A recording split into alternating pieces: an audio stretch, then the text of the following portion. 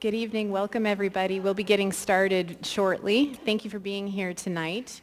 I would like to let you know that there is a banner for the Knick Little League state champions out in the entryway, and you are all invited to sign it. So please consider adding your name to it. Thank you.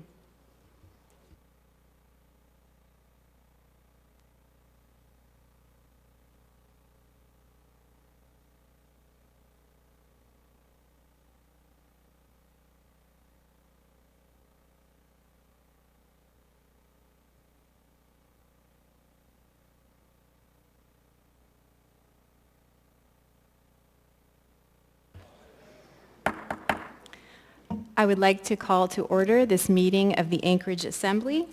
It is Tuesday, August 24, 2021. Madam Clerk, would you call the roll, please? Yes, Mr. Weddleton. Here. Ms. Allard. Here. Mr. Peterson. Present. Mr. Rivera. Present. Ms. Kennedy. Here. Ms. LaFrance. Here.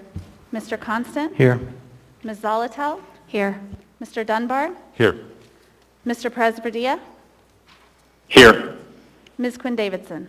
Here. You have a quorum. Thank you, Madam Clerk.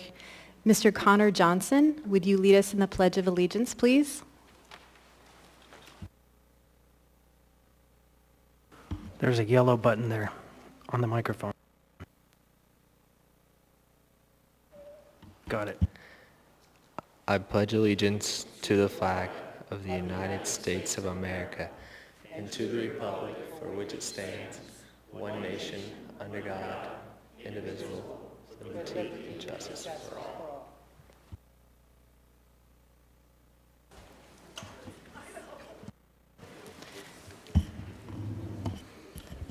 Mr. Constant?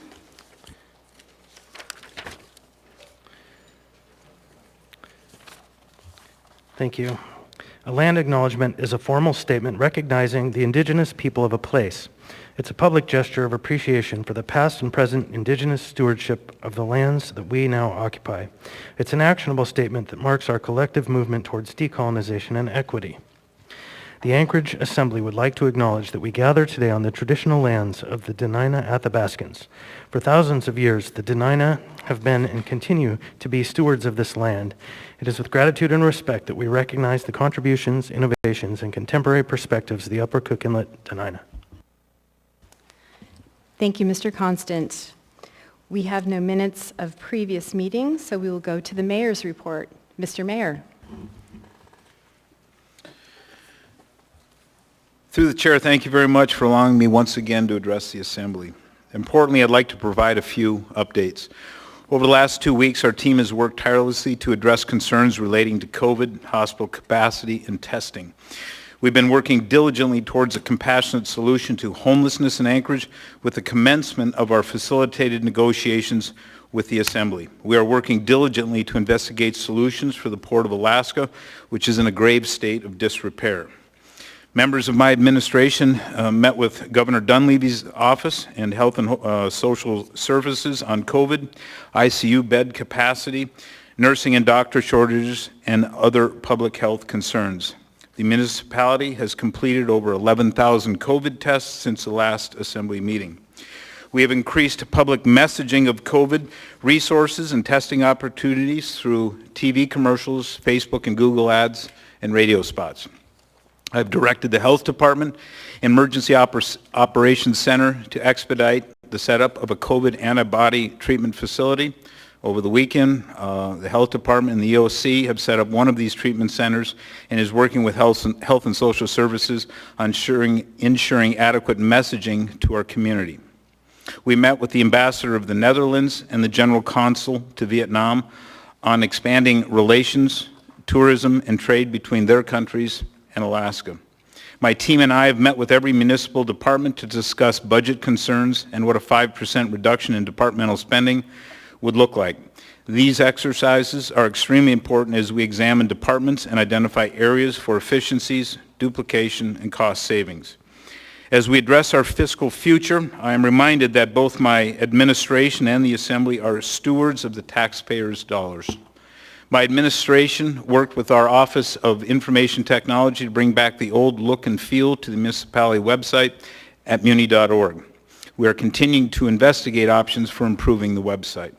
My team has been working diligently with Assembly members and the homeless facilitator to collaborate on solutions to our community's homeless issue. This is one of the most pressing issues facing our city, as winter is just a few short weeks away. I look forward to the results of their efforts. Through the chair, thank you very much. Thank you, Mr. Mayor. That brings us to Chair's report. I have 3 items. First of all, COVID mitigation plan. Assembly leadership, along with council and the clerk's office, continue to review the COVID mitigation plan for the chamber. At some point, it may change given the increase in cases and hospital overload. Per CDC guidelines, masks are recommended in public spaces. I do recommend that members of the body, assembly staff, and members of the public wear masks in chambers. When I'm seated and speaking into the microphone, I will likely remove my mask. However, I will wear it when moving about the chambers. As a vaccinated person in a lower risk category, I still don't want to risk spreading the virus, especially to someone who is unvaccinated. And we had a work session on Friday where we heard some very compelling testimony from a number of doctors in our communities. And whatever we can do to reduce the spread, I think it's important to consider what actions we can take. It's an annoyance to wear a mask again, but do please consider it when you can to help the doctors, nurses, and hospital staff who are overwhelmed with unvaccinated COVID patients so that we can free up much-needed hospital space in our community. I also ask that members of the public and members of the body, staff, and administration do stay home if they have COVID symptoms and haven't tested negative for COVID. We also don't need assembly members to be physically present to establish a quorum. Members are welcome to dial into meetings per AMC 2.30.075D concerning absences, excused absences, and telephonic participation. Given that we are still under a federal declaration of emergency, we can establish a quorum by combination of physically and telephonically present members.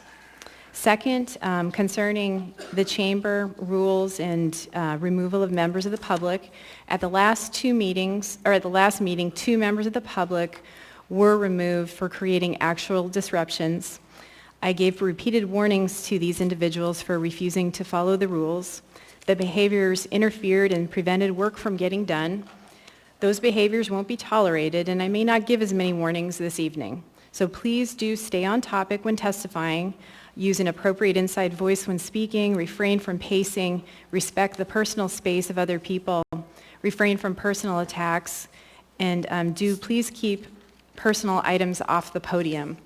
And finally, this is budget season. The Assembly branch, through Desiree Camacho, our budget analyst, has submitted the Assembly budget. Separately, the Assembly budget priorities memo will be shared with the administration early next month. The Assembly branch has invited the administration to meet with Assembly leadership to review and discuss these priorities. This is an opportunity to work together to streamline the budget process, and it can save time by reducing the need down the road for amendments. This is an open invitation to meet on any issue where we can work together, and the Assembly leadership seeks opportunities to collaborate.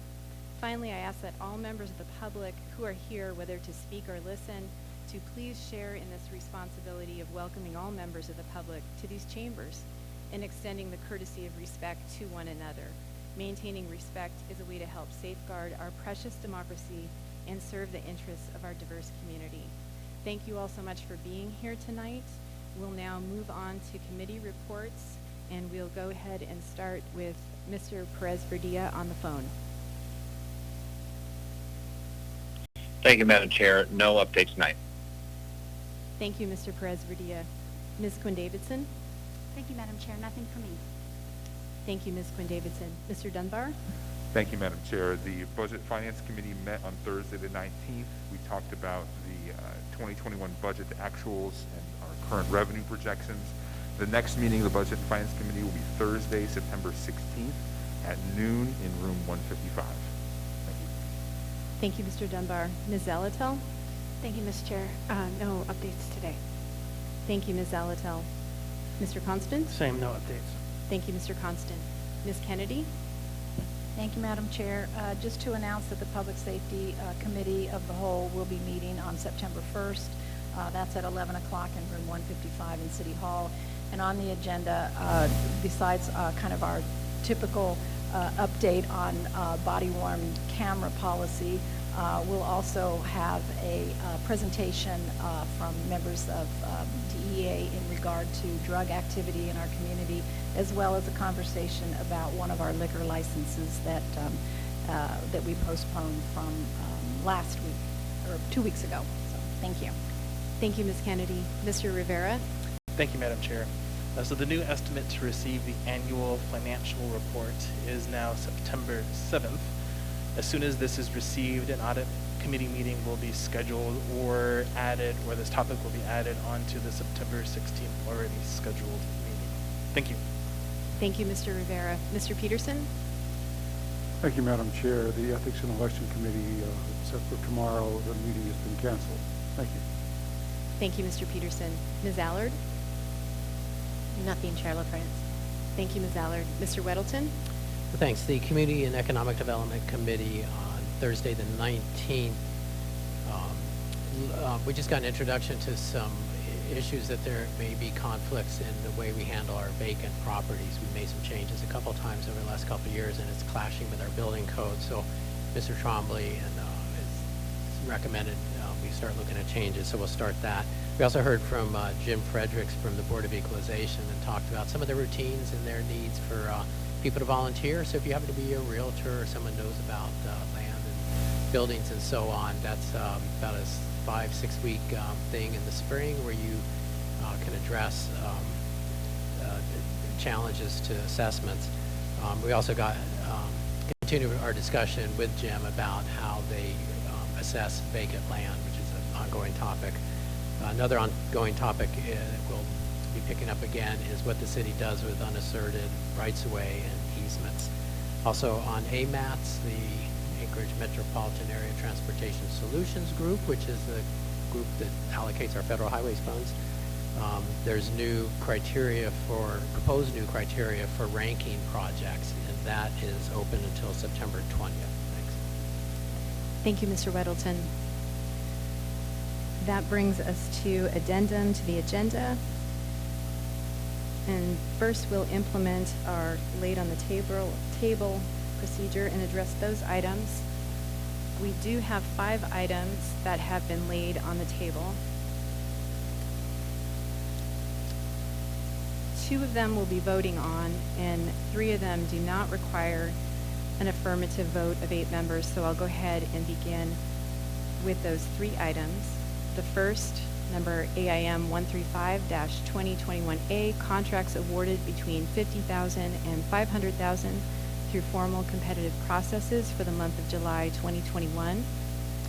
The second item, unnumbered AIM 2021 for AO 2021-76, an ordinance of the Anchorage Municipal Assembly amending Anchorage Municipal Code Chapter 4.60 to enact a new section to establish a Houseless Lived Experience Advisory Board to provide the Assembly and Mayor with the perspective of residents with lived experience and to promote the participation of our current and former houseless neighbors. And then the third item, number yet to be numbered, 20XX-blank, an ordinance reappropriating $8,047,886.57 from the area-wide General Capital Improvement Projects Fund previously appropriated for property acquisition by AO 2020-99 as amended, and reappropriating to the COVID-19 fund and providing a plan for future reimbursement of such appropriations. Again, those 3 items do not require a vote of 8 members. These next 2 items do. The first, unnumbered AR, a resolution of the Anchorage Municipal Assembly approving the renewals of municipal marijuana licenses for retail establishments AK Slow Burn, number M10245, AK Slow Burn, number M11731, Mary Jane's Cannabis Emporium, number M18117, King Street Cannabis Company, number M20983, Cultivation Establishments, Quintessence Farms, number M20984, Manufacturing Establishments, Green Grocer, number M23503, stating the Assembly's wave of protest to the renewal of State of Alaska marijuana license numbers 10245, 11731, 18117, 20983, 20984, and 23503 for the same establishments respectively, and authorizing the municipal clerk to take certain action.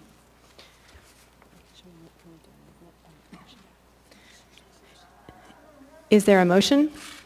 Move to incorporate and move to lay on the table. Second. Moved and seconded. And I'm ready to just to say why on this one. At this time of the year, August, is when the state and the municipality relicense all of the cannabis marijuana licensees. And the state found themselves having too many of these licenses to get to us in advance of our deadline. So these applicants all had their applications in on time. The state just didn't forward their deemed complete documents to us for us to get them on the agenda on time. So we're asking this item be laid on the table, incorporated, and moved tonight. Thank you, Mr. Constant. We have two members in the queue. First, Mr. Weddleton. Thanks. So to someone, maybe Mr. Constant, but on these, are these the ones that we had thought of having a meeting on Friday for? No. So we do have a meeting scheduled on Friday to address certain licensees that had some internal issues of their own paperwork, but these are all entities that the state did not get to us in a timely manner, the documents for us to proceed and get them on the agenda in the regular order. So these were sent in on time. Okay, thanks. Yeah, the applicants in this case did everything correctly. Thank you, Mr. Weddleton. And Ms. Kennedy, you no longer have a question? Thank you. Seeing no other members in the queue, members may proceed to vote to lay this item on the table. Mr. Presverdia? Yes.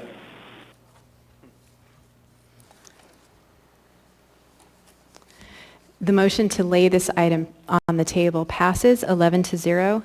This will be item number 10B5, 10 Bravo 5. The next item that we will vote to lay on the table is unnumbered AR, a resolution of the Anchorage Assembly requesting the mayor to direct that masks or face coverings are required in public indoor areas of municipal buildings and promoting mitigation measures when the municipality of Anchorage is in a substantial risk or high alert level for community transmission of COVID-19. Is there a motion? I move to lay this on the table. Second. Moved and seconded. Ms. Alatal? Thank you, Madam Chair.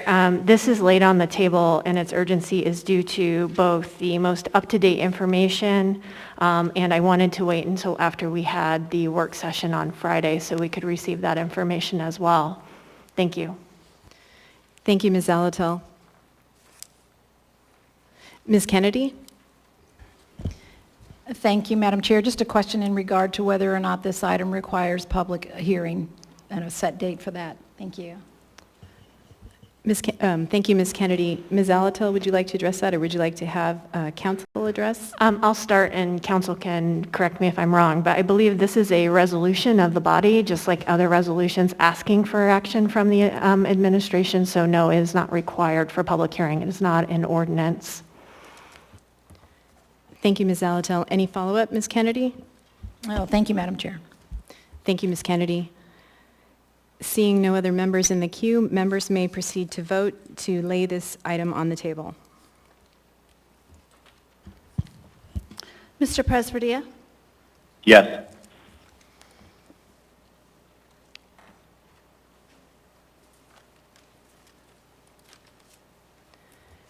The motion to lay this item on the table passes 10-1.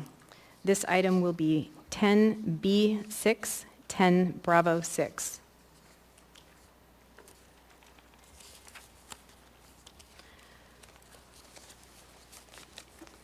Mr. Vice Chair, could I have a motion to incorporate the addendum as printed and distributed and laid on the table items? So moved. Second. Moved and seconded. Asking for unanimous consent. Is there any opposition? Seeing no opposition, we have incorporated these items into the agenda. Do I need to read the later on? Okay, thanks. Okay, we will now move on to appearance requests. We do not have any appearance we do.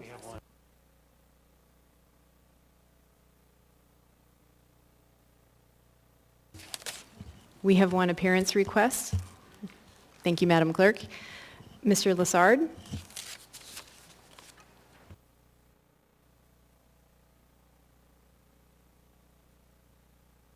Yellow button. Yellow. There you go. All right. Thank My you. apologies. Thank you, Madam Chair. My name is Jason Lassard. I'm a resident here in Anchorage. I'm the Executive Director of NAMI Anchorage. I serve on the API governing body, and also in that body, I'm the chair of the Patients' Rights and Ethics Committee.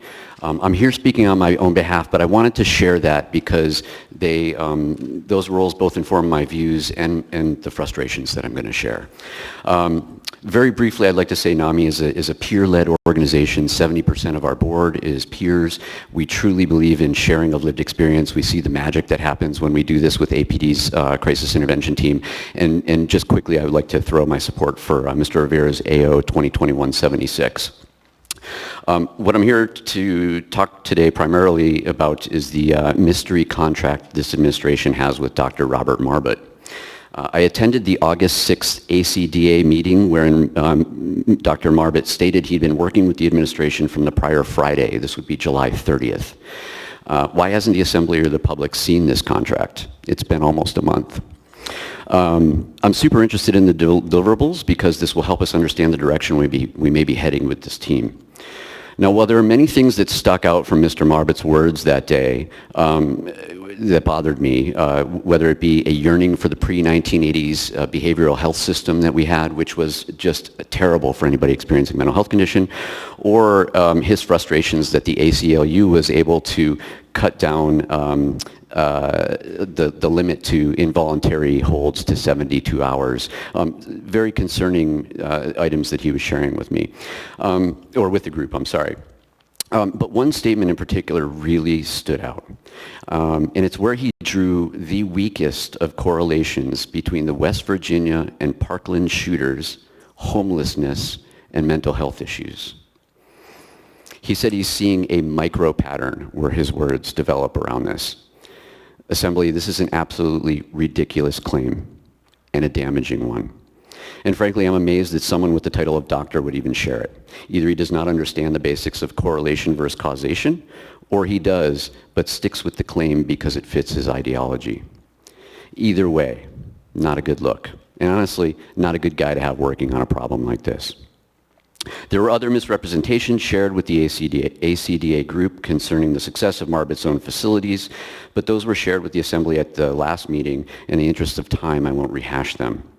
However, in light of what I'm sharing today, and what has previously been shared concerning Marbut's history and misrepresentations thereof, I implore this body, double and triple check anything that comes out of Dr. Robert Marbut's mouth. His data is cherry-picked, manipulated in its presentation, and in the case of his views on people experiencing a mental health condition and our behavioral health systems, despicably wrong. Thank you, Mr. Lassard. Thank you. I do have someone in the queue for you, Mr. Dunbar. I have two questions. Well, I had one question specific, but then do you have a final sentence, or you done? I was done. Yeah. Great, good, right on the money. So I had the opportunity to meet with Dr. Marbut, and he didn't bring up anything concerning the Parkland shooting or anything like that. And could you explain a little bit more what you mean by that? That's the first I've heard of it. Yeah, well, I think that's probably in light of the audience that he was speaking to. And so this came at a time when he had given his presentation and we were in the question and answer period. And somebody had brought up the issue of street homelessness. I don't remember exactly how he got to this point, but he was talking about the problems surrounding homelessness, and I could go back through my notes and maybe get a firmer word to you, but very specifically, the West Virginia Parkland shooters experiencing homelessness and mental health, and he's seeing a micro pattern. He said there are a couple of others too. I'm unaware of this. Many of us know that statistically people with a mental health condition are more likely to be the victims of a crime than a perpetrator of it. So this is really, really alarming language. And I'm afraid that he comes with, he's got the doctor title, he's been doing this for many years, and people are just taking the words that he's throwing out there at face value. And I'm afraid to say, he's not being straight. I was a little reticent to come here and be so blunt before this body, but I think the implications of what he's proposing and the way that he talks about it can have really, really damaging effects to the people in our community, and I really want this board to be aware of that and to really scrutinize anything that he's presenting to you. Thank you, Mr. Lessard. Thank you, Madam Chair. Thank you, Mr. Dunbar. Ms. Allard?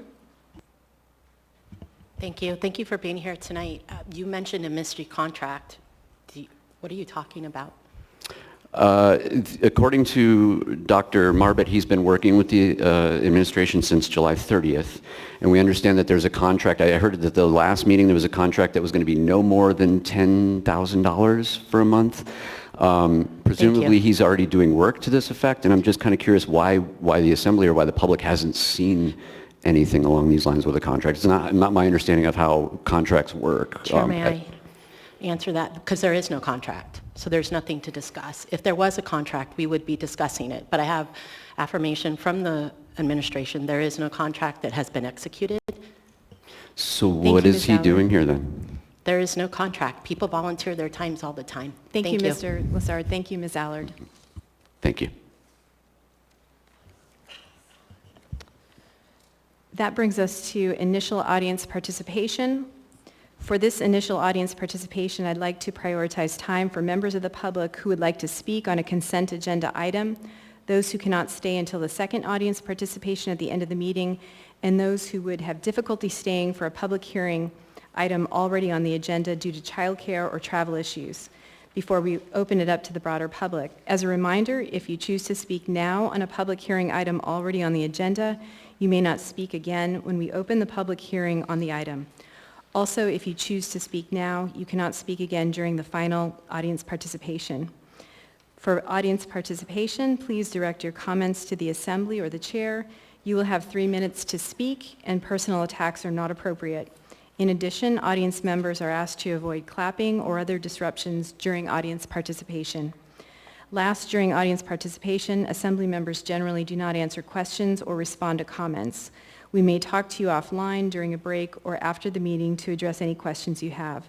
I will, as chair, work to maintain decorum at this meeting and ask for your assistance. We do have 5 people signed up for telephonic audience participation. We'll go ahead and alternate and start with 3 folks on the phone and move to in person. Can we go ahead and get Janet Johnston on the line, please, Mr. Turner?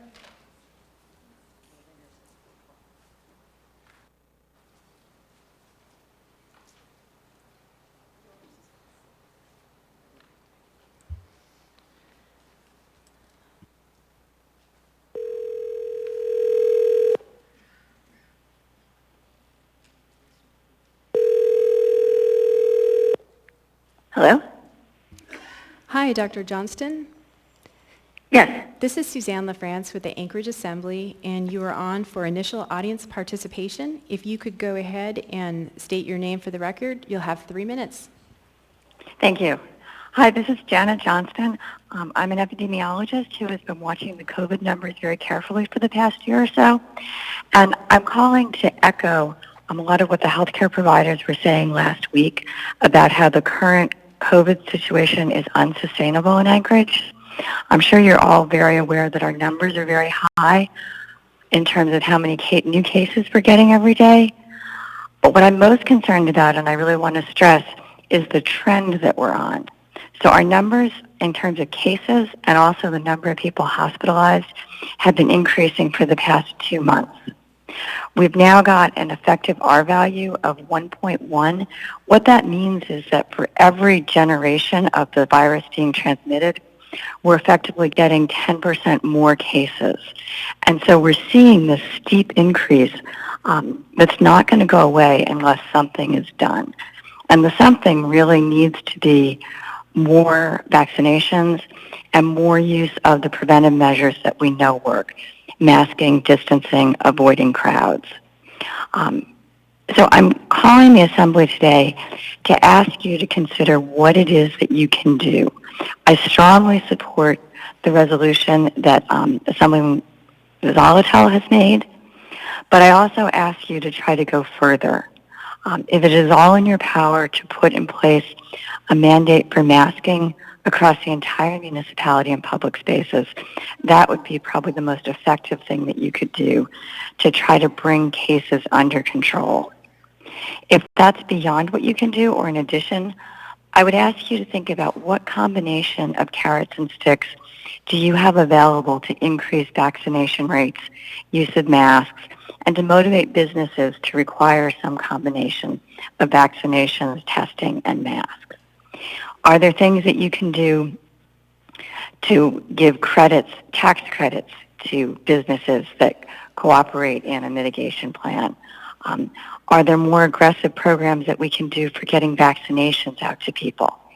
I understand that both the municipality and the state is taking an approach of providing education, but I think we all know that in most cases, education alone is not enough to change health behavior.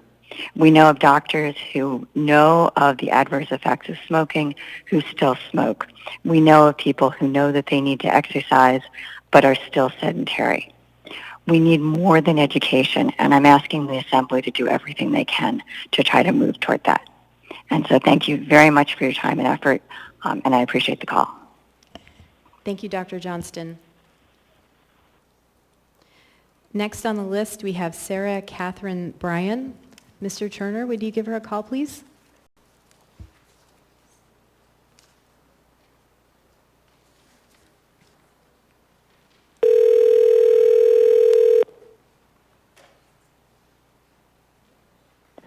Hello, this is Sarah Catherine.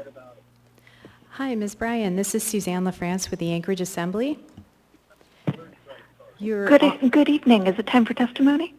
Good evening. Yes, this is initial audience participation, and if you would state your name for the record, you'll have 3 minutes. Thank you, Ms. LaFrance. My name is Sarah Catherine Bryan. I'd initially wanted to comment on the confirmation of Sandra Graham, and I emailed the Assembly a number of times, but I wanted to speak instead about the resolution laid on the table this evening by Meg Zolotel. I think everyone's abundantly aware of the new, more dangerous phase of the COVID-19 pandemic that's currently taking place due to the presence of the aggressive Delta variant. And I'm particularly concerned about the safety of children who are not able to get vaccinated right now. And for that reason, I'm asking for the entire Assembly's support for a resolution that would encourage mask wearing. This resolution, I think, is sound because it sets forth specific instances in which protective measures will apply. It gives the mayor's administration officials the authority to implement and make exceptions to its requirements. And it encourages practices that will protect muni employees from transmitting and becoming infected with the virus. I also think that there's an economic good in requiring masks and adopting protective measures. Fear of COVID has been documented to drive labor shortages.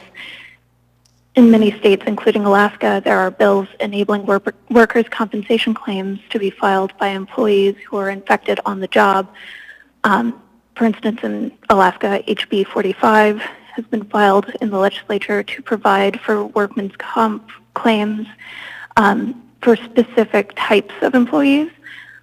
It's foreseeable that the municipality will see workers' compensation claims by employees who contract COVID and become ill, lose their employment, or die. The adoption of masking in municipal buildings and other protective measures like telework will minimize potential claims by employees against the municipality. I'd just like to thank the Assembly for its careful consideration of the resolution and its continued leadership in this time. And if I have any time left, I'm finished. Thank you. Thank you, Ms. Bryan. Next, we have Eric Kelson. Mr. Turner, would you give him a call?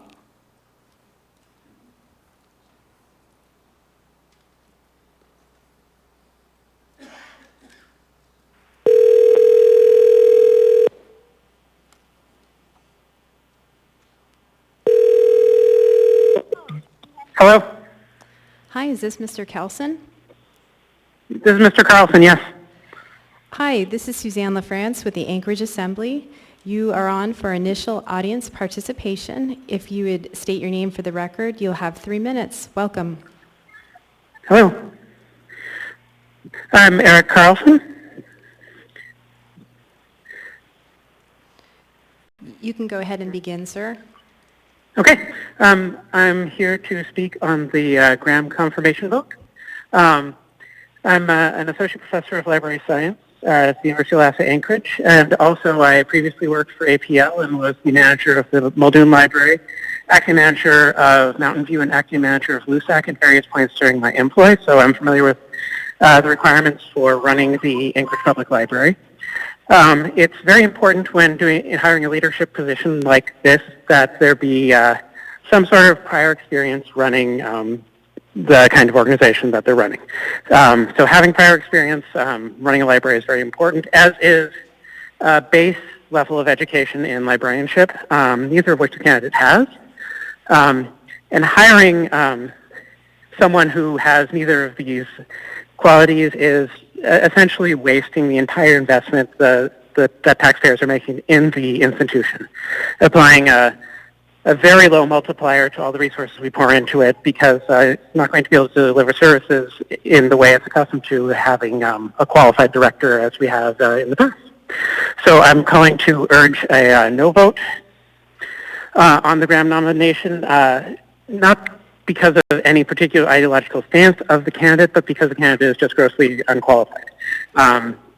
There are available qualified people in the labor pool, both locally and nationally, who match the mayor's priorities and also are qualified. And we should seek out one of those. And that is all that I needed to convey, and I hope you all reach an appropriate decision. Thank you for your time. Thank you, Mr. Carlson. Okay, we'll go ahead and move to in-person testimony.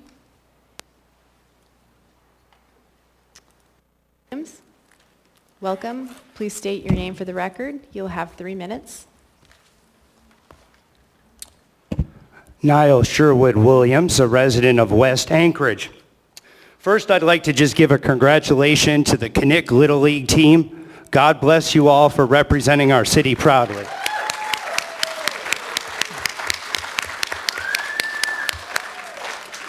It was sad that you were held out of actually being able to compete. I'm sorry for that. In the future, though. Next, I would like to speak through the chair to the administration. I would like to speak about your July 1st, 2021 executive order. In that executive order, Part 4, through the chair, Mr. Mayor, you stated that you would not require vaccination or masks. Through the chair, Mr. Mayor, people are being compelled, coerced, and forced to wear the mask at Anchorage School District. That's one location. At Anchorage Native Medical Center, that's a second location. Anchorage Native Tribal Health Consortium, South Central Foundation, as well as many other employers and providers around the city of Anchorage. Last week, my fiance came in after I was illegally arrested, and she came and she served through the chair, every one of the members on that dais, and all the leadership over there. She served you with cease and desist orders through the chair to stop all the messaging and coercions, propagandas with related to the COVID-19 jab or with masking or distancing. There are still signs on the exterior of the Anchorage Assembly chambers. Also, I went to the Anchorage Department of Health over on L Street. There are many signs within there which violate the Nuremberg Code. And as well, as a Christian man through the chair, Mr. Mayor, we should not have those lights being a rainbow. Those need to be removed, sir. Next, I would like to invite everyone in the community to a Freedom and Liberty Worldwide event of 1776 Alaska. It's going to be right over there in Cuddy Park in the amphitheater. It's going to be at 2 o'clock this Sunday. We're going to start with a prayer in the name of Jesus Christ to commence the meeting. Please come prepared with solutions, positivity, and your talents of how you can solve the problems of our community. I would like to speak to the events last week. This is an official cease and desist order through the chair. Stop sullying my name and stop slandering my name. There were 2 instances through the chair at the last meeting where you slandered my name in the public space. Through the chair, Vice Chair Constant also slandered my name, and you did it once at the beginning of this meeting. You are messing with my due process through the chair. You are messing with my ability to be able to prove my innocence for these false allegations. And members of the community, you should be very concerned if someone can get arrested for praying silently in these assembly chambers prior to a meeting being gavelled in. That's a scary thought, but that is Anchorage. That happened on August 10th, 2021, right here. Thank you, If you Mr. want the Williams. video, I've got it. Thank you for your participation. Next, please. Welcome. Thank you. My name is Jude. Good evening, Assembly members and Madam Chair. My name is Judy Elledge, and I'm here to testify on behalf of Mayor Bronson's selection of Sammy Graham as Director of the Municipal Libraries. In several responses from Assembly members in my earlier letter in support of Mrs. Graham, there seemed to be concern over her qualification or lack of library science degree. I am somewhat confused about the concern of strict adherence to the vacancy announcement. I believe that the past director resigned before the Bronson administration began, and past Mayor Quinn Davison did not fill the position. The job was posted for quite some time, and there were 8 applicants, of which 7 were not qualified per your concerns. I was also aware that Mrs. Graham was the only applicant during the time of the Bronson transition, and I wonder why other applicants did not apply at that time. I am further confused and bewildered about this extreme concern over her qualifications as a department head. In the job description for the director, it does not specifically state the requirement of a library science degree is required. My understanding, this was updated in the year 2014, and it has not been in this description for the past 6 years. Even if it was in the description, the mayor has the authority under code to look at equivalent qualifications. I am also fully aware that the past Director of Health and Social Service Director during the COVID pandemic lacked serious qualifications for that position.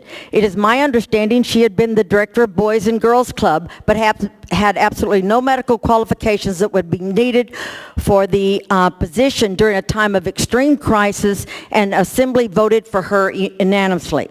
I also recall during the Berkowitz administration the appointment of Dennis LeBlanc, who had served as the city manager. He was appointed to the position as fire chief. Mr.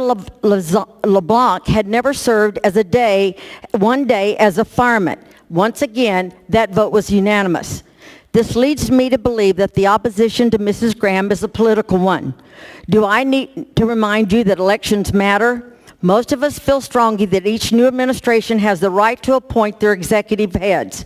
Your past votes on other administrative confirmations would support that.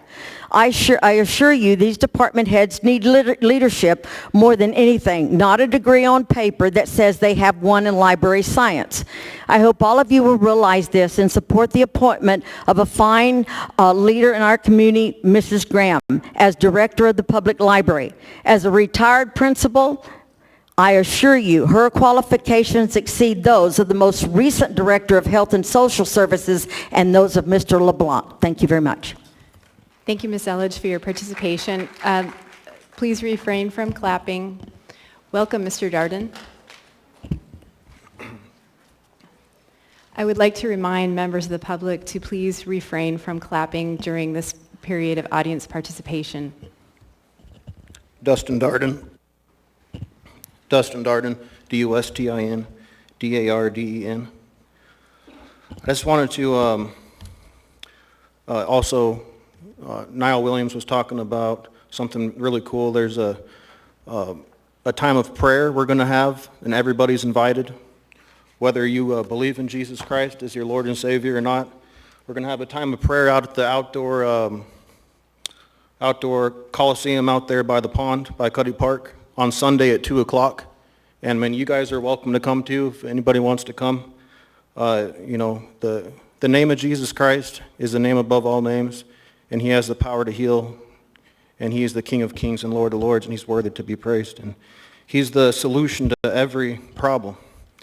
Now, we have a problem that I need the help of Almighty God, and that is this DARPA program that was patented in 2008. You can go to my Facebook page.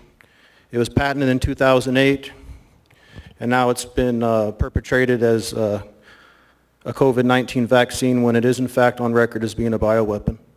And unfortunately, you guys are implicated in administering it to children, men and women, and boys and girls clubs, coercing them with $50 gift cards. And it's out of love that I implore you to please stop the injections to the children. That's causing clots, heart attacks, neurological disorders. It's a global genocide. The doctor who treated Trump and Bolsonaro and all kinds of famous leaders around the world found out 2 weeks before his interview with Alex Jones on Infowars.com on Friday that he had a severe heart condition. He was going to have open heart surgery. And he calls this a death shot, and anybody that's pushing this shot on kids is into child sacrifice. With that being said, I have this document, August 24th, 2021 AD, in the year of our Lord and Savior Jesus Christ, 5:30 p.m., Anchorage Lusac Library. I, Dustin Darden, hereby declare and certify that I have arrested John Weddleton, Jamie Allard, Pete Peterson, Felix Rivera, Crystal Kennedy, Susan LaFrance, Christopher Constant, Meg Zelato, Forrest Dunbar, Austin Quinn Davidson, David Brownson, and Dr. Michael Savit. Violations of Nuremberg Code, medical experimentation by approving and advocating for the COVID-19 vaccine, which is a bioweapon, which is on record for being patented in 2008 on the DARPA program, which is a bioweapon. Also, 18 U.S. Code 241, conspiracy against rights with the attempt to kill men, women, and children that live in Anchorage, Alaska. I'm also charging you with AS 1176110, and I'm going to bring this document for my time's up.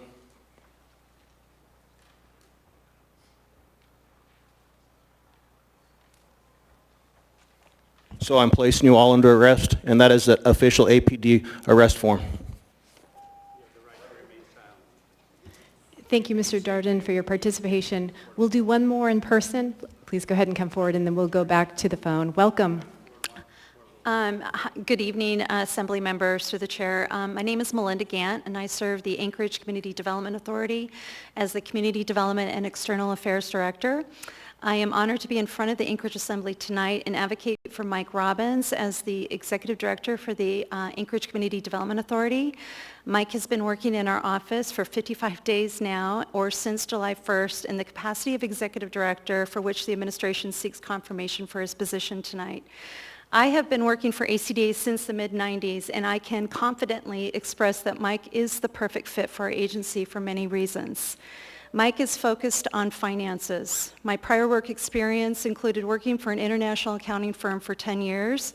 With that in mind, I have a tendency to be fiscally focused, and when I have a leader whose mindset is similar to mine, it raised the bar of confidence for me in Mike's ability as a leader. Mike is focused on business success. His responses during our interactions with staff and our clients in the last 55 days has not just been ACDA's future success, but really about the success of the municipality of Anchorage. Mike is focused on partnerships and collaboration during these tough economic times. I truly believe that partnerships and collaborations will move MOA in a positive economic direction. Collaborative success with our stakeholders, businesses, developers, administration, and the Assembly will be the key to how successful we are in the future. Lastly, Mike has been a great fit for our staff and management team. He truly is a likable guy and values what we all bring to the table at ACDA. I trust that you all will also see how much value Mike Robbins brings to ACDA and our city. Please vote yes in support for his confirmation tonight. Thank you. Thank you for your participation, Ms. Gant. Okay, we have two other folks who signed up for telephonic participation. Mr. Turner, would you get Glenn Bailey on the phone, please?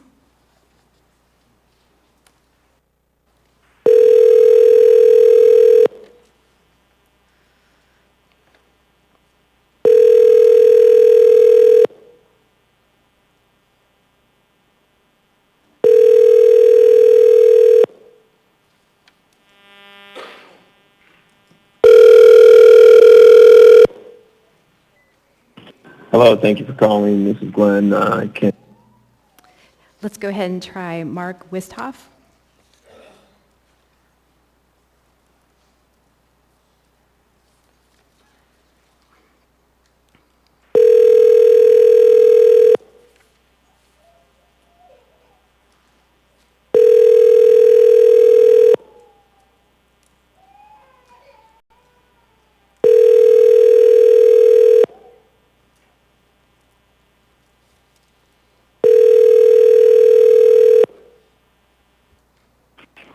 Hey, this is Mark. Leave me a message and I'll be... Thank you, Mr. Turner. We'll go ahead and try those two individuals at final audience participation. So we'll be back in person. Welcome. Please come forward, state your name for the record. You'll have 3 minutes. Am I supposed to push this button? No, it's on. It's My on. name is Shelley Mabry. I live here in Anchorage on the west side. I don't really have a prepared speech. I just wanted to come forward. I am not one to get up and talk in front of people. That's not my idea of fun. Yet you all get to sit there and talk to us. One of the things I wanted to say was I watched some of the assembly meetings and I see how the majority of you talk at us and not with us, and you talk at yourself. You guys are not even a team. You are not team players with the municipality, with the public. I think you guys try to play God too much amongst yourselves and with the public. You're able to sit there and tell everybody what to do, but you don't do it yourself. It's do as I say, not as I do. And we've seen that many, many times. There was one instance recently where a member came in sick. Why didn't that person have to go home? Or why did that person come in at all? And then attend a meeting at a local senior house where there's elderly there. You know, I'm very fortunate. My mother lives with me. I am so glad that she wasn't in one of those places. I am very, very glad that I get to take care of her. God forbid she be at that place. I just wanted to let you guys know it's kind of embarrassing to have the majority of you sit up there and talk to us the way you do and talk to each other the way you do. You watch the meetings that you're in, your working meetings.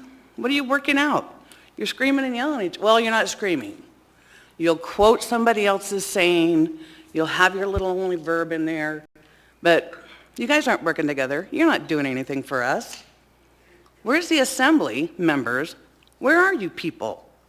Why aren't you representing the municipality? That's all I have to say. Thank you, Ms. Mabry, for your participation. Welcome. Please come forward, state your name for the record. You'll have 3 minutes. And I just want to note, it's 5:58 and initial audience participation ends at 6. I'll set your timer for 3 minutes, but I believe you'll be our final participant for now. Good to hear. Hi, my name is Don Hunley. I've served my country for 21 years. I served my city for 20 years. And I used to work in the healthcare industry until recently. I've got 6 grandkids in this school district. An epidemiologist, correction, I'm out of sequence here. I heard today a last minute late on the table item was put on the agenda. Why last minute? So tonight I gave up dinner plans with my wife and friends to come here to speak against this mask mandate for kids. An epidemiologist just stated that we can make COVID go away. Well, until the next variant comes up, right? Sir, I apologize. I need to pause your time for a second. Folks in the back who have signs that are larger than 8.5 by 11, thank you for removing those.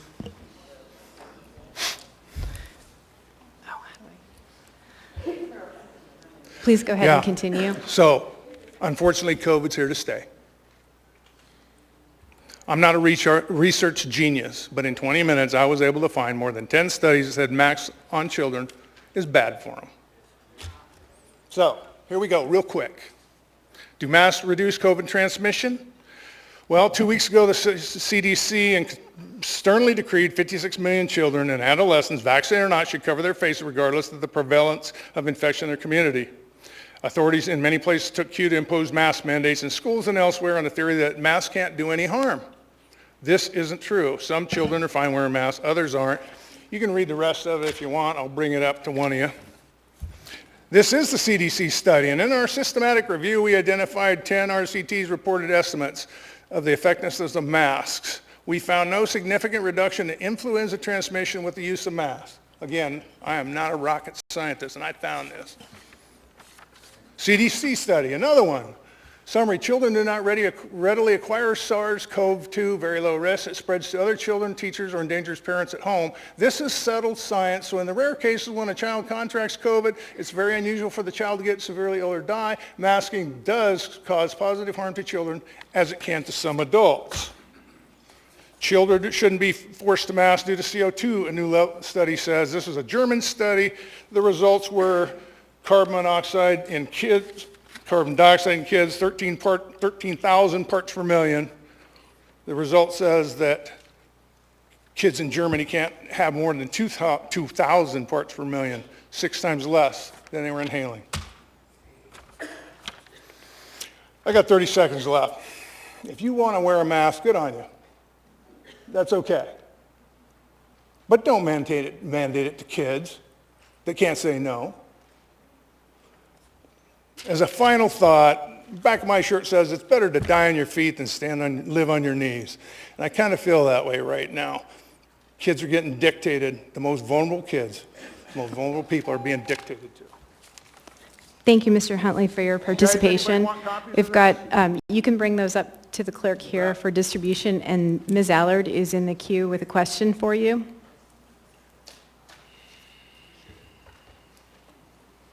Ms. Allard? Thank you, Mr. Huntley, and thank you for your service. Mr. Huntley, I have a question for you. Oh, thank you for your service. My question to you is, can you just quickly tell me what district you live in and who your representatives are? I live up on the hillside up by Service High School. Okay, so LaFrance and Weddleton. Could be West Anchorage. Okay, thank you. Depending on districting lines, right? Yeah, it does. Thank you. Thank you. Thank you, Ms. Allard. That concludes our initial audience participation. Those of you who would like to sign up on the priority list for final audience participation can see Mr. Turner down here. I just want to note that it could be quite late when we give you a call. Of course. I know. It's always on your guys' time. Only half an hour was wasted. Ma'am? Nope, don't care. That's you have been warned. That outburst is an actual disruption of the meeting. We will move on now to our consent agenda.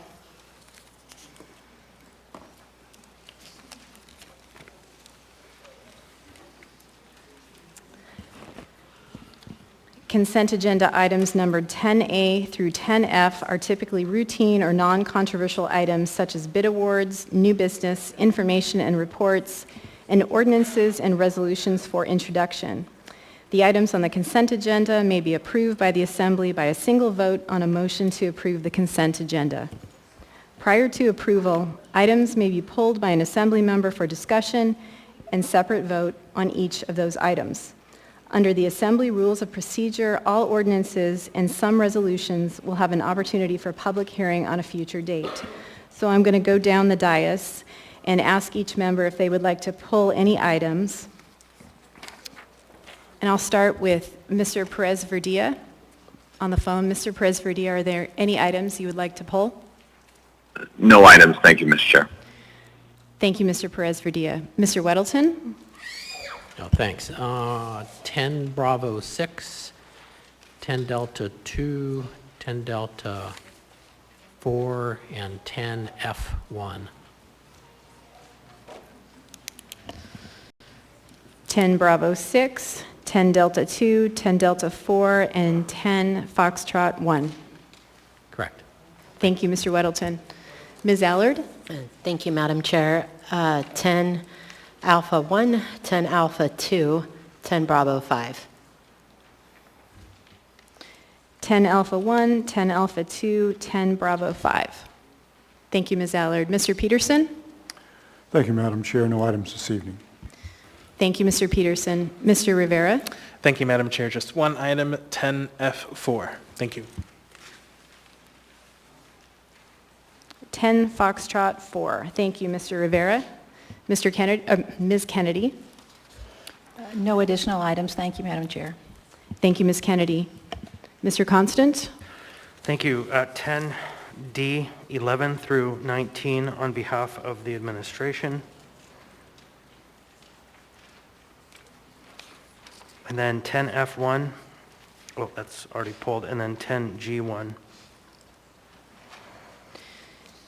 So we have items 10 Delta 11 through 19 on behalf of the administration, and 10 Foxtrot 1 has already been pulled, and then 10 G1, 10 Golf 1.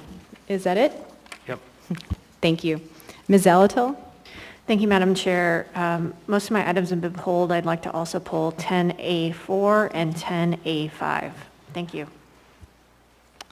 10 Alpha 4 and 10 Alpha 5. Thank you, Ms. Zalatil. Mr. Dunbar? Thank you, Madam Chair. My items were already pulled. Thank you, Mr. Dunbar. Ms. Quinn Davidson? Thank you, Madam Chair. I'd like to pull 10A3. And then, Mr. Constant, my understanding was the administration also wanted to pull 11A. Should I add that as well? So if I might. Go ahead. That one is I'm later sorry, in it's the not on the agenda. consent agenda. Perfect. Yeah. Sorry, thank you. Thank you, Ms. Quinn Davidson. So I just have one item then for you, 10 Alpha 3. Okay, so I'll go ahead and read through the list. Under the 10 A's, Alpha, 1, 2, 3, 4, and 5. Under the 10 B, Bravo, 5 and 6. Nothing under 10C. Under 10D, Delta, 2, 4, and 11 through 19. Nothing under 10E, Echo. Under 10F, Foxtrot, 1 and 4. And then under 10G, Golf, item 1. Mr. Vice Chair, could I get a motion to approve the consent agenda minus the pulled items? So moved. Second. Moved and seconded, asking for unanimous consent. Seeing no opposition, we have approved, or the motion to approve the consent agenda with the exception of the pulled items has passed. For the public's information, the Assembly has now passed or accepted all items in 10A through 10F other than the items that were just pulled, which we will take up next, or that have been introduced for a future public hearing, which are all the items in 10G. If you were here to see action on an item listed on the consent agenda that was not pulled, those items have been passed or accepted. So we're going to go ahead and go through each item now that was pulled from the consent agenda, starting with 10A1. And Ms. Allard, did you need a couple minutes? Yes, Madam Chair, if you could allow me. So if you're with the Knick Little League, if you guys can all stand up and come up here to the podium. single file with all the coaches. Just right here, line up all the way down the aisle. And then we will let Coach Mike.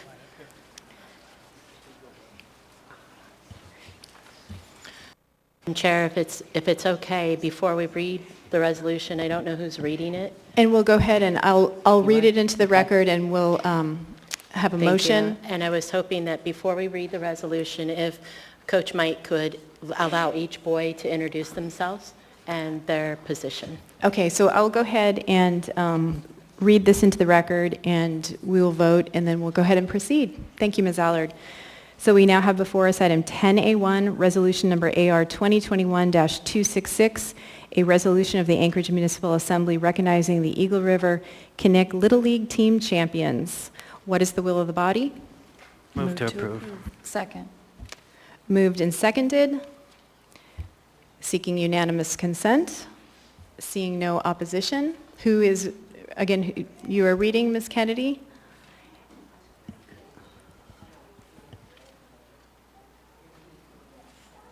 Okay, we can go ahead and begin with introductions. Go ahead, Coach Mike. Thanks, Ms. Allard. First of all, I would like to extend a thank you to the Mayor, Mayor Bronson. He did have the players and the team over to the office today. It was a really great experience, and Mayor, just appreciate the time that you took for our guys. In addition to being here at the Assembly tonight and at the Mayor's office, I think it's quite a civic lesson for the boys, something different than baseball. So anyways, I'm Mike McNeil. I'm the head coach for Connect Little League. We were, these boys here, all 11 and 12-year-old, they represented the state of Alaska, so not just the city, but the state of Alaska down in San Bernardino, California, at the U.S. Northwest Regional Tournament, with the winners advancing on to the Little League World Series, which is currently on ESPN. This week, if you haven't noticed. Unfortunately, one of our team members had a positive COVID test, and we were asked to be removed from the tournament. But for Ms. Allard, I just have nothing but enormous gratitude to you for helping tell the story of what these boys here have accomplished. You've been just a great supporter for us, and I really appreciate it. And if I could, just I'd like to present you with this baseball that's been signed by the team, if it's all right.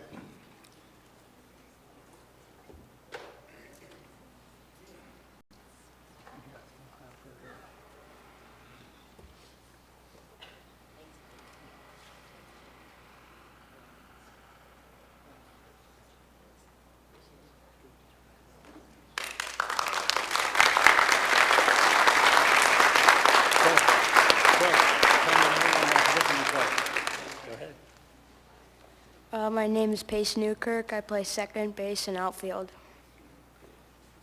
My name is Samuel Smith. I'm the catcher. My name is Gus Westerland. I play first base. I am Cole Lux. I'm a pitcher. My name's Ethan Atkinson. I play second.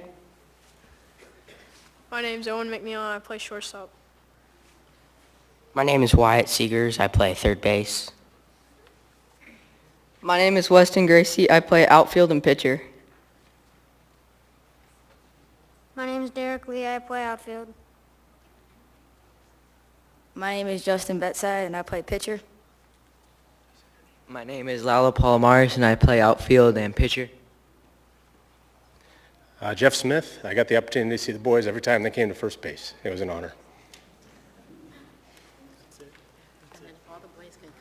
Okay, you guys want to come up? Stand right here. Ms. Kennedy? Thank you, Madam Chair. And a resolution of the Anchorage Municipal Assembly recognizing the Eagle River Connect Little League team champions. Whereas the Connect Little League team beat Juneau in 4 games to win the state championship, earning an invite to the Northwest Region Tournament, and whereas traveling from Alaska, they had to arrive a day earlier than other teams and therefore had to test for COVID a day earlier than other teams. One player tested positive with no symptoms, and everyone else traveling with them tested negative. Whereas in a crushing decision by Little League International, they were forfeited from playing, losing their chance to win regionals and move on to the Little League World Series. Had they arrived 1 day later, they would have been able to play through the weekend like all the other teams. Whereas this was another blow in a long line of injustices the children have endured throughout the pandemic, these 10 to 12-year-old children worked hard and did everything right and were punished for circumstances beyond their control. These are Eagle River kids. They are Alaska strong, they are champions, and we are very proud of them. Whereas we thank all the parents, volunteers, coaches, and the brothers and sisters who are part of the Little League family. Throughout this community, volunteers help us grow generations of leaders and Americans who know the value of working together as a team, striving to be their best, getting rewarded for hard work and achievement, and now the hardest lesson of all, that sometimes life just isn't fair. Now, therefore, the Anchorage Assembly celebrates the Knick Little League team for their state championship and recognizes them for their resilience in hard times, passed and approved by the Anchorage Assembly this 24th day of August, 2021.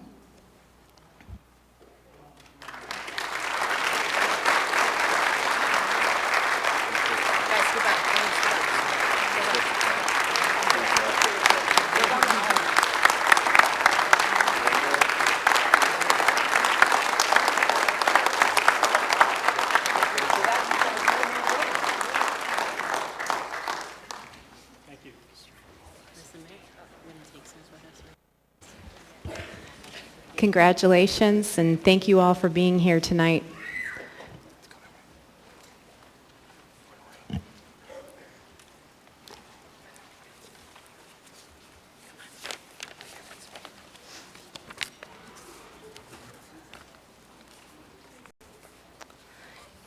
Next, we have before us item 10A2, resolution number AR 2021-268, a resolution of the Anchorage Municipal Assembly recognizing the Eagle River Wolves for their victory in the Alaska Legion State Baseball Tournament. What is the will of the body? Move to approve. Second. Moved and seconded, seeking unanimous consent. Seeing no opposition, who is reading? Ms. Allard, are you reading? I am. And Ms. Kennedy, you are presenting. And who do we have here? Would you please come forward? There you go.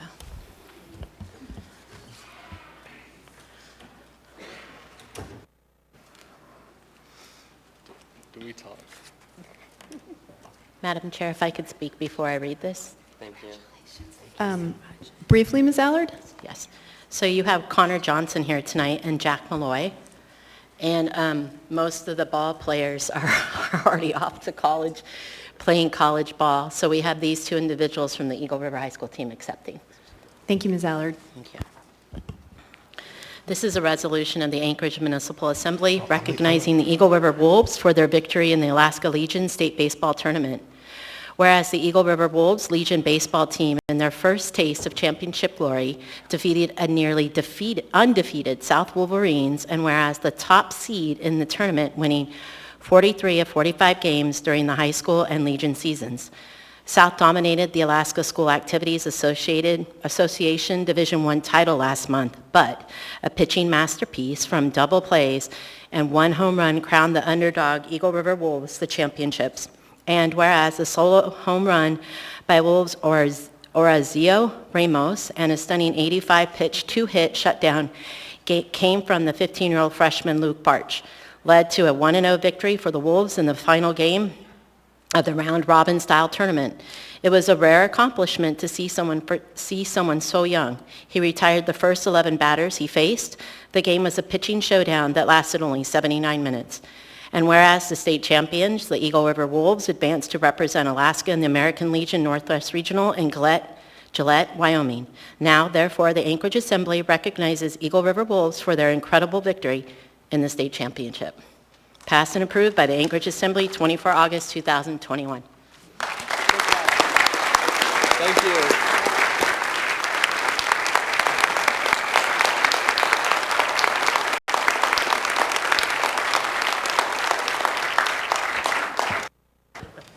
Congratulations, and thank you for being here tonight. No speech?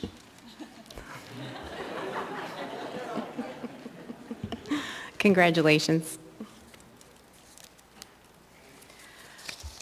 Next, we have before us item 10A3, resolution number AR 2021-267, a resolution of the Anchorage Municipal Assembly recognizing and honoring Scotty Barty for her service and dedication to the municipality of Anchorage. What is the will of the body? Move to approve. Second. Moved and seconded, seeking unanimous consent. Seeing no opposition, this passes unanimously. Who is reading and who's presenting? I'm reading, Madam Chair.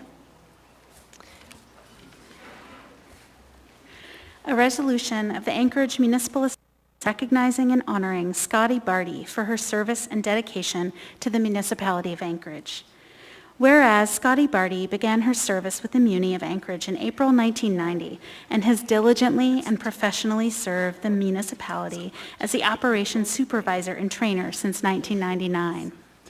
And whereas she held positions as bus operator, shift supervisor, road supervisor, and operations supervisor and trainer.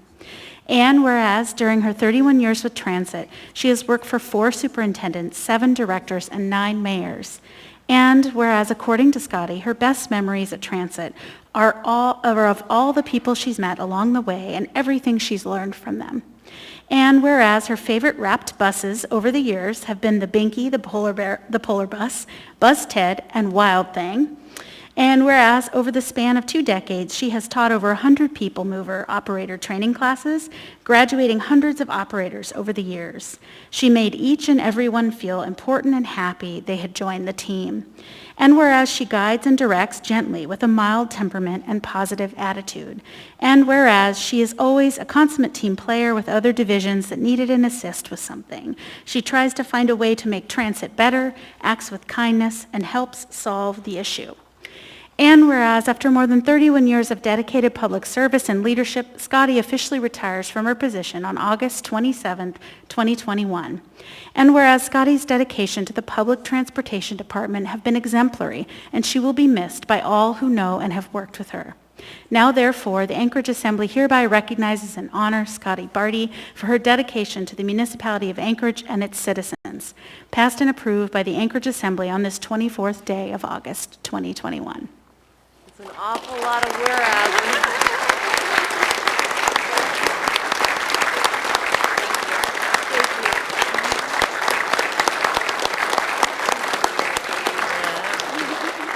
All I gotta say is you guys got the tough job. Mine was easy.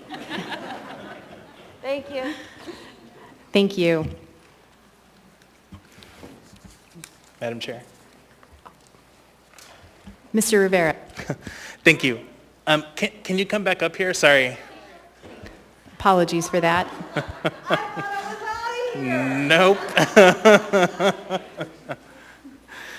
Thank you, Madam Chair. So thank you so much for your 31-year career and service to residents of the municipality. Just a couple of questions. How long were you a bus operator for? 12 years. 12 years? Awesome. Did you ever drive the old Seward route? Yes. Awesome. So what do you think about the new Route 85 bus that's going to provide service for Old Seward, part of 36, Bernard, and West Anchorage that's going to come About online time. in 27 days? Yeah, About time. time. I think so too. Thanks. Thank you, sir. You guys have a wonderful evening. Thank you. Thank you, Mr. Rivera. Next, we have before us item 10A4, resolution number AR 2021-269, a resolution of the Anchorage Municipal Assembly recognizing September as Hunger Action Month and supporting the elimination of hunger in Anchorage. What is the will of the body? Move to approve. Second. Moved and seconded, seeking unanimous consent, seeing no opposition. Who is reading and who's presenting? I'm reading, Madam Chair. A resolution of the Anchorage Municipal Assembly recognizing September as Hunger Action Month and supporting the elimination of hunger in Anchorage. Whereas September is designated as Hunger Action Month across the United States, and whereas in Alaska, there are about 86,970 food insecure people, and of them around 28,160 are children. And whereas in Anchorage, there are roughly 32,090 food insecure people, including 10,590 children.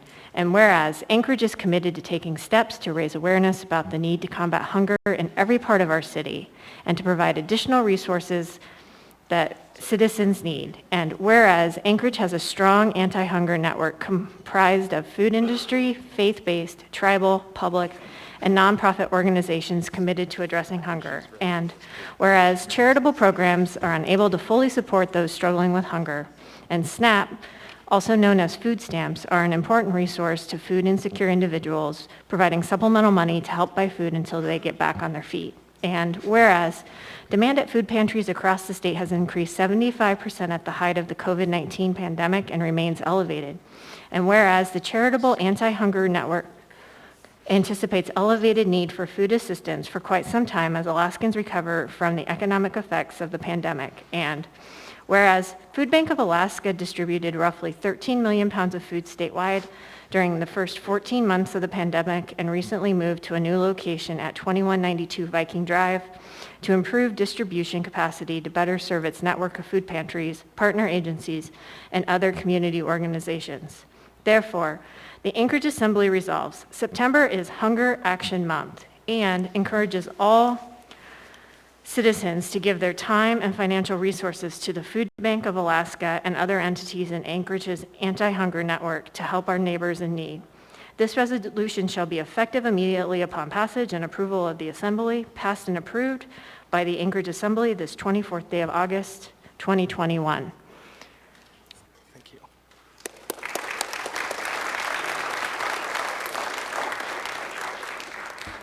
Welcome.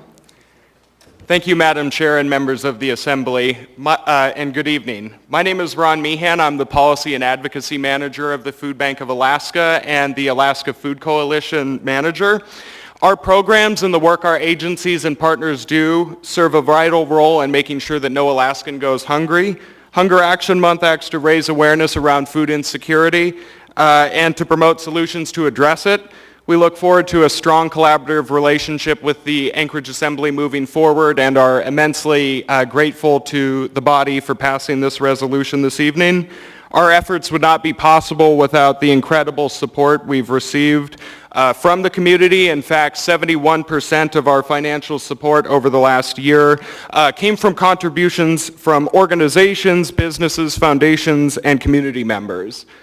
This came in addition to our 1,700 volunteers, including a significant commitment from the Alaska National Guard. We're grateful to have such wonderful support from the community and look forward to collaborating more in the future. Thank you again. Thank you, sir, for being here and for your work. I do have Ms. Zalatel in the queue for you. Thank you, Madam Chair. Thank you so much for your work. It's an invaluable resource to our community. I did want to just say for myself, I think, in reading this resolution, that really this extends to all residents, regardless if you're a citizen, if you are a resident of Anchorage. I know the Food Bank and Hunger Action and all of that assist all of the members of our community. So I just wanted to provide that clarification. Thank you. Thank you, Ms. Zalatel. Thank you for being here. Wonderful. Thank you. We now have before us item 10A5, resolution number AR 2021-272, a resolution of the Anchorage Municipal Assembly recognizing August 26 as Women's Equality Day, granting women the right to vote upon ratification by the states on August 26, 1920, and recognizing women who are finishing the fight. What is the will of the body? Move to approve. Second. Moved and seconded, seeking unanimous consent. Seeing no opposition, who is reading and who is presenting? I'll be reading, Madam Chair. Thank you. A resolution of the Anchorage Municipal Assembly recognizing August 26th as Women's Equality Day, granting women the right to vote upon ratification by the states on August 26, 1920, and recognizing women who are finishing the fight. Whereas the women's suffrage movement began at the first National Women's Rights Convention at Seneca Falls, New York in July 1848. It was organized by Lucretia Mott and Elizabeth Cady Stanton and attended by Sojourner Truth and Frederick Douglass. And whereas in 1866, Stanton and Susan B. Anthony formed the American Equal Rights Association, an organization dedicated to the goal of universal suffrage. And whereas in 1878, a woman's suffrage amendment was introduced in the U.S. Congress, and the wording was essentially unchanged until June 4th, 1919, when the U.S. Senate passed the 19th Amendment and it went to the states for ratification. And whereas fierce but forgotten women of diverse backgrounds worked to promote women's suffrage, including Yankton Dakota Sioux writer Zitkala Sa, who gave a speech on the inequality of women's rights in 1895, and later co-founded the National Council of American Indians. Mary Eliza Church Terrell, who co-founded the National Association of Colored Women in 1896, Jovita Idar, who worked as a journalist in Texas and became president of the La Liga Femenil Mexicanista in 1911, and Mabil Ping Hua Lee, who just at 16 years old helped lead the biggest parade in history to promote the cause of suffrage in 1912.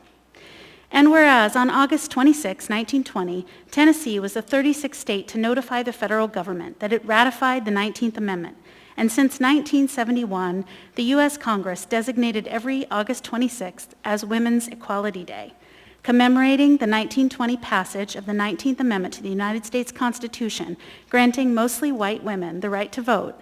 And whereas the fight for equal participation at the ballot box continues today. And in 1952, Asian American women were granted the right to vote after passage of the McCarran-Walter Act, granting all people of Asian ancestry citizenship. In 1957, Native American women were guaranteed the right to vote in all 50 states.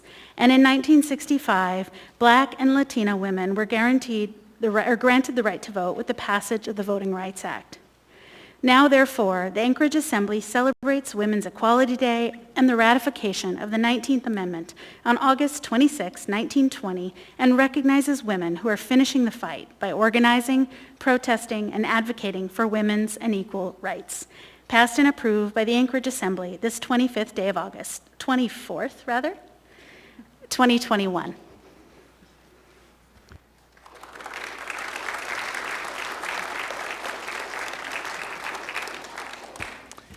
Welcome. Thank you for being here tonight. Hi, thank you. My name is Monica Elkington. I'm the co-chair of the Anchorage Municipal Women's Commission, and I appreciate this and thank you for this proclamation. We continue to work for the equality of women, and I appreciate everything that the Assembly is doing and recognize that this fight is not over. Thank you very much. Thank you.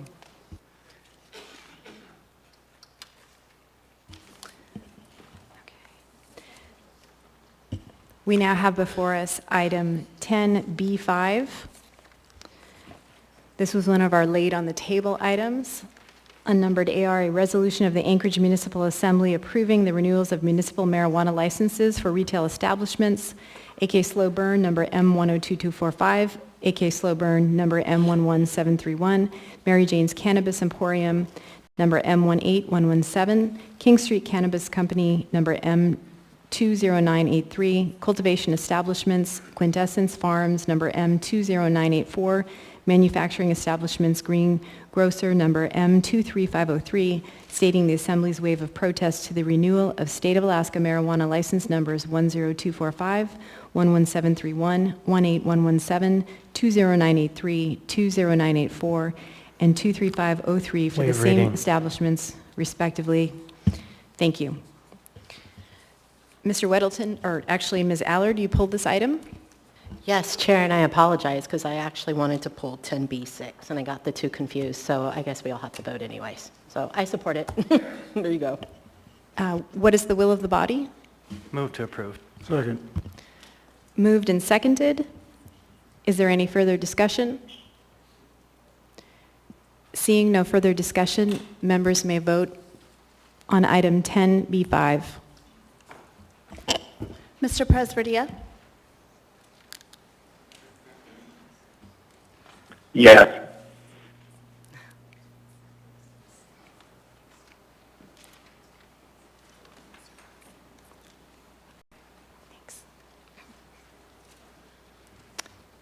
Item 10B5 passes 11-0. We now have before us item 10B6. This was another laid on the table item. Unnumbered AR, a resolution of the Anchorage Assembly requesting the mayor to direct that masks or face coverings are required in public indoor areas of municipal buildings and promoting mitigation measures when the municipality of Anchorage is in a substantial risk or high alert level for community transmission of COVID-19. Mr. Weddleton, you pulled this item. You might get someone else to move it. Move to approve. Second. Moved and seconded. Is there any discussion? Ms. Madam Zalatel? Yes, if I could please speak to this before the amendments are moved. I'm okay with the amendments coming forward, but I just wanted to lay some context to this.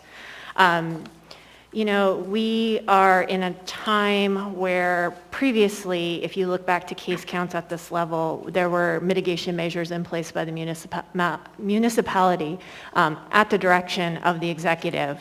And what this does is it follows the health department and CDC guidance that we have received, the Anchorage Health Department, to ask the mayor to institute mitigation measures.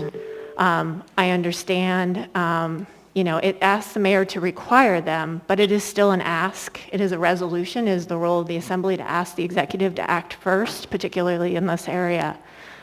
So that's the context I wanted to provide. Thank you. Thank you, Ms. Zalatel. Mr. Perez-Verdia? Thank you. I'd like to move amendment number, Perez-Verdia, amendment 1, is it?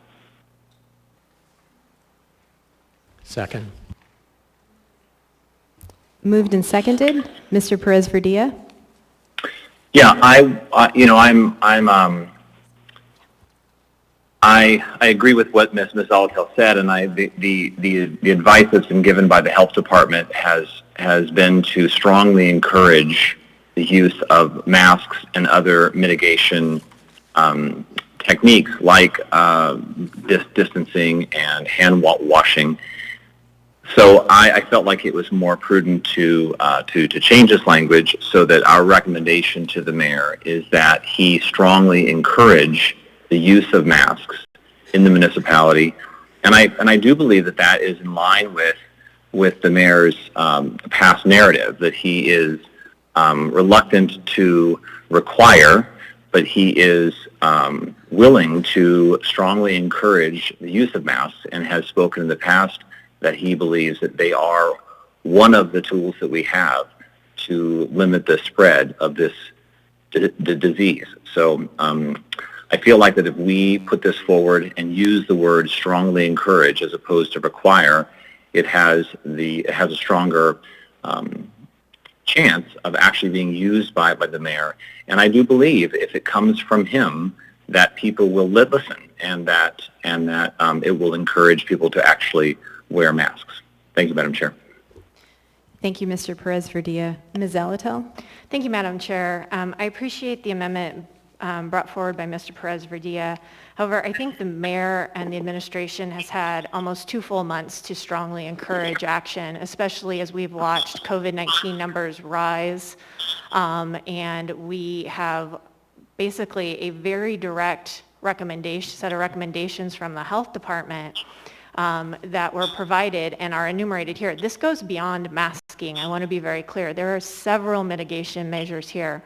Some involve telework, some involve time off for municipal employees to get tested or vaccinated. This is an opportunity for the municipality to set the example and lead. Leadership is not always doing the popular thing. Also, with regards to resolutions and asking the administration to do something, how do we know if it's implemented? Here, this is a clear implementation metric. Either the mayor will require it or he will not. Strongly encourage, I'm sorry, that's just too loose at this point, because we have been asked to protect public health and safety as elected officials. If the administration will not stand up, then I think this body needs to evaluate what its role is. This is an opportunity for the mayor's office to take direct action. So I am opposed to this amendment, but I appreciate the rationale behind it. Thank you. Thank you, Ms. Zalatel. Ms. Allard? Thank you, Madam Chair. I'm going to support Mr. Cameron Perez-Verdia's amendment. It is not, and I'm going to repeat this, it is not the duty of the government to dictate to its citizens what works best for them. I believe that it is important that citizens are able to decide by themselves with their medical provider what works best for them. And that is the role we need to take on as government. Thank you, Madam Chair. Thank you, Ms. Allard. Seeing no other members in the queue, members may proceed to vote on Perez-Verdia Amendment Number 1. Mr. Perez-Verdia? Actually, could we hold off, Madam Chair? I just received a note that Mr. Perez-Verdia would like to be in the queue. Mr. Perez-Verdia? Thank you, Madam Chair. It's hard to get in the queue when you're on the phone. Well, I just wanted to make one more statement, and that is that I can't agree more with much of what Ms. Zolotel said, and I really believe that the role for us now is to put as strong a message out as we possibly can. I really do believe that a message from the mayor strongly encouraging this is going to make a difference. And we asked the health department if they were ready to recommend mandates. They were not, but they also said that there may be a time they are, and I believe that time is coming soon. So I think this is a good first step. I think this is a good opportunity for the mayor to step forward and to take a stand on this.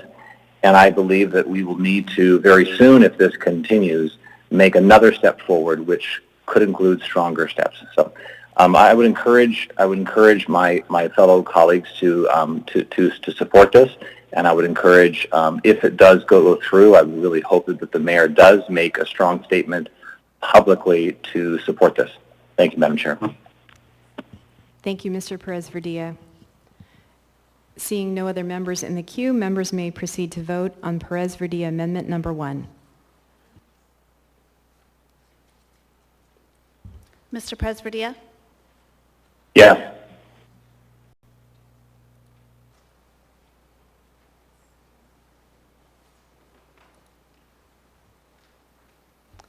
The amendment passes 7-4. Ms. Allard, you have an amendment? I do. I want to move amendment number 2. If I can get somebody to second. Second. Moved and seconded. Ms. Allard? Thank you, Madam Chair. So this particular amendment, I didn't disagree with what Ms. Zolotel had put on page 1, line 37 to start, but I just wanted to add a few more facts to it. So it reads, on August 20th through August 22nd, 2021, there were 3 ICU adult beds available in the municipality. But working with the administration and Dr. Sabat, we felt it was important that we added the ICU beds are anywhere from 25 to 35% occupied by COVID patients. The remainder of occupied ICU beds are by patients with non-COVID diseases. Hospital ICUs are facing staffing issues, resulting in less staff to take care of the ICU patients, and therefore the inability to use all available ICU beds. So, Madam Chair, the reason this, and Assembly members, is this is so important to understand and have that in here is because we don't want to mislead the public in suggesting that we don't have enough ICU beds in the hospitals, but rather we don't have enough staff that may or may not be vaccinated to take care of those individuals. And I just want to make sure that we convey the correct information that's factual. Thank you, Madam Chair. Thank you, Ms. Allard. Mr. Constant? Such an interesting framing of this information. It's like, from one perspective, only 35% of our hospital ICU beds are taken up by COVID. Ha! We shouldn't worry about it. Or one could look at it and think literally 1/3 of our ICU beds right now are taken up with people experiencing COVID. Yes, of course, we could open up Denina.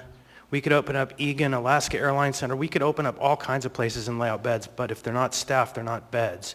And so this amendment is very interesting in what it attempts to portray, but I think it's fine because it actually does portray the truth that 1/3 of our ICU beds at this time are in fact filled with COVID patients. Thank you, Mr. Constant. Mr. Dunbar? Thank you, Madam Chair, and I appreciate the member from Eagle River letting us know where these numbers came from, because that was going to be my first question about the 25 to 35%. But I do think the last sentence here,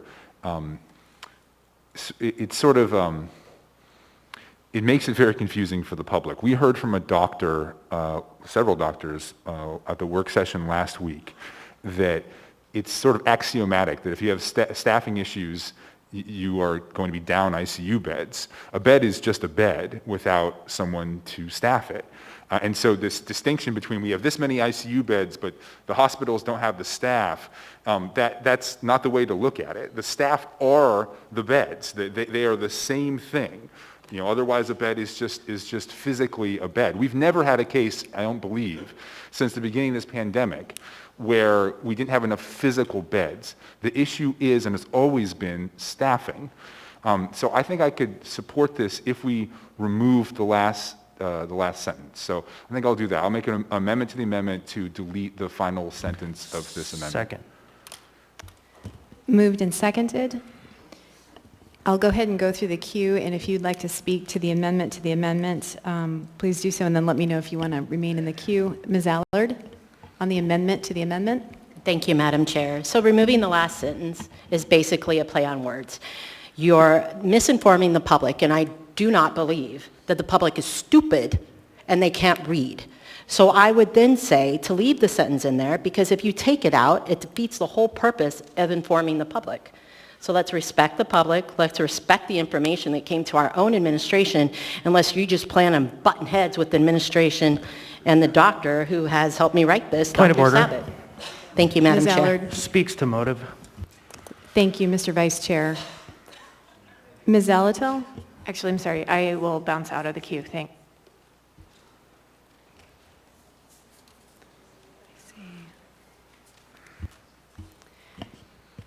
Is there any further discussion on the amendment to the amendment? And I would like to remind members to please refrain from speaking to motive and just to remain focused on the content. Ms. Kennedy? Thank you, Madam Chair.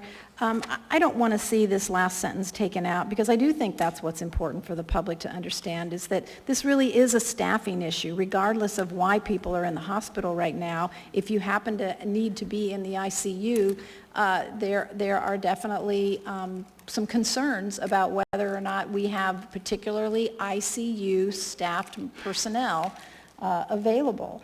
So we do know right now that not everybody, in fact only, I won't use the word only, but a third of the patients in ICU right now are COVID related. So therefore, 2/3 of the people in ICUs right now are non-related COVID patients, but it still requires that level of care regardless of why somebody's in there. So if we're trying to have a better handle and a better grip on some of the things that are in the rest of this resolution, we need to understand that not a lot of the ICU issue is being driven by COVID itself. It's being driven by a lot of other issues. I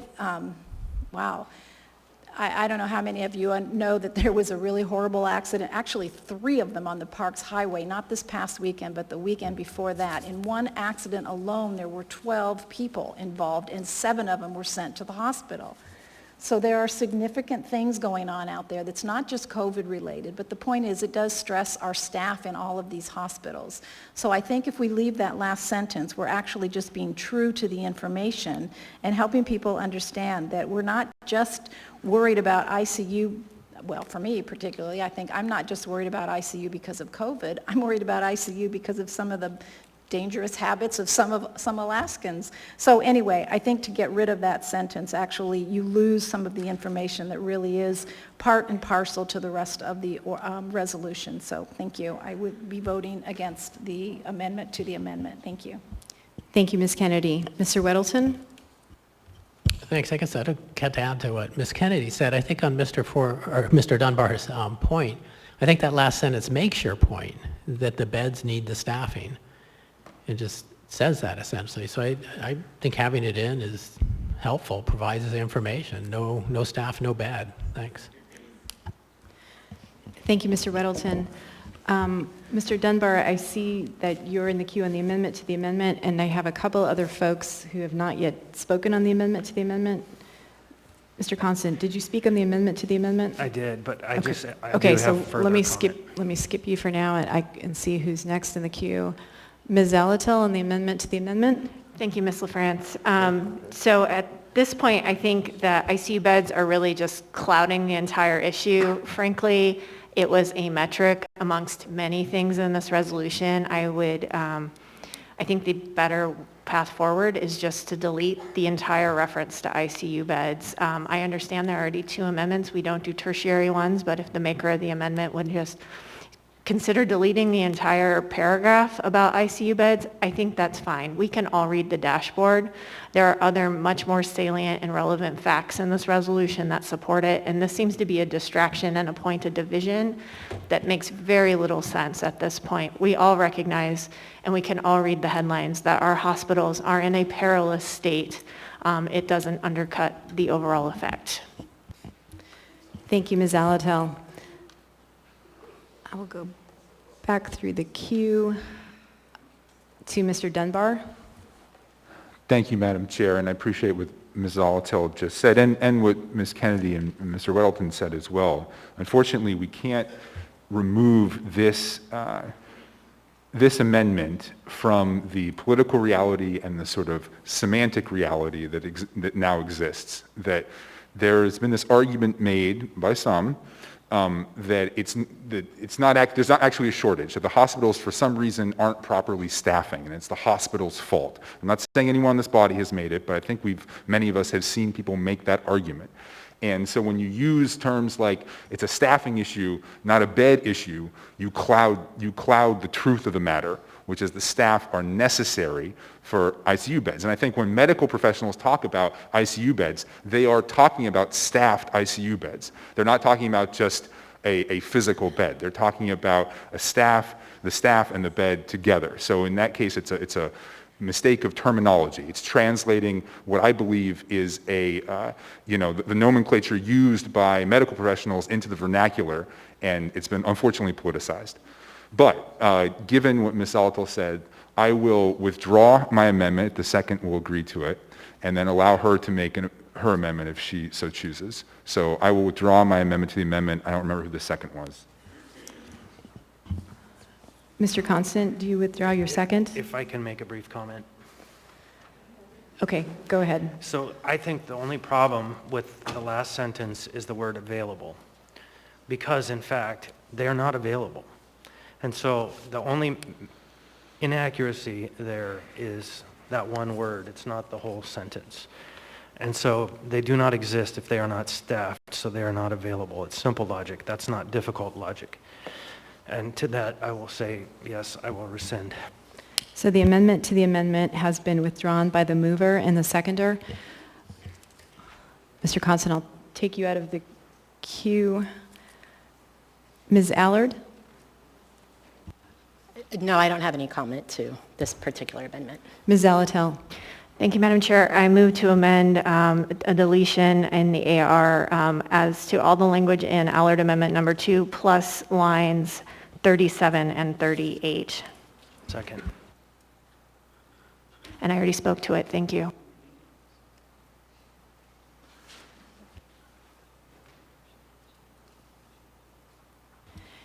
Ms. Zalatil, would you repeat your amendment, please?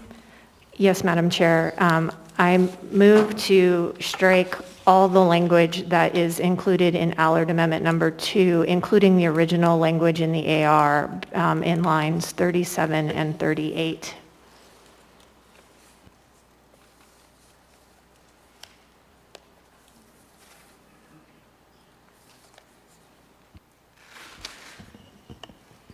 Mr. Weddleton? I think this is my favorite part of the whole thing. in the last year or so that we've been dealing with this, we have these things, 10 per 100,000 is a crisis level and so on, and the positivity rate and all these things, but those are really wishy-washy numbers with great margins of error. And so they're kind of an interest, and I've made the point many times that if 10 per 100,000 were a big threat a year ago, is it so much now when we have not only a vaccine, but we have some ways of helping people in the hospital? It's not the crisis it was. It's a crisis, and people get in there and they have the ventilations. But a year ago, that was immediately they were putting ventilation things on them, and it was horrible. So the 10 per 100,000 became less critical over time. So those triggers, I never really, they got so they didn't impress me further along. But the number of ICU beds is a serious deal and fairly indisputable. They can tell us how many they have, how many staff beds they have. And when we are full, we have a real problem because those 7 people in the car wreck are going to be in the hallways, and we should pay attention to this. And if we have responsibility to the health of the public, it is not overloading these ICU beds or hospitals in any way. So to me, it is the count of ICU beds that I've been looking at, not these other things. So you pull this out, it's like, it's the only thing I liked in it. Thanks. Thank you, Mr. Ruddleton. Ms. Allard, on the amendment to the amendment. Yeah, thank you, Madam Chair. Absolutely. I mean, I would have to agree with Ms. Solital when she said that everybody knows that we're short on ICU beds, and in fact, everybody knows that we need to mask if you want to, social distance. So really, she spoke to the whole entire resolution in stating that we all know what we need to do. So I would still like to keep this in there to keep the public informed, because ICU beds are the #1 topic we speak about as far as being able to have COVID patients properly cared for. The other thing I'd like to state is that if we take this out, then you go against what Dr. Clancy had said in our work session when she clearly stated, when I asked her the question, is there a correlation between shortage of ICU beds being used and utilized by anybody, not just COVID patients, and the staffing? And she clearly said yes. So I think this is very important to support Dr. Clancy and Dr. Sabat by leaving this in the resolution. Ms. LaFrance is recognized. Thank you, Mr. Chair. My only concern, or my main concern with the amendment to the amendment, is that it may result in a loss of support for the overall resolution. And I don't know if I'm misreading some of the statements here, but I am assuming that we have a practice of when you amend something, it generally means you support it, that you support the main motion. So I'm going to vote against the amendment because I would like to see unanimous support of the resolution, and I am hopeful that the main amendment signals that support. Thank you, Mr. Chair.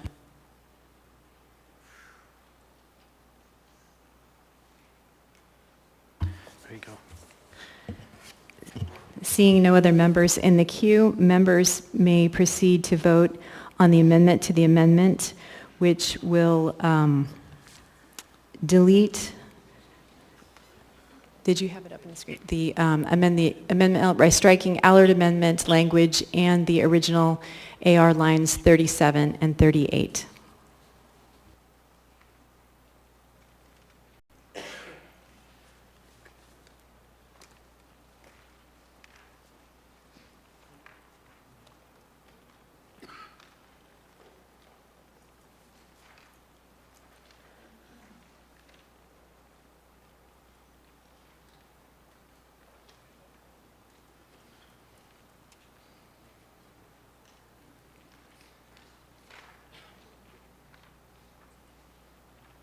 And we're just waiting for the system to catch up.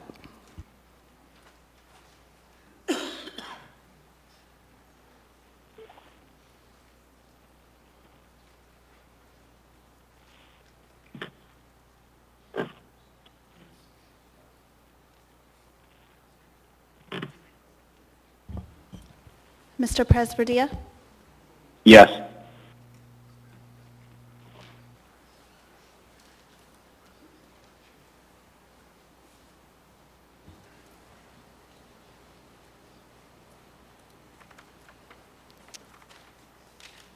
The amendment to the amendment fails 5-6.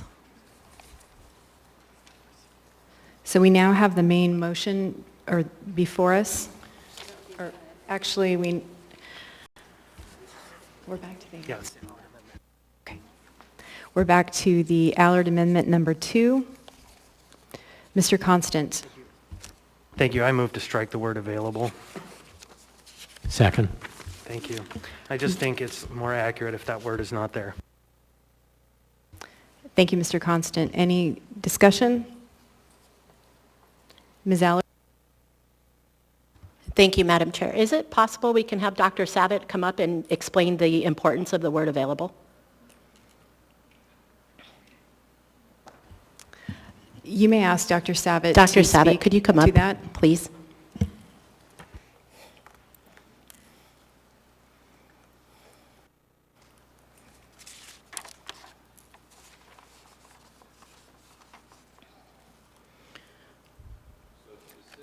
Would you go ahead and press the button to turn on the mic, please? And identify yourself for the record. There you go. Dr. Michael Savitt, currently the Chief Medical Officer at the Anchorage Health Department. The word available pertains to the number of beds that could be in use if there was adequate staffing. Available, though, is not the word I would have chosen, with all due respect. I would have said the number of licensed beds in the facility which are not being able to be properly utilized due to lack of staffing. And there's reasons for the lack of staffing that I'll go into if you so desire. Ms. Allard? I would like to amend the amendment. Okay, I think we can hold off, Dr. Savitt, at this point on further discussion. We do have an amendment to the amendment on the floor, and I believe at this point, like we did before, where the mover and the seconder would withdraw their amendment before we can have another amendment to the amendment. I would prefer a vote. Okay, and that was moved by Mr. Constant and seconded by Mr. Weddleton, and Mr. Constant has indicated he would prefer to vote. So the amendment to the amendment to strike available is still before us. Ms. Kennedy, on the amendment to the amendment on the floor. Thank you. If we're going to proceed with this one, I would like a definition of licensed beds. That's the first time I've heard that phrase that I can remember, so that would be helpful. Thank you.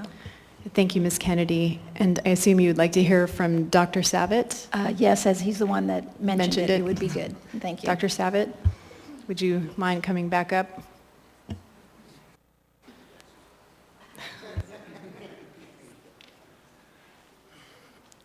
So hospitals are accredited and they...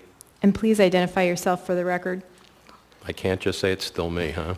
Okay. You know, okay. We just got to do it. Yeah. Dr. Savitt, Chief Medical Officer, Anchorage Health Department. So when we say licensed beds, when hospitals are open, they are licensed by usually the state or whatever the governing facility happens to be, that they can have so many beds. They can't add beds without changing the licensure, but they can use less beds if they have to use less beds.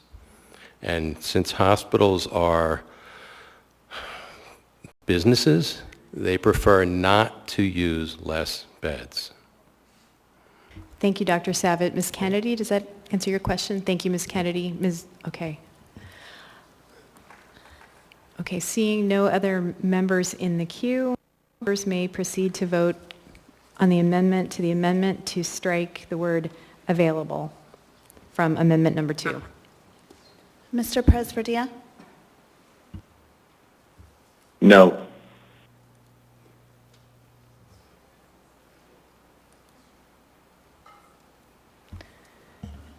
The amendment to the amendment passes 9-2.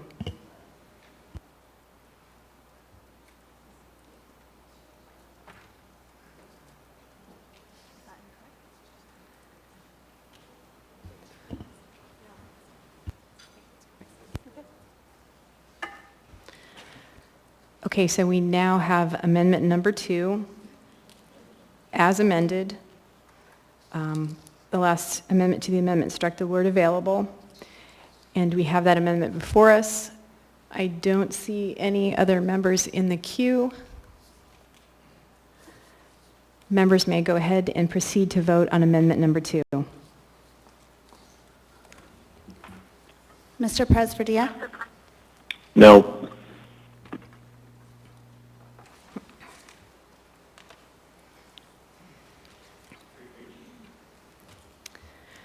Amendment number 2 passes 7-4.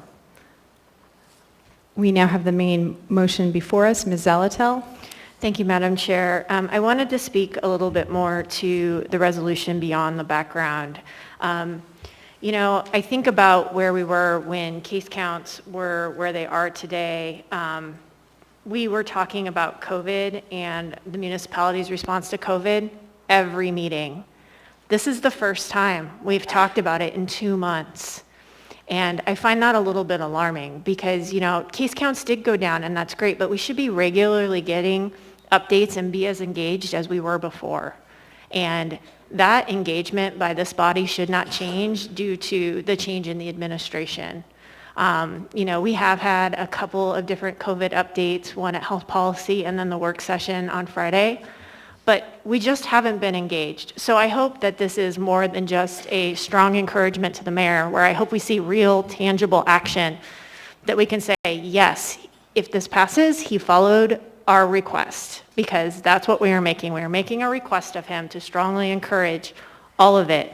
I am doubtful it will happen based on social media posts posted by the mayor today. That is why I was wanting direct action. But I encourage us, all of us, to be engaged about COVID right now. We are seeing large case counts in the schools. We still have a considerable number of people who are not vaccinated, and we have children who cannot be vaccinated. And while I am probably less risk averse, or I am more risk averse than probably other members on this body, I think that has come out since COVID has started, it doesn't relieve us of the responsibility to public health and safety.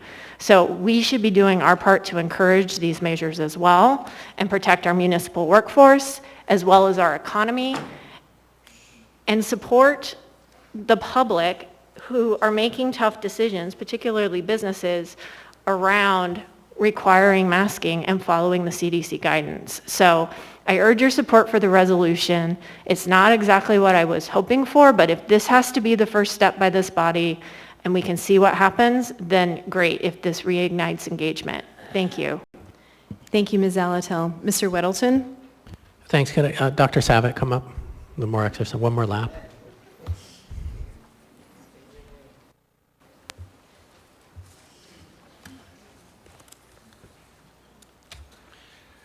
Dr. Savitt, it's still me. Okay, so. Thanks. So where this has landed with the amendments is masks or face coverings strongly encouraged in public. Strongly recommended wear a mask. Policy strongly recommend management employees support telework, virtual meetings, keep all event gatherings small. This sounds a lot like what you've been telling us that you recommend. Is that correct? These are the recommendations that came to the Assembly at the last 2 meetings, I believe, the Health Policy Committee meetings. These are virtually the same recommendations that the Health Department has presented to the mayor and his team. These are the recommendations that are absolutely in line with the CDC, NIH, World Health Organization, and all the other letter combinations out there. It's important to realize they are recommendations. Nobody has taken the step of mandating anything on a governmental level. So we're not prepared to go beyond that at this point in time. As we previously said, I personally think that mandates cut both ways. They can force people under observation to do what you want. When I say you, what we want, what everyone thinks they want. But in private, the behavior doesn't change. they'll still have large gatherings in private with no masks. So it helps maybe, and it probably doesn't help as much as we would like it to help. I still take the stand that it is important to educate people on these recommendations, what they mean, and to go into a little more detail than put a mask on your face, wash your hands, keep your distance. There's explanations for those. And I think if people understand that and realize the value of the explanation, they're going to be more willing to follow the recommendations, not only when somebody's watching them, but when somebody's not watching them. So that's one of the reasons that I have concerns about mandating things that you really can't enforce that well.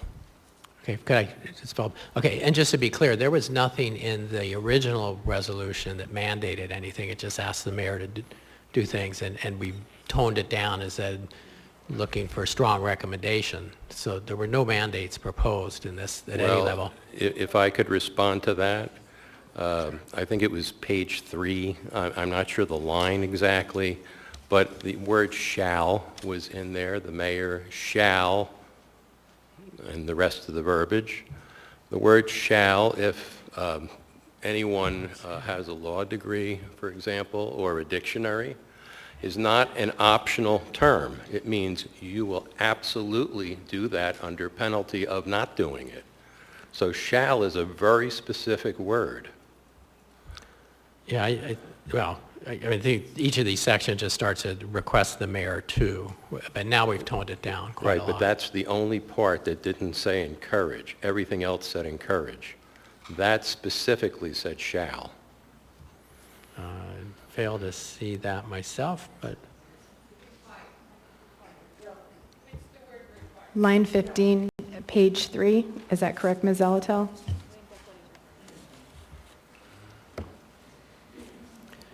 Any further questions, Mr. Weddleton? But it's under a section that says request the mayor to do those shall things. So it doesn't say the mayor shall do it. It just requests that he make that a mandate. So there's really nothing here that mandates any, unless the mayor chooses to do that. So, I don't know, the way I see this parallels what you recommended. So I saw almost a Dr. Sabat support resolution. Congratulations, sir. Thank you, Mr. Weddleton. Okay. Thank you, Dr. Sabat.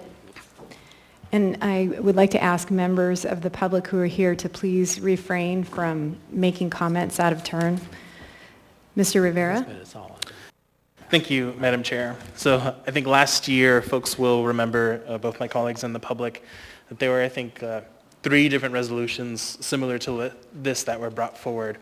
The first one is the only one that I voted for, and that's because I successfully got an amendment passed that basically did what Mr. Perez-Verdia's amendment did, which was to change the required to strongly encourage language regarding masks. The other 2 I voted no on, and to be blunt, I didn't think at the time the administration was prepared to enforce a mask mandate, and I wasn't sure we needed one. Things have changed a lot since then. Cases are climbing again, and we've received consistent medical advice, just like we heard now, that outside of getting vaccinated as the top preventative tool, masks, physical distancing, and hand washing are the trifecta that we still need to use. There's one point that I have been consistent on, that the most that we should do is request the mayor to take action. After that, it is up to him. So I'll vote yes on this resolution that simply makes requests of the mayor. And I will say last time when we passed the one resolution strongly encouraging that the mayor did put that out and did assist with putting that message out there to strongly encourage. So I hope the mayor will consider that. But I will be very skeptical if a formal mask mandate gets brought before this body for consideration. Thank you. Thank you, Mr. Rivera. Ms. Allard? Thank you, Madam Chair. Yeah, I appreciate Mr. Rivera bringing that up. The administration has encouraged us all to take the precautions needed, whether that's wearing a mask, social distancing, washing your hands. His only thought process, in my opinion, is that that's your choice. So he has consistently encouraged the community to do the things that we are already asking in the resolution, and I just won't be supporting this resolution. Thank you. Thank you, Ms. Allard. Seeing no other members in the queue, members may proceed to vote on the motion to approve item 10B6. Mr. Perez-Verdia? Yes.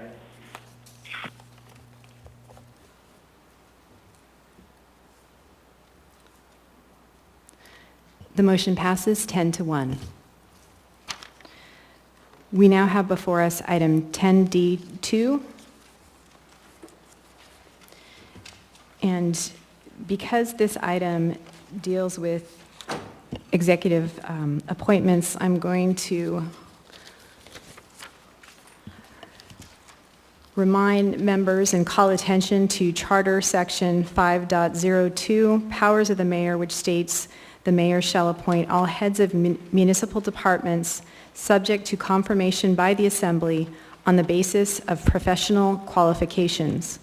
Members are urged to keep in mind that as we consider the motion before us, we want to be careful concerning the reputations of nominees. Questions should be limited to education and work experience.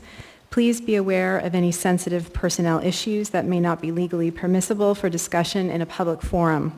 If members have relevant questions concerning personal characteristics or habits, we can consult with legal counsel to consider holding a special meeting in executive session on a later date, or offer the nominee the option to waive the executive session.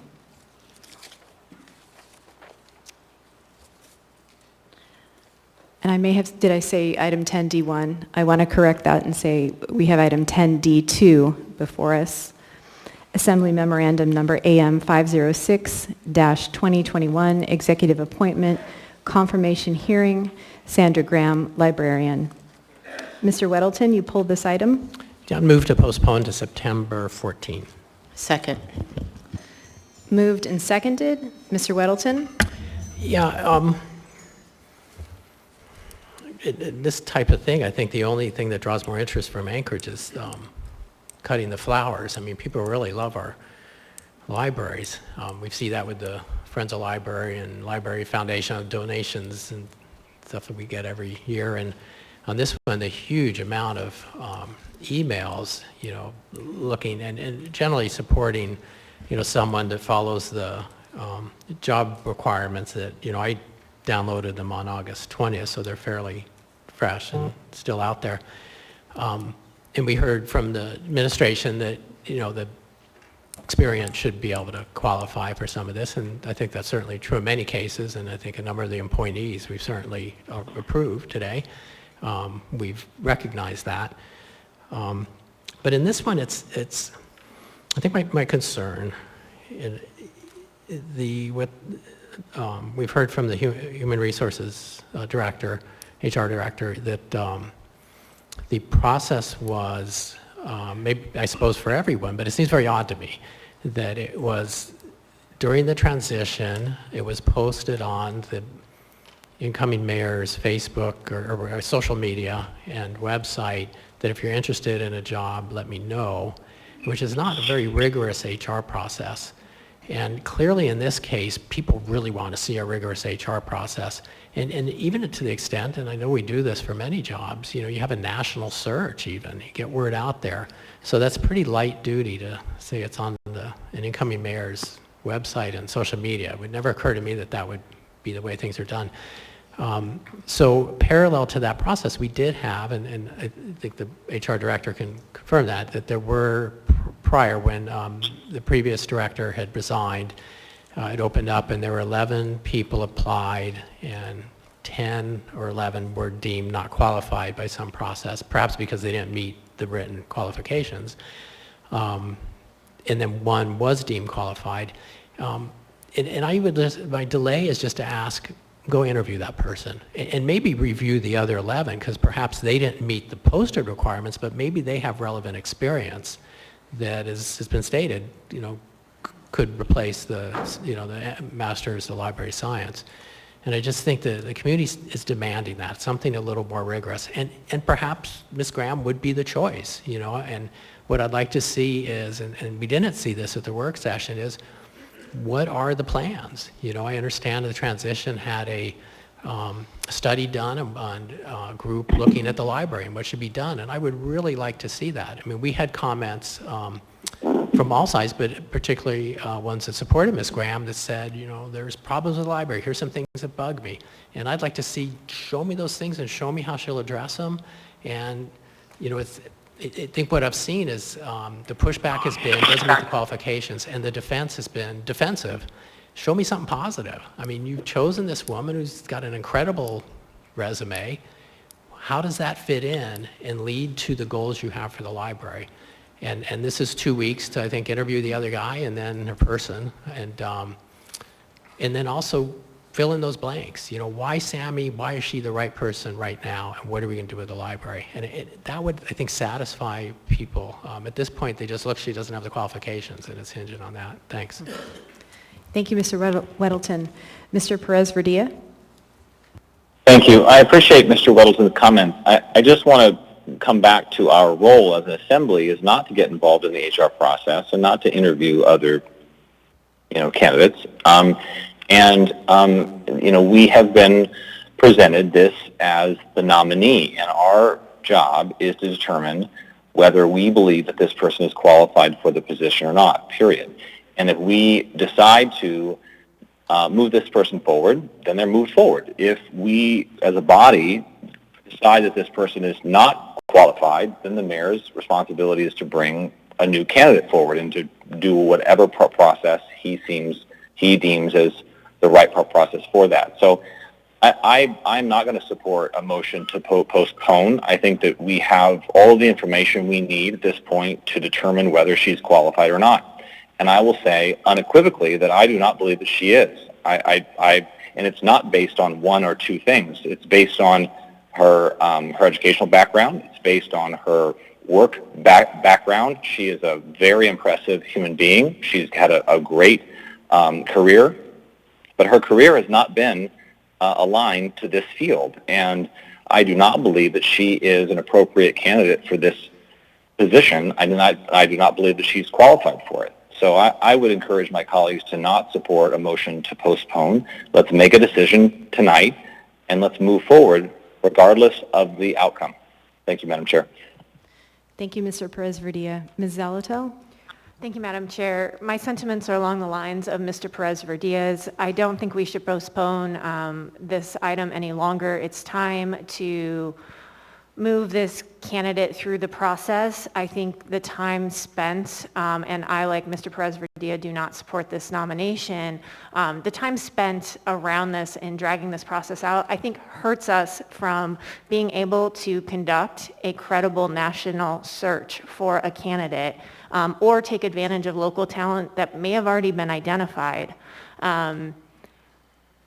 So I would urge you to vote no on the motion to postpone. Let's vote this item up or down and move forward so that we can know with some certainty where we're headed with regards to the library. We are, as I believe someone pointed out earlier, already in budget season. Critical decisions need to be made, and that needs to be made, that leadership needs to be in place. So let's move forward. Thank you.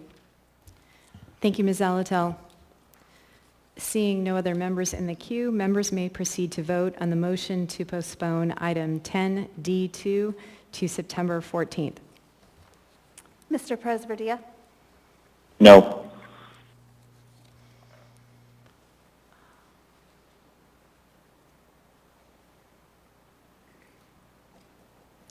The motion to postpone fails 4-7. Mr. Dunbar? Thank you, Madam Chair. I just want to speak to one relatively narrow point. It was said during initial audience participation. Mr. Dunbar, we don't have a motion on the floor. Oh, I apologize. So I will move to, is it move to accept or move to approve with this? Move to approve. Okay, I'll move to approve for the purposes of debate. Second. Moved and seconded. Go ahead, Mr. Dunbar. Thank you. And I chose that rather than move to postpone indefinitely because I think there is some confusion about whether a move to postpone indefinitely leaves someone in an acting position for the next 6 months versus having an actual decision now. It was said during initial audience participation that all prior nominees had been approved unanimously in the past several years, and that's just not true. There are members of this body who voted against Jamie Acton to become the transit director. There are members of this body who voted against Heather Harris to become the last health department director, and there are members who voted against Clifford Armstrong to become the Chief Equity Officer. So it's clearly within our powers and our duties under the charter, and folks vote against nominees frequently.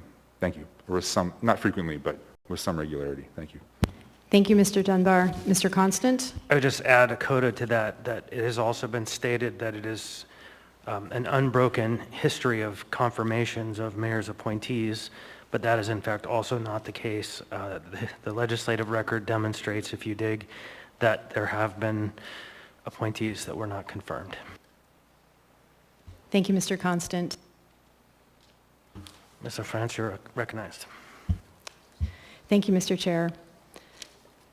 First of all, I want to state that the confirmation vote is the check and balance on the mayor's power to appoint department heads. The charter states that these positions are to be confirmed by the Assembly on the basis of professional qualifications. Therefore, I cannot support confirmation of this nominee because the professional qualifications don't meet the minimum in the classification position description, and I'm certain the mayor can find a more qualified candidate to discharge the duties of the municipal librarian. I don't believe that the administration has shown that the candidate possesses alternative equivalent qualifications, so I'm voting no and encourage the rest of the body to do so. Thank you, Mr. Chair.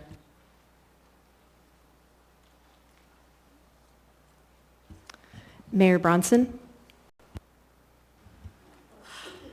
Thank you, Madam Chair. In speaking on behalf of Sammy Graham, I yield my time to HR Director Nikki Shabaka. Mr. Shabaka? Thank you, Mr. Mayor. Thank you, Chair LaFrance.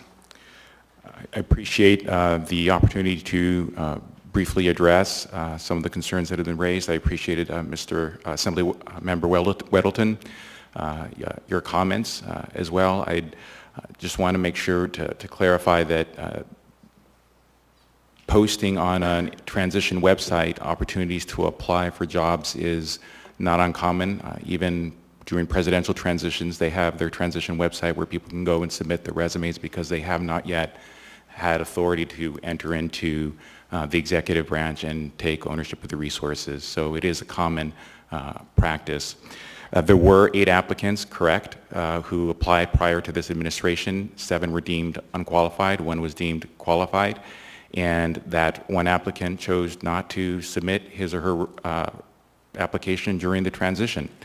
So that is why we have Ms. Graham, who was the only applicant, but also is a highly qualified applicant, and would like to speak briefly to the HR process that goes into hiring, because I'm not sure the Assembly members may be aware of this. I recently learned of this in my time as HR Director. 2 years prior to today, roughly 2 years, my predecessor implemented a new approach to the hiring process in HR. And that hiring process basically dictated that going forward, they would not just look at minimum qualifications, they would look at equivalent qualifications such as alternative job experiences, alternative educational achievements, alternative certifications, and the like. And the whole purpose was to ensure we brought in more of a diversity of people from different professional backgrounds and ethnicities, etc. Interestingly, I learned just yesterday from a meeting I had with library staff that the library has implemented a similar approach, and they provided me a document, and I want to read to you an excerpt from it because I think you will find this helpful and informative. It says, and I quote, that the library considers applicants with skills and qualifications that are highly applicable but might not look like a fit to an outsider. The process allows the library to see more candidates with backgrounds outside of libraries, which makes the candidate pool more diverse in terms of skill sets and cultural identities, because people with library experience tend to come from similar educational and cultural backgrounds. This enables the library to discover hidden gems who bring new perspectives and skills to the library team. I respectfully submit that the mayor's appointment of Sammy Graham is consistent with the library's own hiring approach and hiring policies. We have discovered in her a new gem to bring perspectives and skills that are unique into the library context. I appreciated Assemblymember Weddleton's statement that he'd like to hear some positive and affirmative arguments for her qualifications. And I'd like to take just a minute to highlight those for you using the library's own mission statement. We know that the library's focus is on education, information, and community. So what kinds of qualifications and experiences does Ms. Graham have that are consistent with that three-pillared, three-part mission? Well, education, she holds a Master of Educational Leadership and previously held numerous educational certifications, including a Type A Teaching and Type C Professional Teaching Certificate. She spent over 30 years connecting children and youth to knowledge and education. She's educated staff and parents on subjects like social and emotional learning.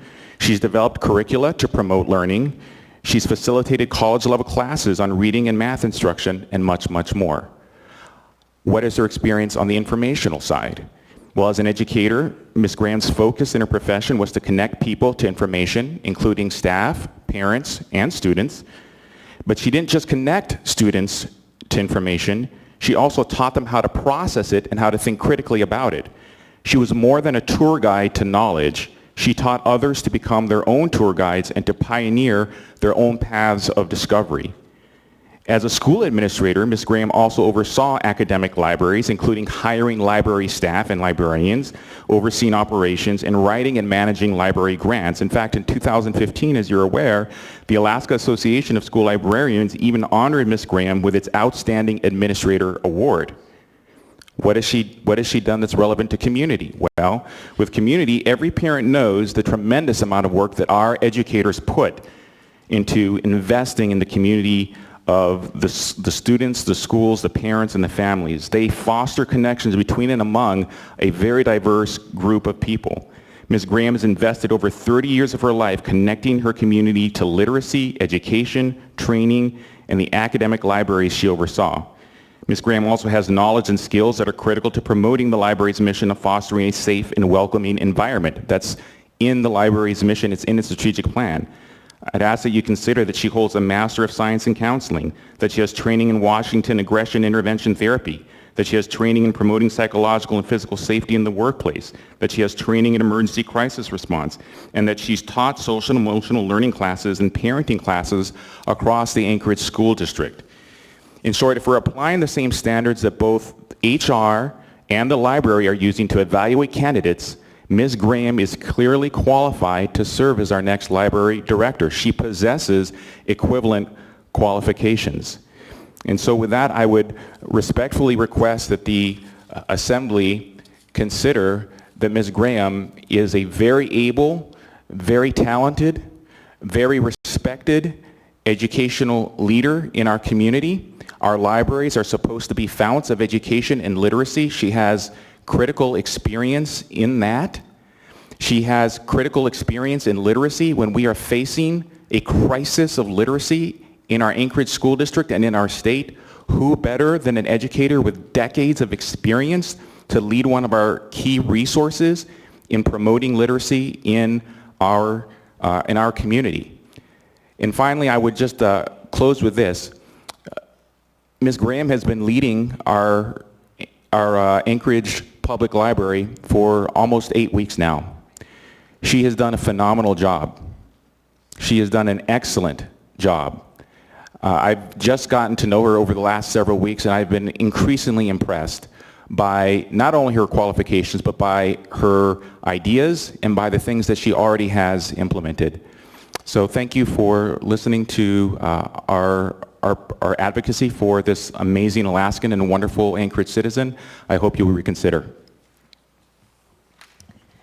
Thank you, Mr. Shabaka, and thank you, Mayor Bronson. Ms. Allard?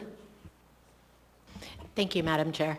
I think one of the things that I noticed, and I know Sammy and I've known her for a while, and I appreciate everything she brings to the table, and I'm sure it's no surprise that I support this candidate. But what I really wanted to voice was something that, and I'll speak my experience, but I've also spoken to Ms. Kennedy about this, and we've lost a lot of sleep. I respect every single email I've received from the community. Nobody was said anything harsh or mean in the emails. They were concerned about our qualifications. I responded to quite a few, more than a few, a lot, explaining that according to our human resource director, she is qualified. According to Muni Code, she is qualified. And now we have an additional letter that the library had that she is qualified.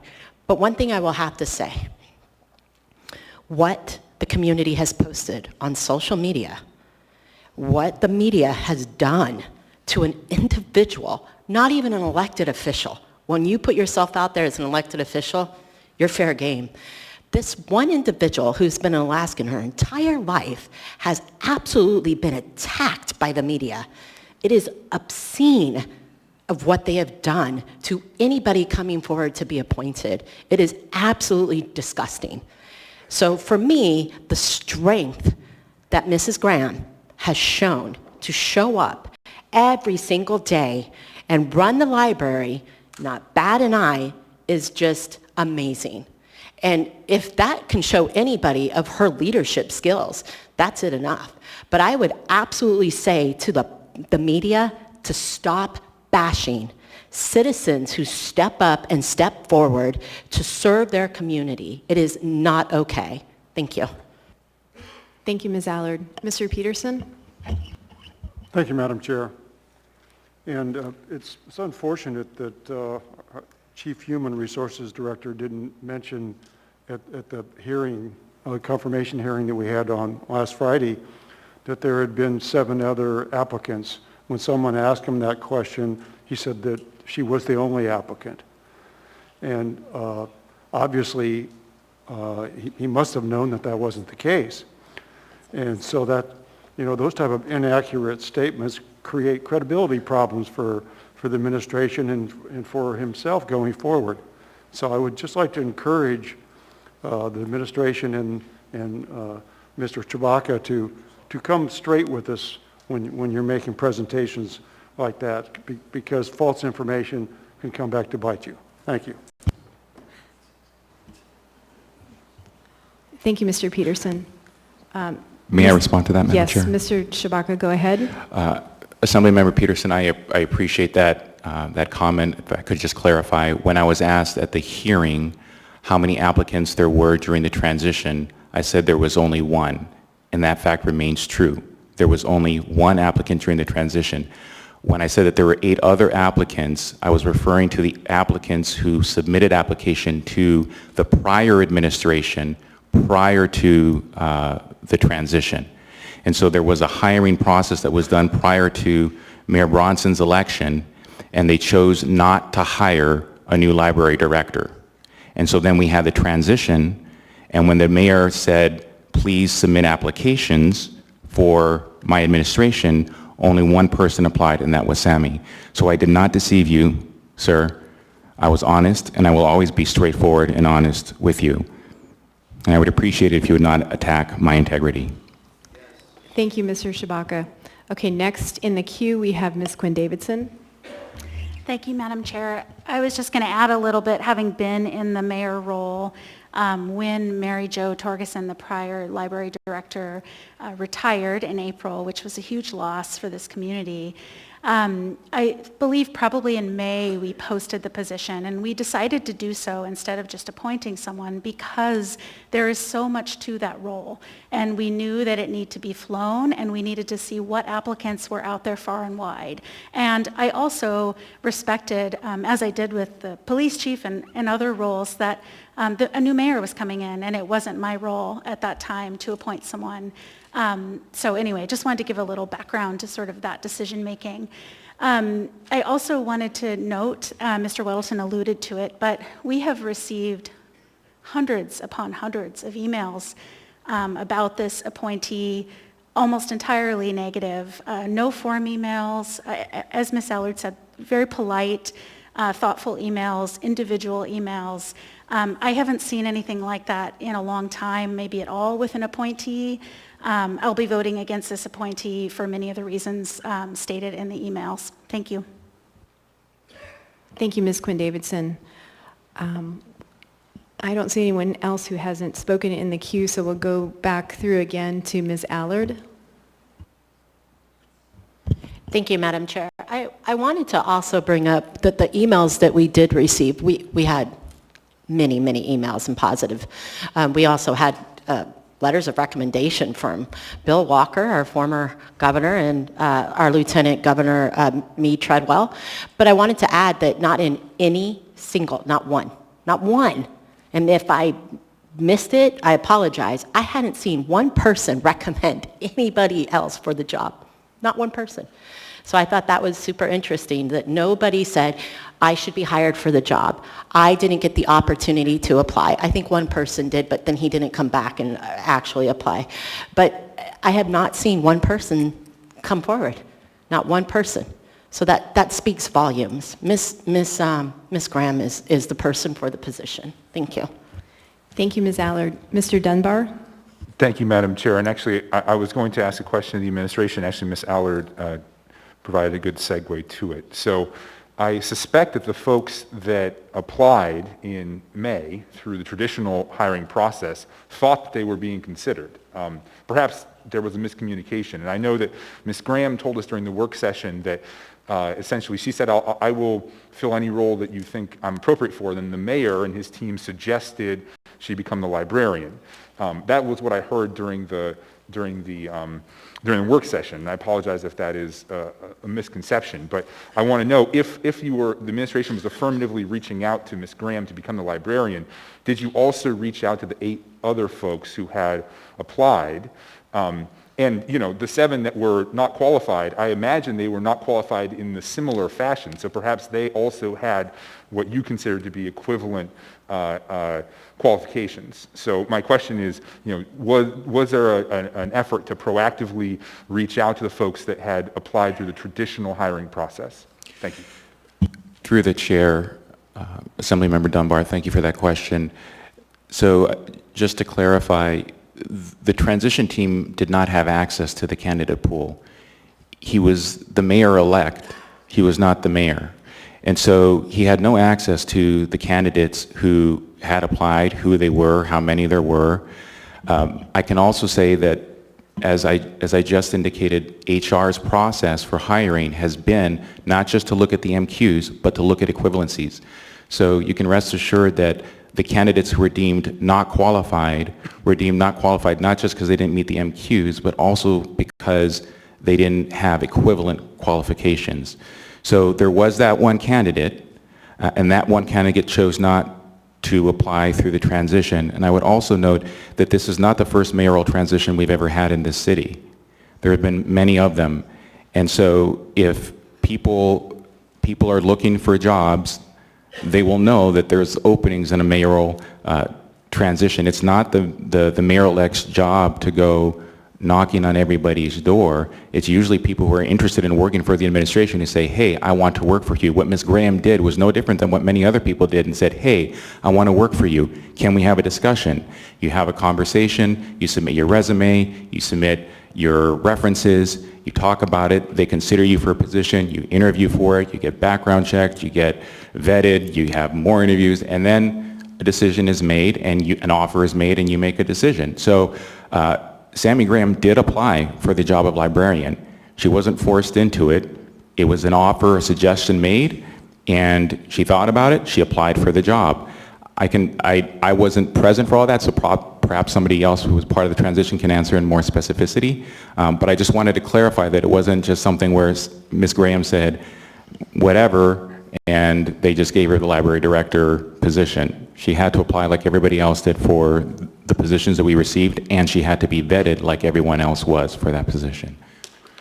Thank you. Thank you, Madam Chair. Thank you, Mr. Dunbar. Thank you, Mr. Shabaka. Ms. Zalatel? Thank you, Madam Chair. I think, I'm having some issues with this conversation around the idea that members of the public need to be well-versed in how to apply for a job with the municipality during a mayoral transition when there is a posted position within the municipality, or that if there is a qualified candidate or someone who's already employed within the municipality wanting to step forward. Frankly, that's really kind of nonsensical to me when there's an official job posting on the municipal job posting site. That would seem to indicate to most people that's where you apply for the job. I also get the sense over the last couple of months that in general, there isn't a lot of feeling that municipal employees feel like they can reach out if they have a contrary position to the administration's, and that's very concerning. So I could see members of the municipal workforce not feeling comfortable because they would maybe be seen as going against something the mayor wants, and there being consequences to that. So I think both of the pieces of rationale provided by the HR director don't make sense in light of, I think, the reality of what we expect to see and kind of what I understand to be happening. Thank you. Thank you, Ms. Zalatel. At this point, I do want to remind members of the practice of speaking twice to an item in Robert's rules. I'll go ahead and continue through the queue, but I do ask members to be cognizant of that. Mr. Weddleton? How many am I at? Is this number 3? 1. Oh, number 1? Oh, good. On this motion. Okay. Number 2. Number 2. Okay. Well, I won't be short. Well, you know, this. I mean, I think Ms. Graham's. There's a lot of positives. Friendly lady, and very positive, and a great resume. There was no question. And I think it was a pretty clear decision when we look at the qualifications that were posted online. But when you get the review of what HR's policies were, and then particularly to me, the write-up that was read regarding the library's policies, and it surprises me that in posting the qualifications, they don't mention those things, and more accurately that the education is not considered as critical. So I wonder, as the comments were made that, well, it's not our job to mess with HR. Are we messing with HR? We've been very... I think we all have shown that we lean towards letting the mayor pick his team, and I think that's appropriate. So with the broad latitude, it's almost like, well, anything goes. It's not as crisp as we were told that, by many people in emails. And by what I found, I looked online, and it says very clearly, you have to have these qualifications, and the substitutions are not met by Ms. Graham. But we hear the embellished policies that aren't posted say that, yeah, she would qualify. So that changes it somewhat for me. I don't know that she'd be the greatest. That remains to be seen, I suppose. But that's kind of what we've been doing for all the appointees. I think it's just the way it is with anyone you hire. Thanks. Thank you, Mr. Weddleton. Ms. Allard, you've already spoken twice in this motion. I'll let you speak a third time.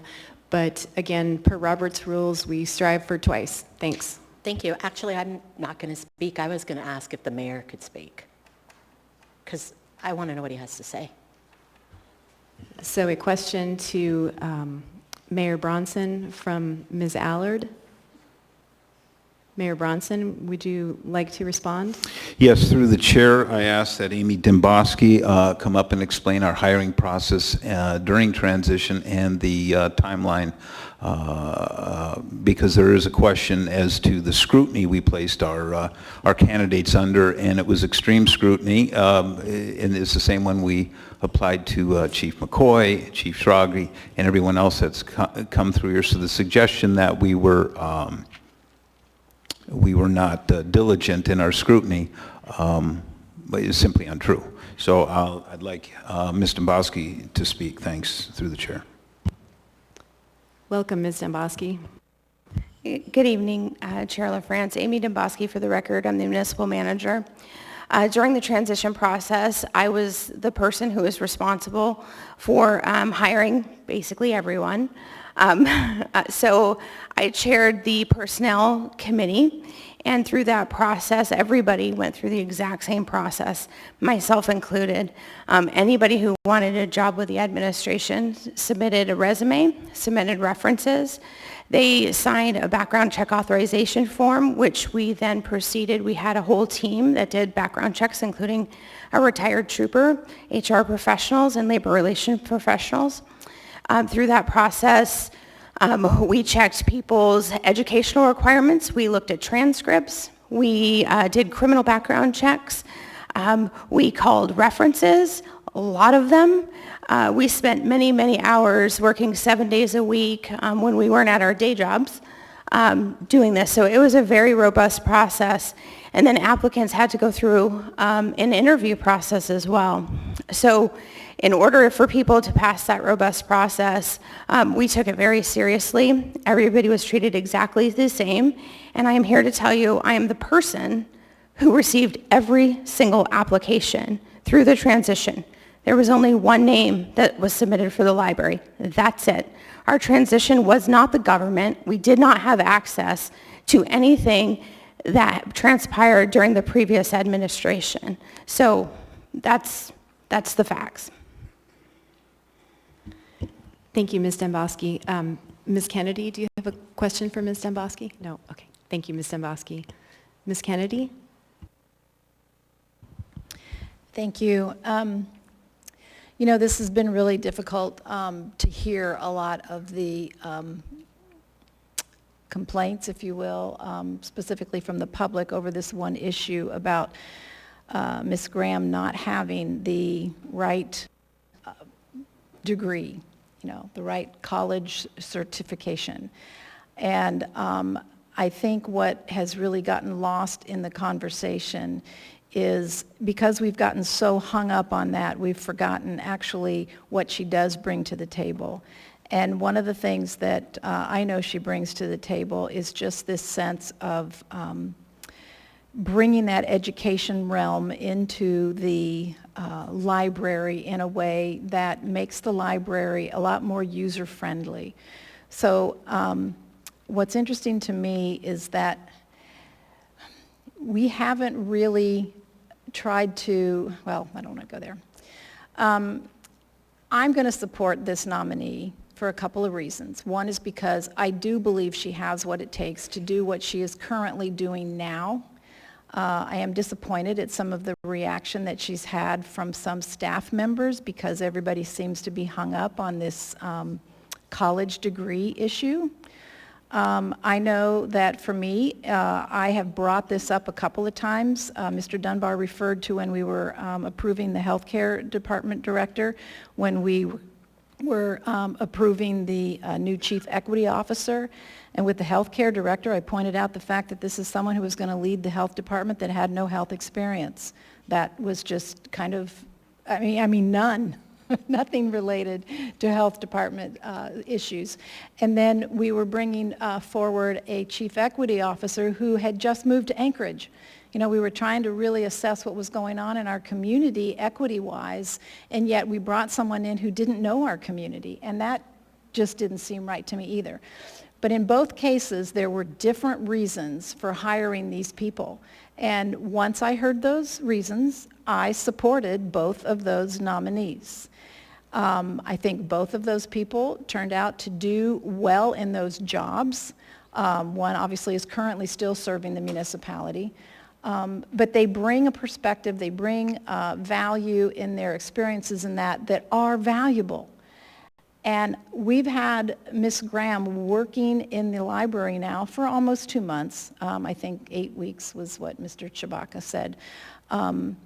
And nothing's fallen through the cracks. Nothing's happened. The library hasn't closed down. There hasn't been a mass exodus of users. I mean, there are just all kinds of things that have gone well, not wrong. And I think, if anything, we should be giving her the chance. I mean, obviously, she's been vetted in the way that she was by the administration because they believe that she has something of value to contribute to the library and to this community. So I would hope that even though people seem to be incredibly hung up on this idea of a particular kind of college degree, that we would actually go ahead and support this nomination and give her the chance to prove us wrong if there are those that think this is a wrong decision. But I don't think that's ever going to be the case. So I would hope that even though people are maybe leaning one way, that you'll change your minds here very briefly and actually give this appointee a chance. I think it is just for the health of the community at large, not just those who happen to think that a library science degree is that important, but that the community as a whole would be able to basically support this nominee as well. So thank you, Madam Chair. Thank you, Ms. Kennedy. We will go to Ms. Demboski and then Mr. Perez-Verdia. Ms. Demboski? Sorry, I'm sitting in her seat, so it's actually Nikki Chewbacca, HR Director. I apologize, Chair LaFrance.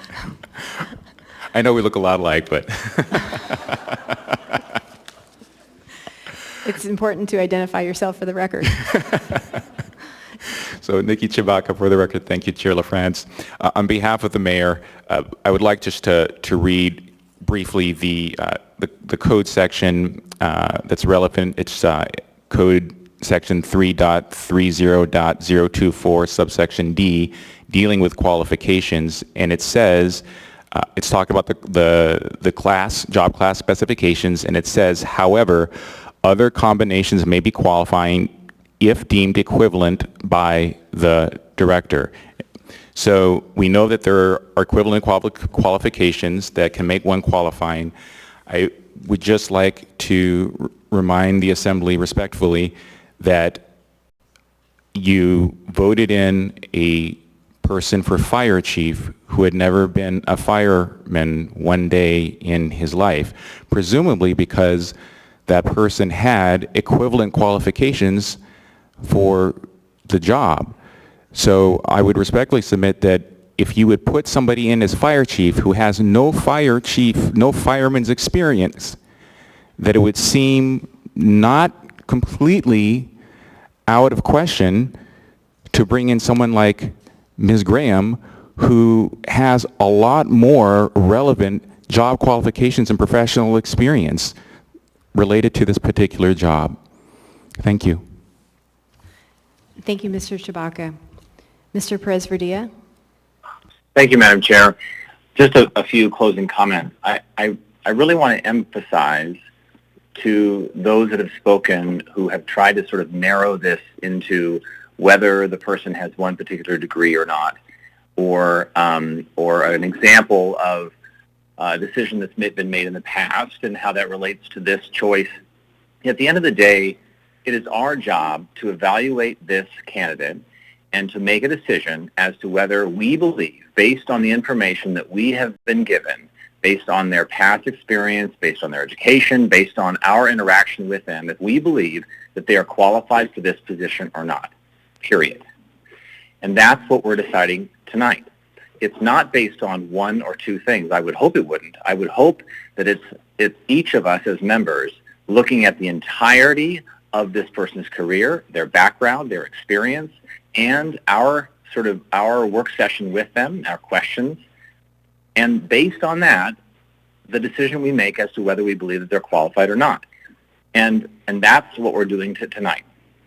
So I've been very clear that based on all that information, I do not believe that this is the correct candidate for this role. I do not believe that she is qualified for it. But that does not undermine her as a person or her qualifications as a professional. I'm impressed by her in many ways. I just do not believe that she is qualified for this role. So I will be not supporting this appointment. Thank you, Madam Chair. Thank you, Mr. Perez-Verdia. Mr. Weddleton, for a third time? Oh, I'm sorry, I No, miscounted. it's okay. I've allowed other folks to speak 3 times. Go ahead, please. I just want to clarify, I think Chief LeBlanc was before all of us except for Mr. Peterson. And in his, were we here for that first? Is that a yes? To be honest, I don't recall. It was probably when we first started or right before we got on the chief when we got here. But when he was city manager for many years, he was a famous ambulance chaser, so I believe he probably gained lots of experience with fire. But I don't think any of us except for Pete were here at that point. Thanks. Thank you, Mr. Weddleton. And I do want to point out that when members ask others to speak on their behalf, that does count as another time for speaking. So we'll go to Mr. Burke. Through the chair, Patrick Burke for the record, municipal attorney. Patrick Burke for the record, municipal attorney, through the chair. So 330-173, I just thought we ought to clear up. The code does provide that executive positions by their nature and complexity are not subject to the normal procedures of recruitment and selection applicable to other class positions. It goes on to say that the mayor may utilize any recruitment and referral sources and techniques deemed appropriate to obtain highest caliber employees for the position, and may appoint whomever is determined to best discharge the duties in the executive position at the discretion of the mayor.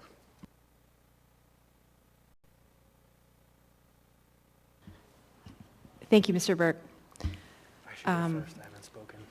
I will recognize Mr. Constant next, as he has only spoken once during debate.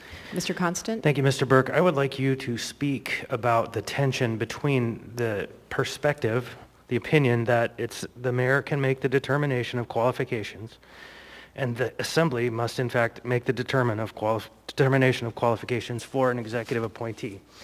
Clearly there's a tension there. I've heard lots of legal opinions that justify why the mayor gets to choose. So I'm wondering, why then does the charter and the code say the assembly has the right to make the decision? Thank you. Through the chair, Patrick Burke. Happy to provide an answer to that. Need a 5-minute recess. Actually, we have Mr. Gates in the queue, so we'll go to Mr. Gates.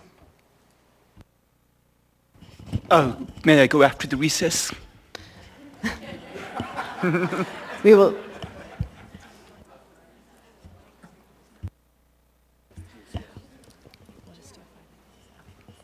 We'll go ahead and take a 5-minute recess. Okay, hold on a sec, everybody. I've heard some folks say they'd like to take a dinner break. No? Okay, we'll just go ahead and, we'll go ahead and do a 5-minute recess. Thanks.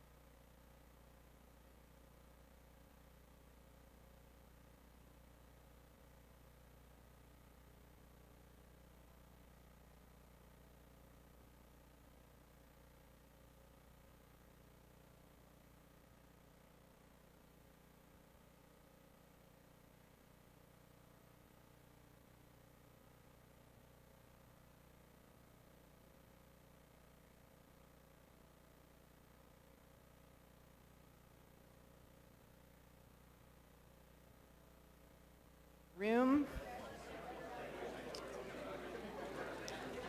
We're going to go ahead and resume. So we'll go ahead and we'll hear from Mr. Burke and then Mr. Gates, and then I understand Ms. Demboski will wrap things up, and then my intent is we'll vote after that. So Mr. Burke? Through the chair, Patrick Burke for the record. Assemblymember Constant, I think that there's probably a much better answer in a different form. For tonight's purposes, I think that it's safe to say the code allows the Assembly to confirm or not confirm an appointee made by the mayor based on qualifications. And I think the code also allows the mayor to appoint somebody using his discretion and determine whether or not those qualifications, whether there has been adequate combination of experience and education to meet the minimum qualifications. And what this administration is telling you is based on their HR process, their review of the candidate, that in its discretion, it has determined that she is qualified for the position. So I think the Assembly can confirm or not confirm based on qualifications. I don't know that the political, I don't know that we can consider anything outside of qualifications for purposes of tonight's meeting. Thank you, sir. I agree. Thank you, Mr. Burke. Thank you, Mr. Constant. Mr. Gates?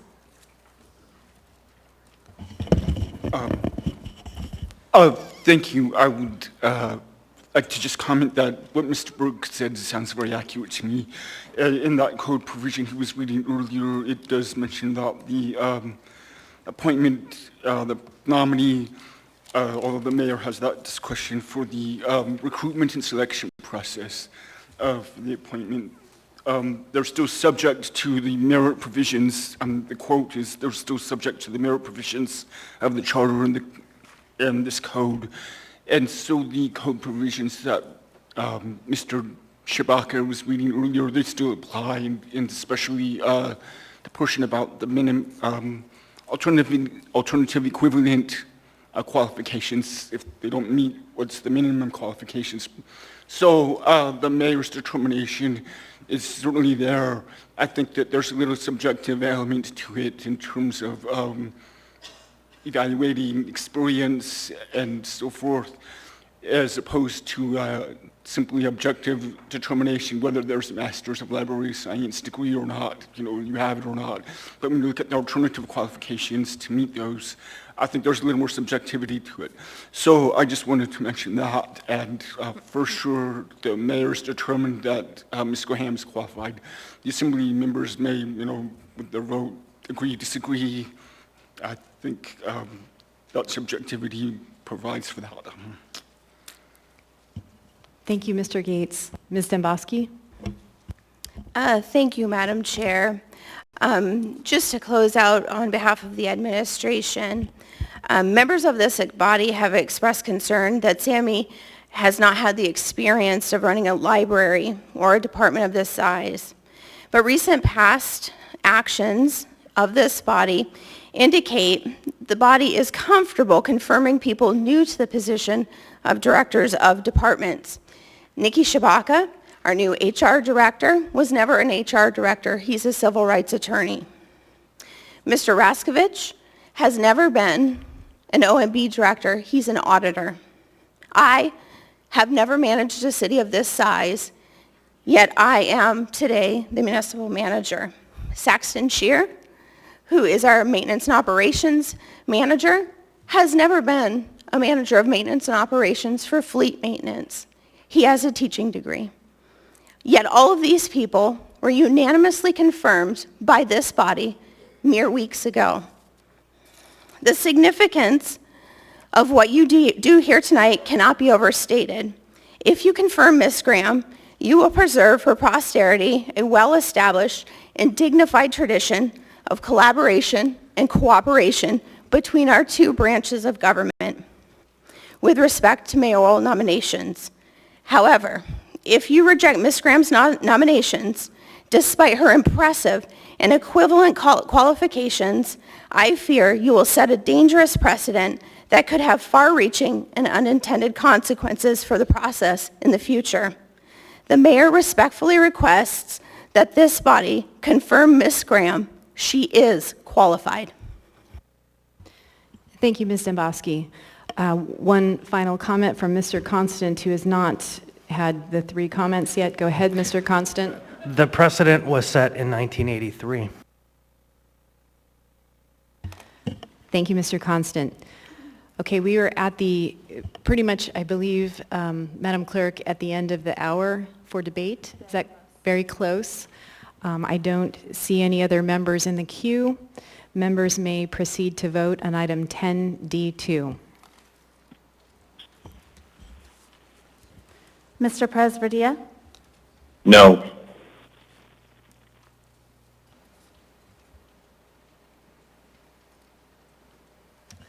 The motion to approve fails 4-7. Madam Chair, point of personal privilege. Go ahead, Mr. Mayor. Madam Chair, in respect to the Assembly, I thought it'd be a good time to introduce my new Chief of Staff, Sammy Graham. Thank you. Thank you, Mr. Mayor.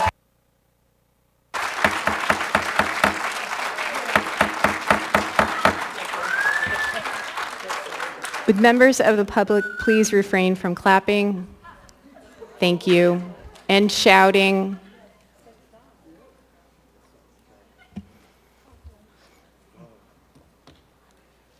Okay. Madam Chair, Yes, Mr. Vice Chair? I would like to be the first to welcome the new Mayor's Chief of Staff. Okay, it's appropriate to clap.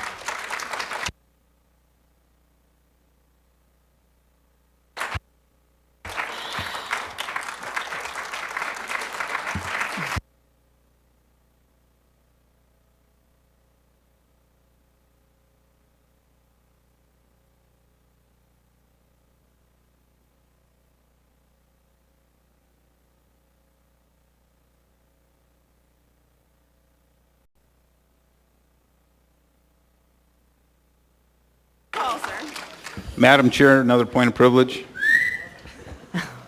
Go ahead, Mr. Mayor. Yeah, just for reference, when you are looking for the Chief of Staff, the new Chief of Staff, her office will be in the library.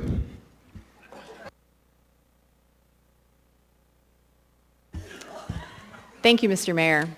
Okay, we are now going to conduct the swearing in for the 2 executive appointments who have been newly confirmed, and then after that, we're going to go ahead and take our dinner break.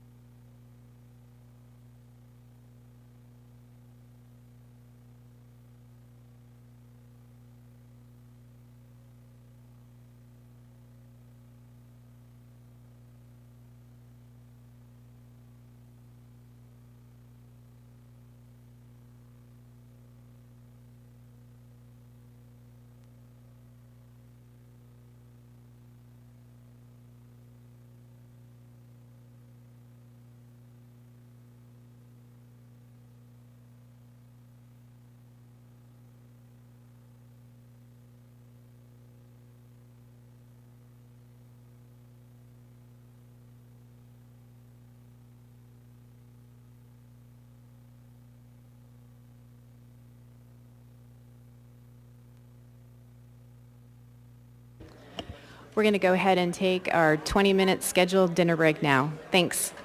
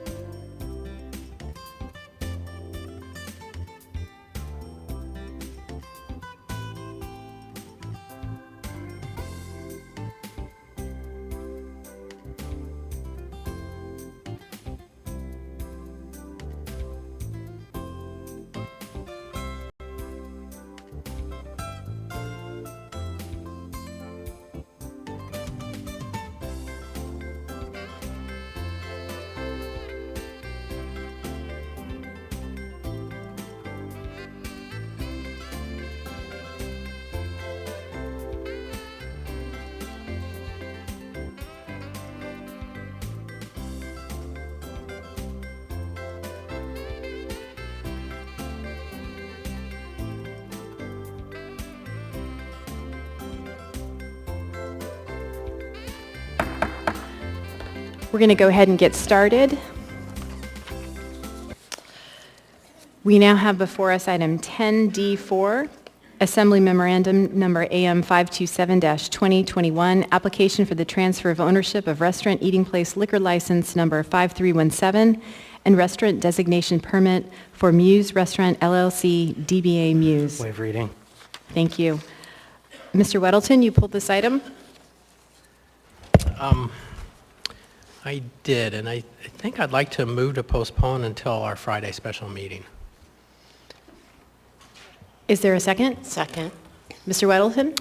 You know, it's not that there's anything wrong here, but if you read through it, it's a little confusing on who this license goes to, and it's like Muse LLC, which is to Muse Trust, and the library director's name is on there, not as an owner, but as an affiliate, and I was hoping to get a kind of, why is that? It just seems awkward to me to have the library director own the liquor license, and it could be totally normal. I just haven't got an answer on it. And John, you mean the museum director, right?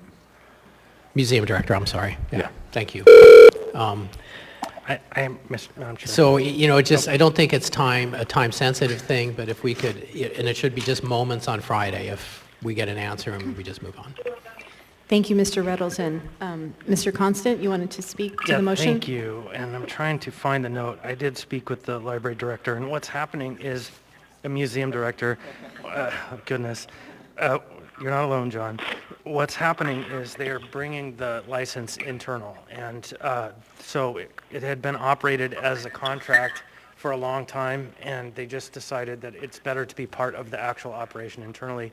And so, but they still have to have it as a separate entity for legal purposes. And so that's what they're doing. And I thought that there would be any question on this. I had her on queue, but I think I could get her on the phone here in just a minute so she could explain it.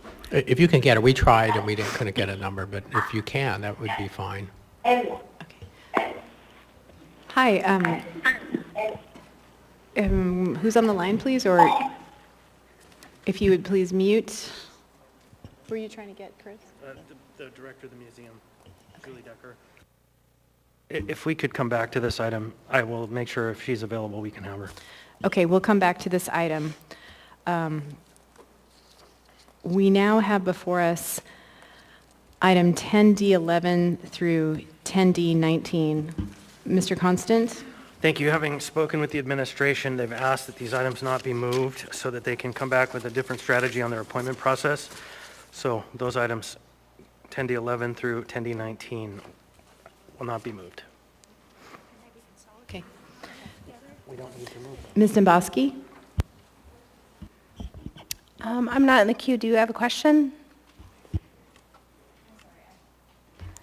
I thought you had indicated earlier you wanted to speak. Oh, I'm sorry. I forgive me. Short memory. Thank you, Madam Chair. Yes, I asked leadership to pull these. At this time, we're just reviewing our internal processes. We've had a couple members that have indicated the boards they originally accepted, they'd rather be on different boards. So we're just going to pull them all back, reevaluate, make sure we have the best candidates lined up with the appropriate boards. Thank you, Ms. Dombrowski. And to the members, I have been advised that I don't need to read all these items into the record, that we can just let them go and they will not move. So we now have before us item 10F1.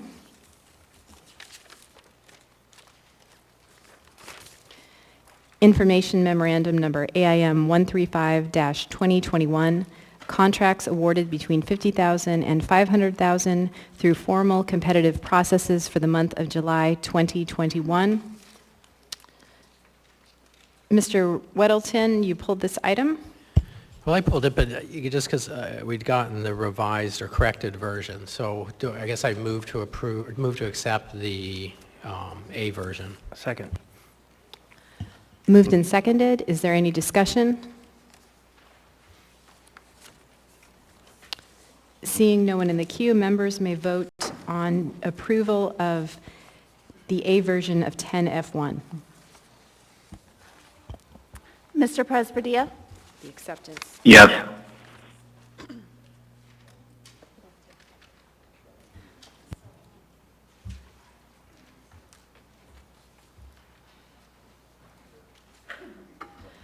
And let me clarify, that was a motion to accept. It passes 11-0. We now have before us item 10F4.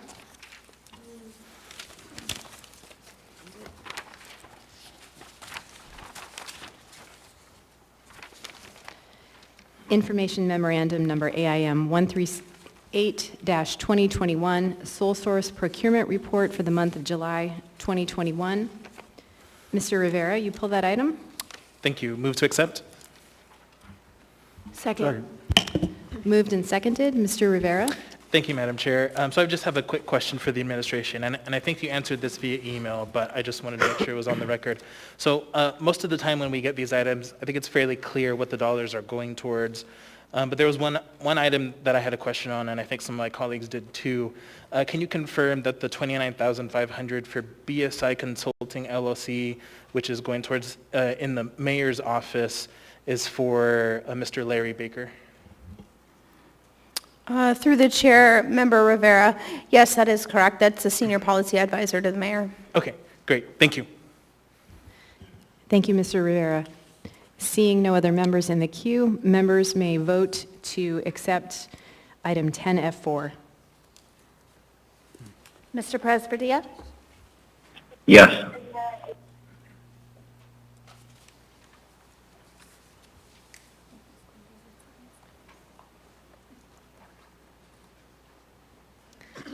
The motion to accept passes 11-0.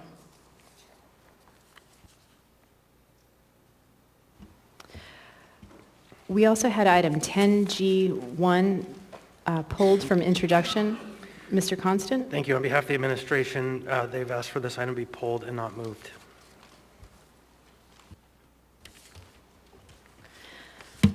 Okay, and we will now go back to item Madam Chair, I'd like to make a 10D4. move to change the order of the day.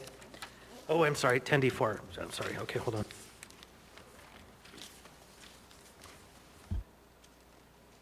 So I haven't been able to raise Julie, but I did find the email and asked the clerk to send it to everybody in which she described what's going on.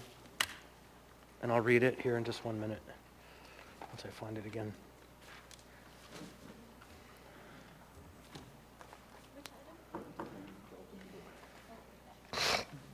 If I may. Go Go ahead, Mr. Constant. So, from Ms. Decker, just wanted to connect related to the liquor license for the museum that will be on the Assembly agenda August 24th. There's no change to how we're doing business for the last 20 or so years, just that the museum would be the operator for the license, a separate LLC, since it's proven not operationally sensible to have it change with vendor turnover. We've worked for about 18 months with the Alcohol Beverage Control Board, attorneys, the municipality of Anchorage, et cetera, to reach this solution and a way forward. We would like to get our restaurant open again and have an ability to host events again and contribute fully to a better and active and safe downtown. COVID and restaurants defines an era for all time. If you have any questions at all, please let us know. We're on the agenda last night for the Downtown Community Council and meet again with the ABC Board August 17th. I won't be available on the 24th because I'll be taking my daughter to Boston to start college, etc. So if we need more info, we can get the Deputy Director of Facilities to come. Mr. Wedelson? Oh, okay. Well, I guess that's, yeah. Are you able to fill us in? Like what, I mean, so you have Muse Trust. What is this trust? Who's in charge of it? Is it new? Is it old? Yeah. And sir, please identify yourself for the record. My name is Bryan Steele. I'm the Deputy Director of the Anchorage Museum, and I oversee the food service contract facility. So as far as the licensing goes, as far as the structure, it's really kind of an illegal. You want to talk right into that mic? It's a little, you could lift it up high, I think. All right. Is that better? All right. So, I can't really talk in depth about how the attorneys figured out how to separate the Muse license from the actual operations of the museum, but that was the intent. I think that the reason Julie is on that as an individual is that was part of the ABC requirement, is for her to be on there, to have someone basically culpable for the operations. And so what we're really just asking for is to continue on operations the way we have the last 10 years. We're not asking for any changes in that license whatsoever. We just want to transfer it to internal operations so we can continue on in that fashion. But if I may, but it sounds like the previous operator had the license, so it's just been traveling from operator to operator, and now the museum through this entity would control it.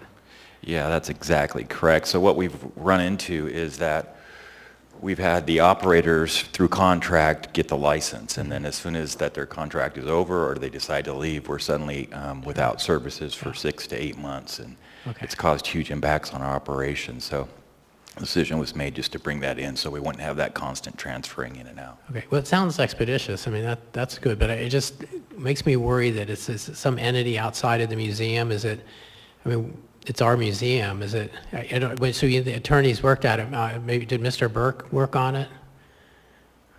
Excuse me? I'm looking at our city attorney. Did you work on this? And is this? Are you aware of the nature of the agreement? And is it still under any kind of oversight of the city? Mr. Burke, would you like to respond?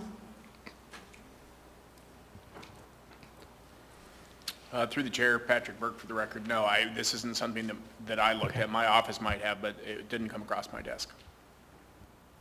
Okay. Okay. So I guess I'm done, but I'd like to go ahead and continue to postpone until Friday and just get a little, maybe legal review is, what is the nature of this trust? And I think that won't hurt your timing or anything, is it? No. Okay, thanks. Thank you, Mr. Wedelton. Thank you, sir. Mr. Constant? Thank you. The museum for about 12 or 15 years has been an independent entity operating on a lease with the municipality in their operation. And so it's quasi-municipal in the sense that it's a municipal building and the collections are in the municipality. But they separated their operation from the municipality for a number of reasons more than a decade ago. And so this is their private operation trying to establish their operation in a way that is better for them to be able to operate continuously over time instead of having these fits and starts that have been very consistent at their operation since they opened the new wing with Muse in it. So I'm not in support of waiting. It's okay if we do, but we're starting to have a pretty full agenda for a 1-hour meeting on a Friday. Thank you, Mr. Constant. Seeing no other members in the queue, members may proceed to vote on the motion to postpone to the meeting of August 27th. Mr. Presverdia? Yes.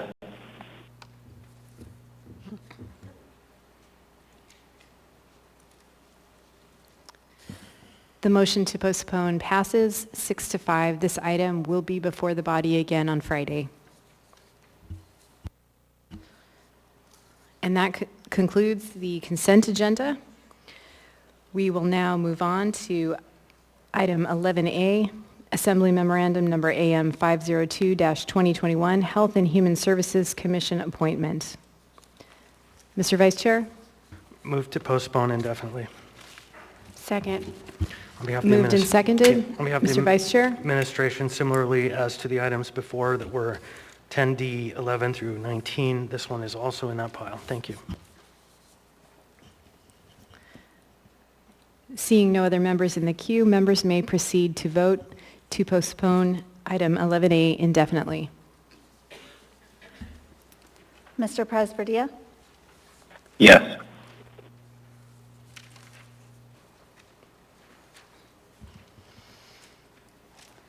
Mr. Weddleton?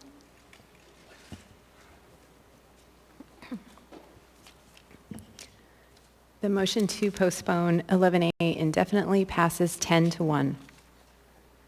Mr. Vice Chair?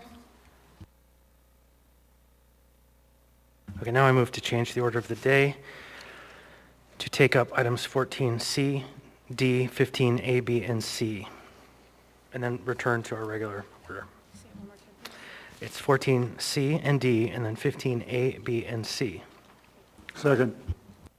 Moved and seconded. Mr. Vice Chair? Just the intent is to take up the must-pass items. Seeking unanimous approval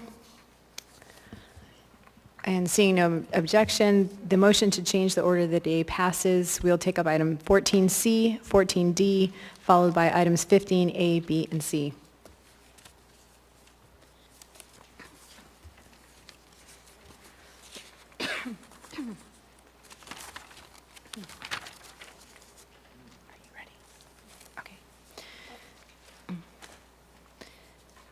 We now have before us item 14C, ordinance number AO 2021-75, an ordinance providing financial resources for labor, supplies, and other expenditures specifically but not limited to a contract to extend testing and vaccination services for coronavirus, COVID-19, required to address municipal response to COVID-19 by Waive reading. Thank you.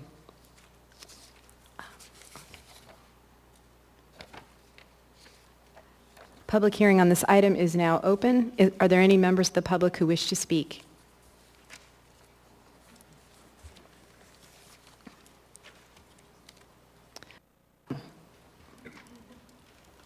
Oh, shoot.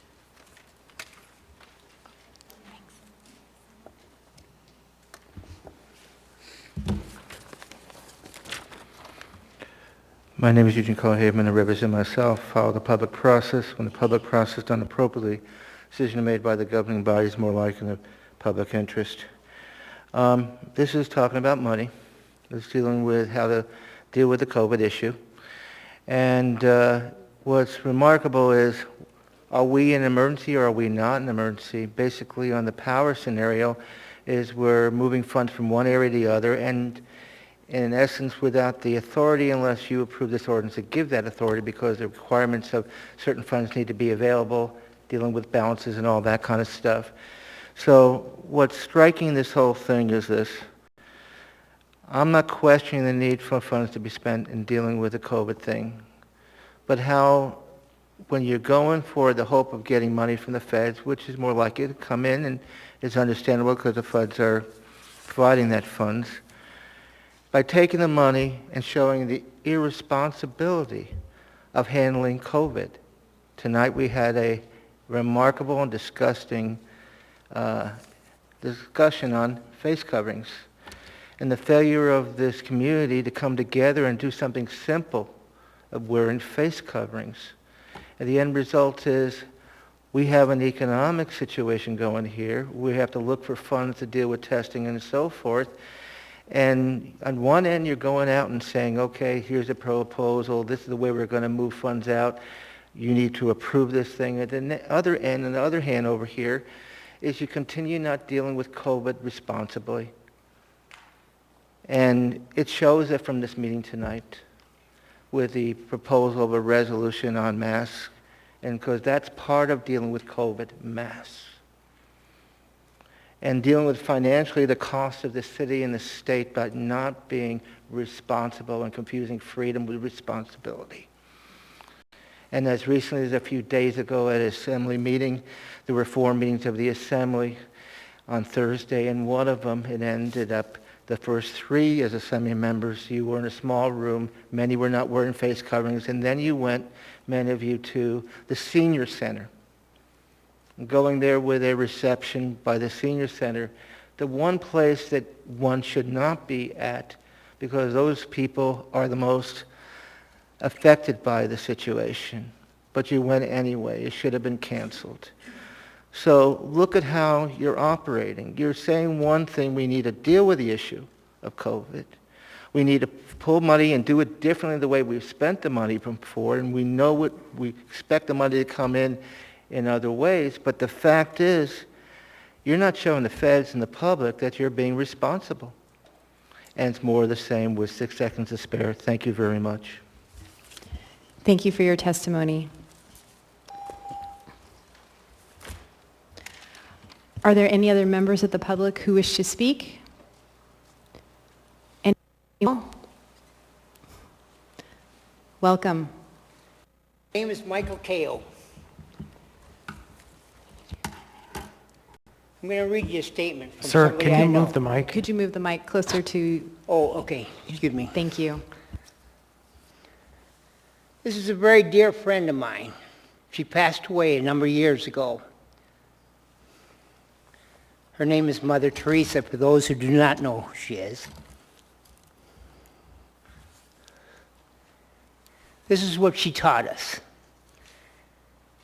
The fruit of silence is prayer. The fruit of prayer is faith.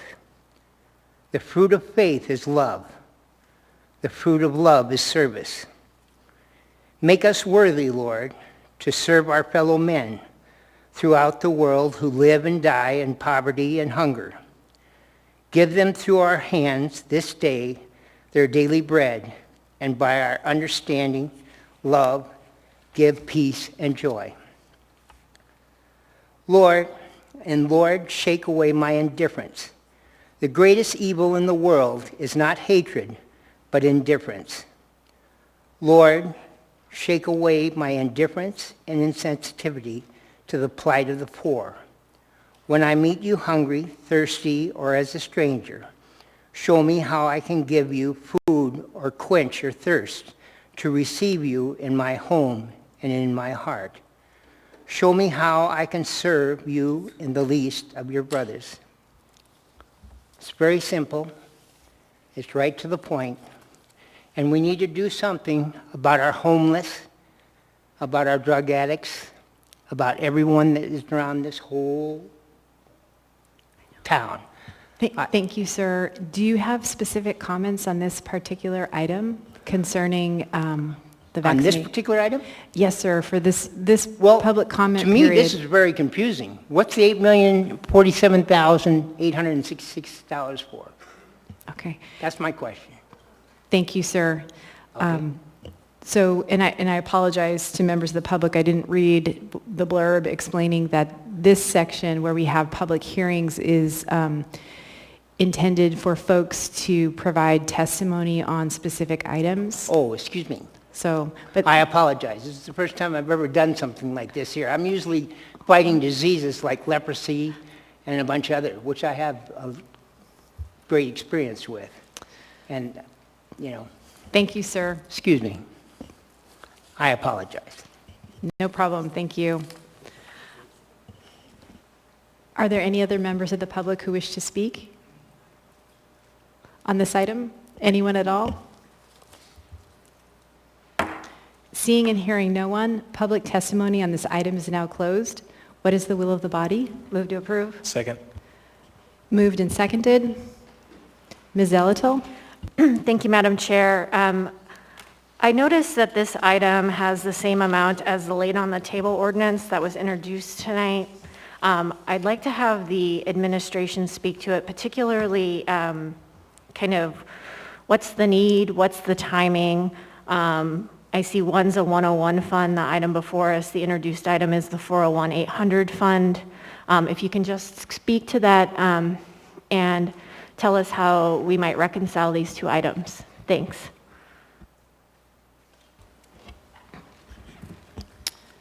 Ms. Dombowski? Thank you, Madam Chair. Through the chair, Assemblymember Zalatel. So for you, item number 14C is in response to COVID. This is essentially so we can extend the contract for testing and vaccination services. This contract is currently due to expire tomorrow, hence why this is a time-sensitive item for the administration. However, moving forward, it's the administration's intent to not utilize the interfund loan process, and instead, we have an identified fund source. That's why you see a laid on the table item with the exact same amount. The trick here is, well, it's not a trick, but the detail here is that we don't have time to lay this on the table and wait 10 days, otherwise we'll have a gap in our contract. So we're asking the Assembly to consider that, and then at the next Assembly meeting, we will switch the funding sources. So we can use a quantified, known amount of money that we already have, it's a reappropriation, versus using the interfund loan mechanism. Thank you, Ms. Dombowski. Ms. Zalatel, you have a follow-up question? I do. Actually, I have two, and if you want to bump either one of them, I'm happy to be bumped. The first question is, I believe the health department received about $14 million in response to testing and vaccination, and I'm curious if this is in addition to that and to do either different or the same work. And the second question is, why do you propose not to use an interfund loan, and has that been what we normally have done? Thanks. Thank you for the question. I know there is a member of the health department that's on the line tonight. So I will first see if they're there, and then I'll follow up if necessary. I'll answer the second part. I think they're on the line. Is Nicole Lebo or Dan Fedko on the line? Okay, they're not. So I will answer the question. The previous appropriations for this particular contract have been exhausted. So this is a mechanism, again, this is a mechanism in order to continue the services. Can you repeat the second question? Yes, it was whether or why a different fund is being proposed versus the interfund loan. Absolutely. It's this mayor's position, the administration's position, that we want to respect the code. We want to respect the policy in the code.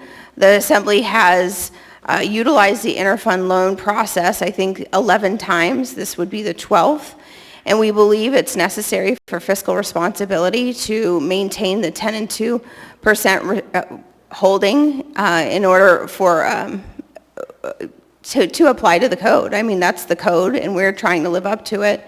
Again, we have identified an additional funding source of money that's already there, and we think it's appropriate to utilize that mechanism, and that's why we introduced the later on the table tonight.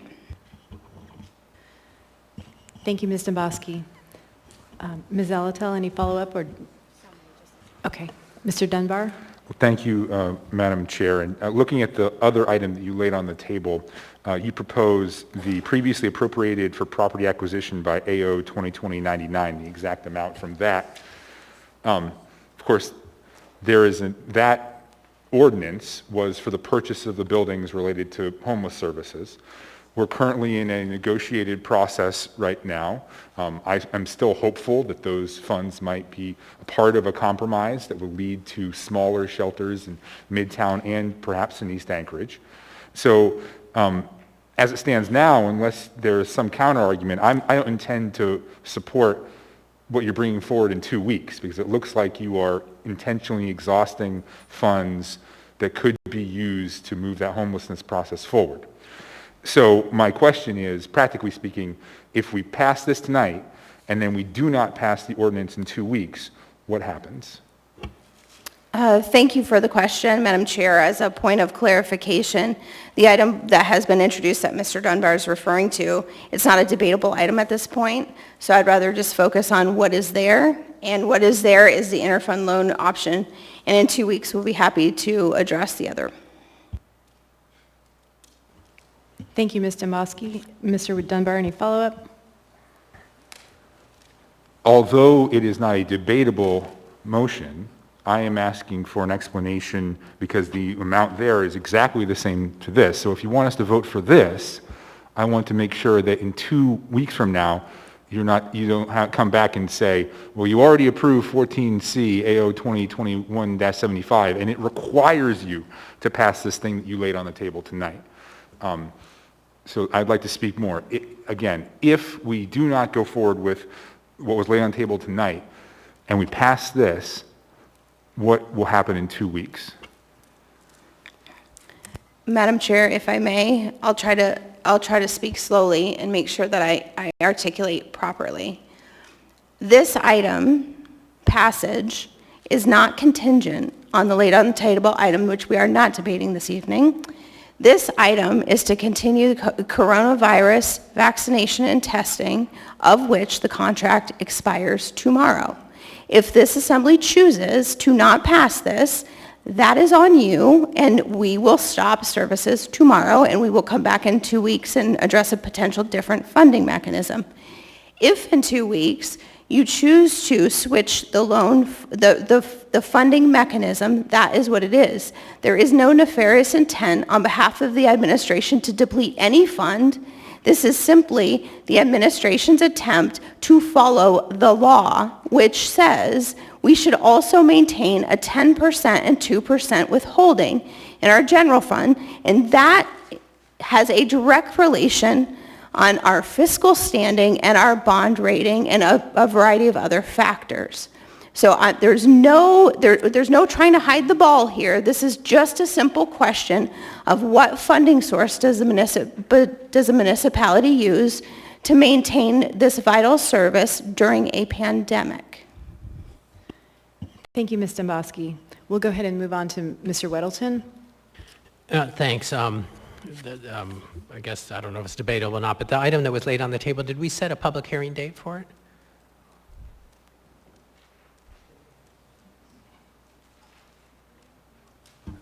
September. September so when 14th. did that happen? When we accepted it to be laid on the table, there was a date? Okay, thanks. Anything further, Mr. Weddleton? No, thank you. Okay, Ms. Zalatel? Thank you. So I think sticking with what we've done previously, the 101 fund is important. We've done it several times. To my knowledge, there hasn't been any negative impact on our bond rating. We obviously don't want to see a lapse in services. I do think it's appropriate to have context, though, when we have two items that are rather identical in a lot of ways placed before us. And so, I'll tell you now, even though the other one's been introduced and we'll have a public hearing on the 14th, I don't see any reason to change. I'm surprised the entire $14 million has already been exhausted by the health department, and I will look forward to an accounting and some detail about that, because it wasn't indicated as much in the follow-up from OMB when we asked some questions about it, that had been fully spent. So I think it's appropriate to stay the course, approve these funds so we can ensure that there is adequate testing and vaccination, which I hope the mayor will be strongly encouraging, and we can take the other item up when it comes. But I don't want to see a lapse in service, and I think this is the appropriate way to do it. Thank you. Thank you, Ms. Zalatel. Mr. Constant? For the item that we aren't going to deal with tonight, I would like the chair to set a work session, please. Thank you. We will set a work session for that item that was laid on the table earlier today.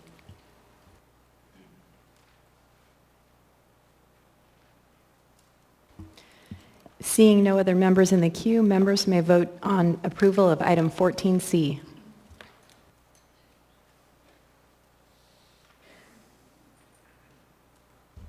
Mr. Presverdia? Yes. That motion passes 11-0. Before we move on to item 14D, I do want to note, because I didn't mention this when we moved to item 14C, that we are dealing with 2 new public hearing items. And testimony and public hearing items, please direct your comments to the assembly or me, the chair. Please give your name at the start of your testimony. You'll have 3 minutes to testify, and then your comments need to remain on the topic of the matter before us, and personal attacks are not appropriate, and I may interrupt you if the rules for the testimony are not followed. With that, we now have before us item 14D, resolution number AR 2021-261, a resolution of the Anchorage Assembly authorizing the mayor to execute an agreement with the United States Department of Treasury to accept emergency rental and utility assistance funds and appropriate said funds. Public hearing on this item is now open. Are there any members of the public who wish to testify? Welcome.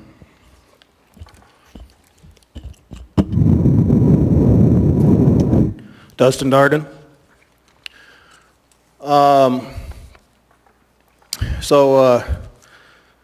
With these funds, I urge the body not to approve these funds because they are from the United States federal government. These funds are from the same federal government that you have been receiving funds from, that before any future funds are talked about need to be returned, because the funds in which I'm referring to were funds that were used for, which I spoke of earlier, a DARPA-approved, patented in 2008 bioweapon injection. Mr. Darden, please address the item before us with your comments. This is federal money that is used in the municipality of Anchorage. And for the record, you interrupted my speaking to the matter, which the Constitution grants my freedom of speech to petition you in what you regard as relational has no standing, because you... Mr. Darden, this is your final warning. Please speak to the item before us. You can't censor people when they're talking. Thank you, Mr. Darden. Your testimony is over. I have 57 seconds left. Mr. Darden, please step away from the podium. Please put 57 seconds back on the clock so I can finish addressing the unlawful appropriations of funds that you're trying to distribute on the people, so you can jab people with a DARPA-approved bioweapon that's going to land you in federal prison, if not worse. I have warned you, and you have chosen not to comply with the rules. You are creating an actual disruption of the meeting. You haven't put my 57 seconds back. Security, please escort Mr. Darden to the door. Thank you.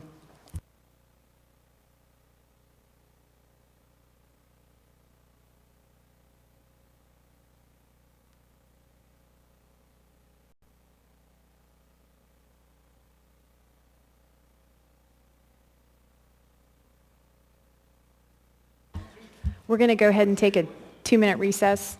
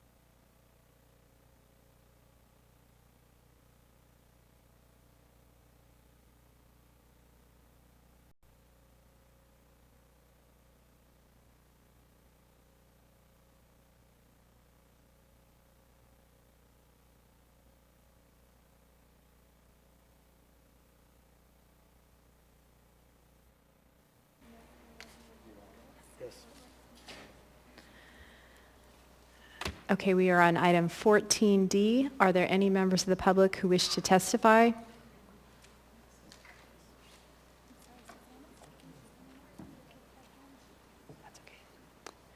Welcome.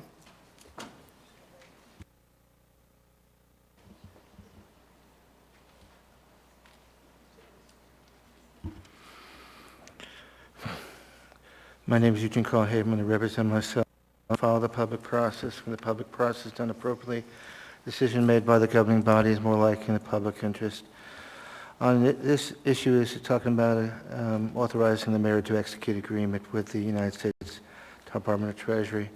I'd like to remind you all that because the size of your population, you are not going through states, you're going through the feds directly. Places like the borough, which is less of a population, would be receiving monies and working agreement with the state of Alaska. But, and I'd like to remind that to the public, who doesn't realize that you've got an advantage.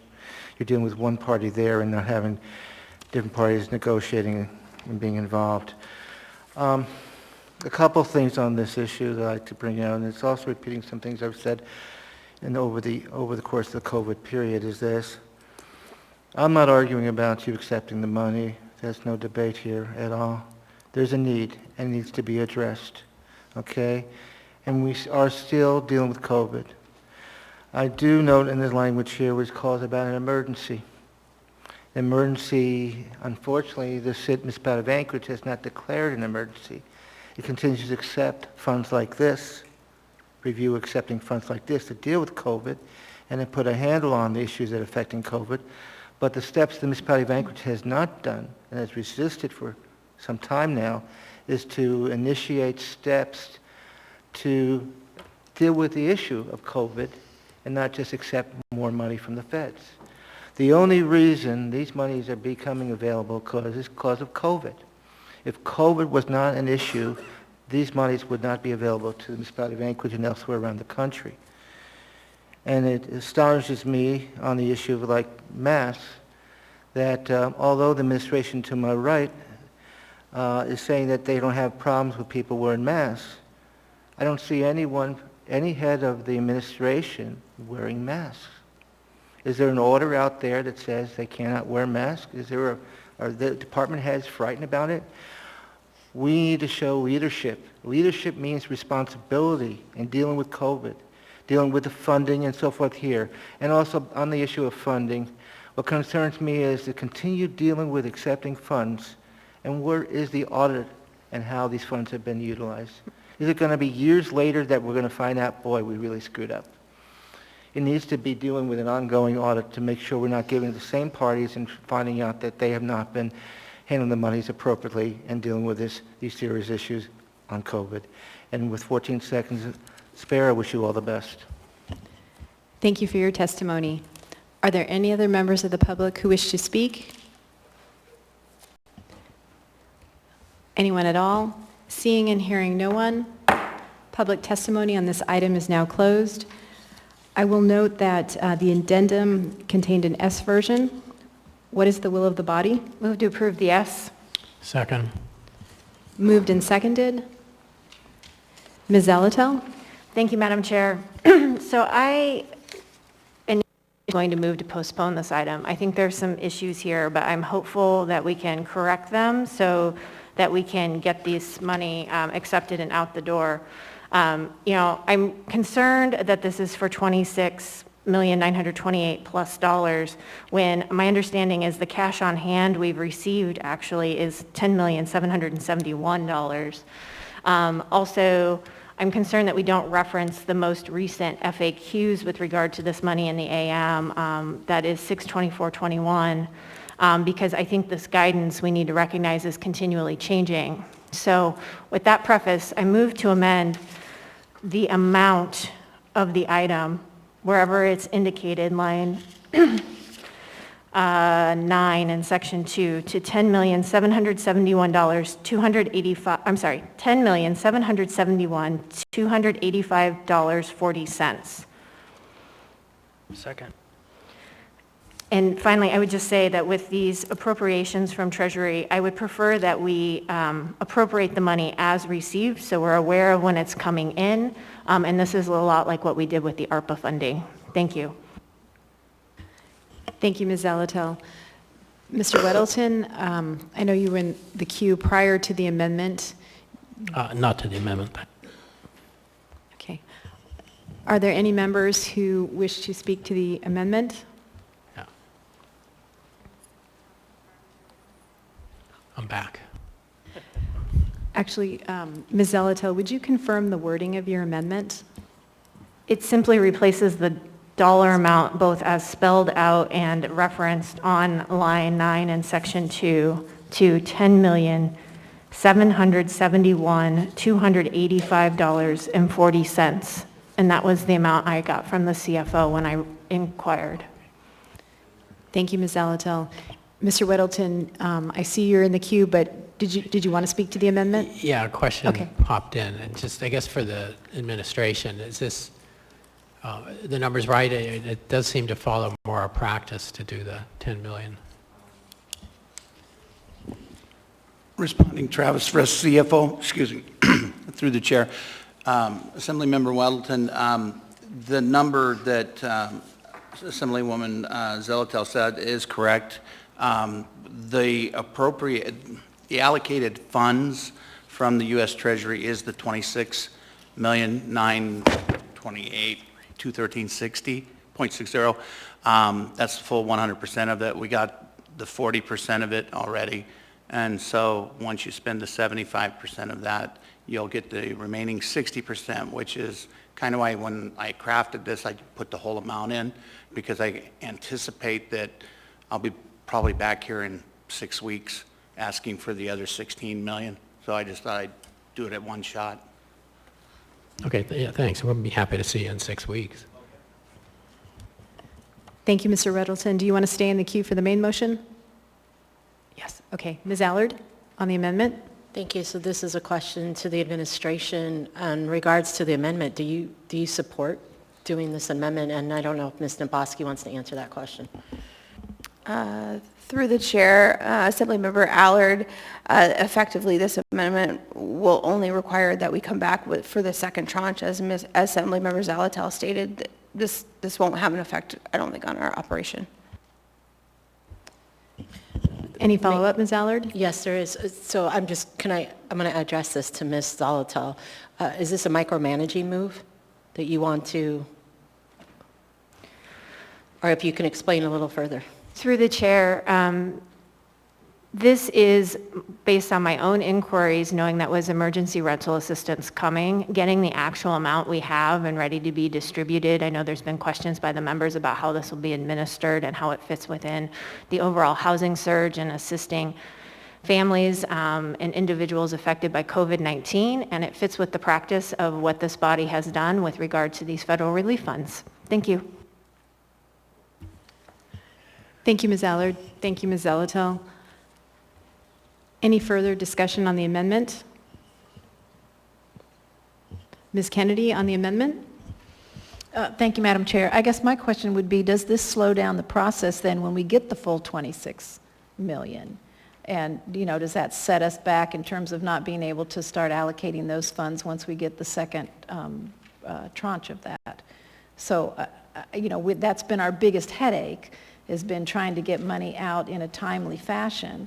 And so I guess I'm wondering if we try to chunk it up like this, if we're actually doing ourselves a disservice for getting money out to the public in the long term. So, and I don't know who wants to answer that question, but anyway, I don't want to do something that really slows the process when that's been our biggest headache, has been trying to get things through the process more quickly. Thank you.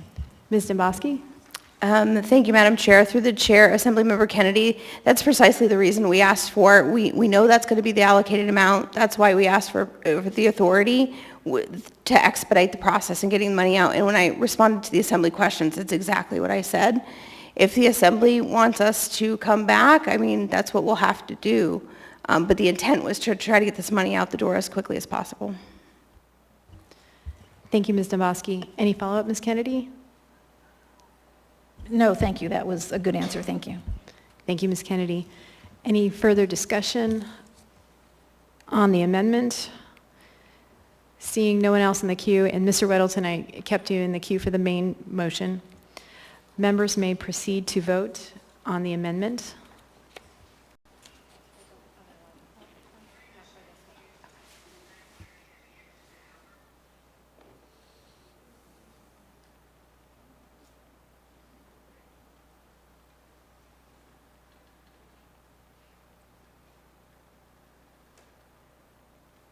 Mr. Presverdia?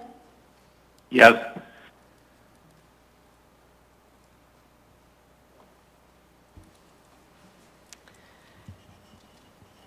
The amendment passes 8-3. We are now back on the main motion. Mr. Mr. Weddleton? Oh, it's a small thing. I just wasn't sure. So when we move the S version, does it travel with the A version of the memorandum automatically? Okay, thanks. Thank you, Mr. Weddleton. Ms. Zolotel? Thank you, Madam Chair. I just wanted to check one more thing here. Sorry, someone made fun of me for my pile of papers today, and I think it was well-deserved. If I can just have one more second here. My concern is that the original version, I have to double-check the S, had the wrong act in it. It didn't reference the American Rescue Plan Act, and we really want to make sure we're careful. This new tranche of funds is from a different place. So one quick second. I apologize. I am a little less than organized on this. Yes. So so the amendment is where it says under Section 1, line 29, Consolidated Appropriations Act 2021. I believe that should be American Rescue Plan Act 2021. And then also line 12 in Section 2, it should also read American Rescue Plan Act. And there may be other instances. I mean, it needs to read consistently as the American Rescue Plan Act 2021, because that's the authority. So I move to make that amendment. Second. Moved and seconded. Is there any discussion on the amendment?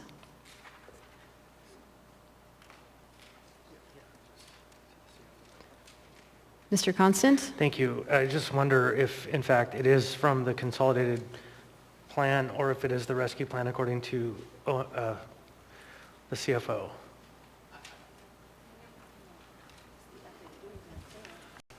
CFO Travis Frisk, through the chair. Assemblymember Constant, can you repeat your question, please? Yeah, I'm wondering if the document is in error by the reference to its source, or I assume it's ARPA funds, but I don't know, because it certainly references a federal law. I don't have the answer for that at this particular time. I'd have to go back and look.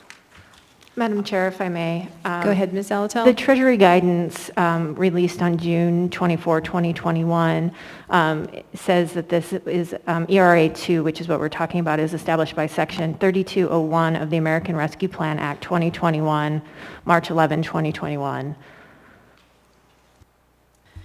Thank you, Ms. Zolotel. Mr. Weddleton? Well, I guess we're in a bit of a bind here. We don't know precisely where it's coming from, but just a bigger point, if we were to change Consolidated Appropriations Act to ARPA, on that line 34, Section 1, it also has Section 501, and so I imagine that would have to change too. Yes, it's my understanding everywhere, and so I don't know what the easiest way to do that at this point is. Again, I mean, I don't want to postpone the item. I think it's important we get these funds out. I don't know if we can set this aside for a small period of time to give the administration an opportunity to make some corrections. We also have that meeting on Friday that's looking for things to do. Question for the administration? Ms. Domboski, Mr. Frisk? Would you like to set this aside and come back to this item? Okay.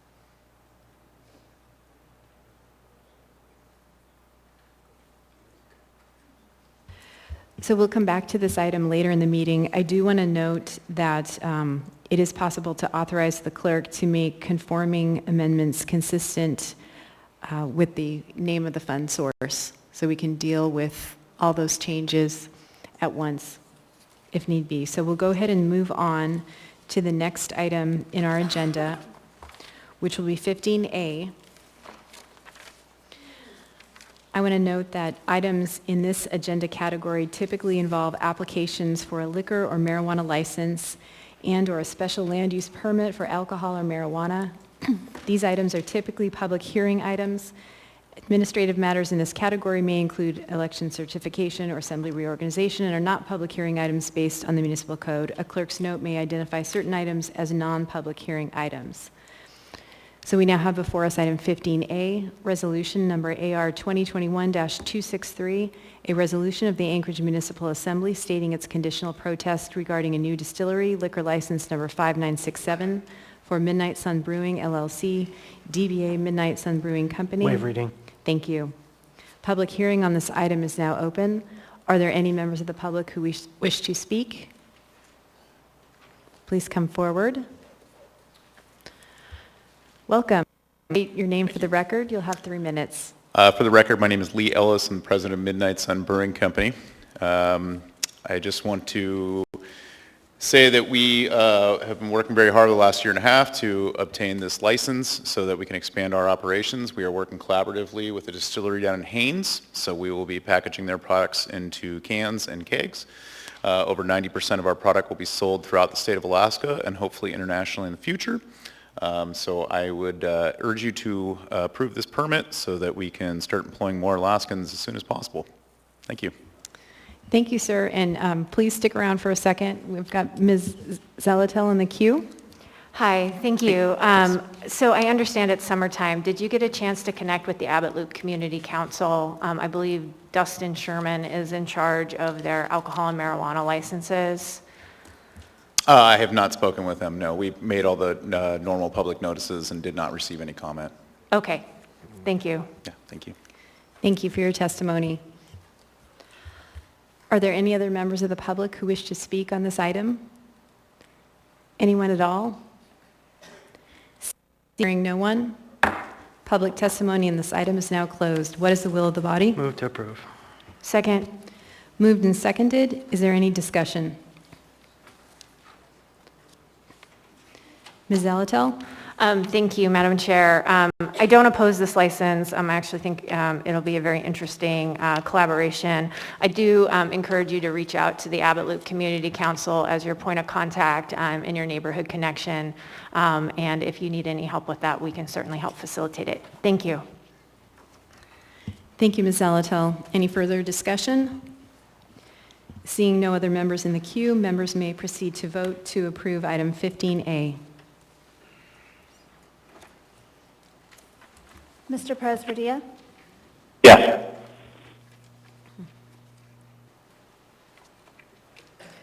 The motion to approve item 15A passes 11-0. We now have before us item 15B, resolution number AR 2021-264, a resolution of the Anchorage Municipal Assembly stating its conditional protest regarding a new winery, liquor license 5979 for Ravens Ring LLC, DBA Ravens Ring Brewing Company. Waive reading. Thank you. Public hearing on this item is now open. Are there any members of the public who wish to speak? Anyone at all? Seeing and hearing no one, public testimony on this item is now closed. What is the will of the body? Move to approve. Second. Moved and seconded. Any discussion? Seeing no one in the queue, members may proceed to vote on item 15B. Mr. Presverdia? Yes.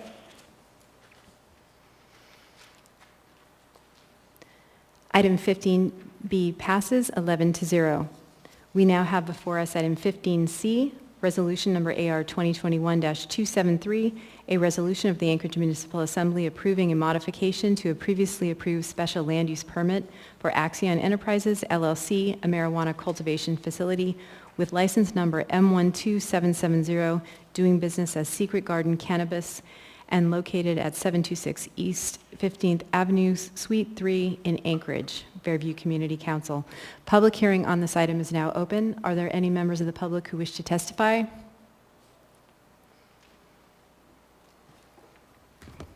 Welcome. Please state your name for the record. You'll have Oh, could you turn on the mic? Doesn't matter Thank how many you. times you watch people do that. James Thornton, Secret Garden, members of the Assembly, Mr. Mayor, municipal staff. Just wanted to introduce myself. We're now in 2 years of operation in Fairview. I don't want to take up your time. I know you're busy and we're at the end of the agenda. However, I did want to offer to answer any questions you might have about our operation and community involvement. That was actually it. Thank you for your testimony and thank you for being here tonight. Are there any other members of the public who wish to speak? Anyone at all? Seeing and hearing no one. Public testimony in this item is now closed. What is the will of the body? Move to approve. Second. Moved and seconded. Ms. Zalatel? Thank you. Since the applicant mentioned community involvement, I just wanted to give a small shout out. When Anchor Garden started during COVID-19, we were trying to get new people interested in gardening, and one great way to do that is to give them starts and live plants already, that they can just care for. And these folks did a bunch of starts and gave them to the community for the starts for these gardens. Vegetable starts, thank you.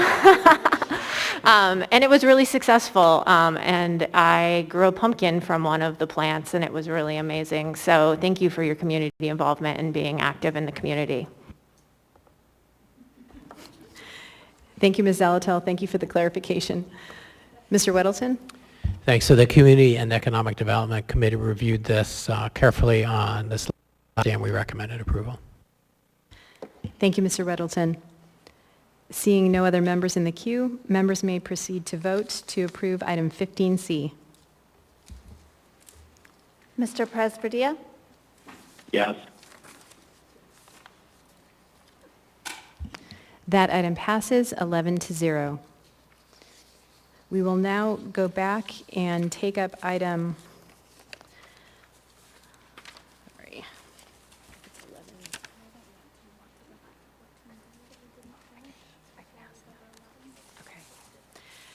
Actually, before we go back to the 11s, I just want to check with the administration to see if you're ready to continue item 14D.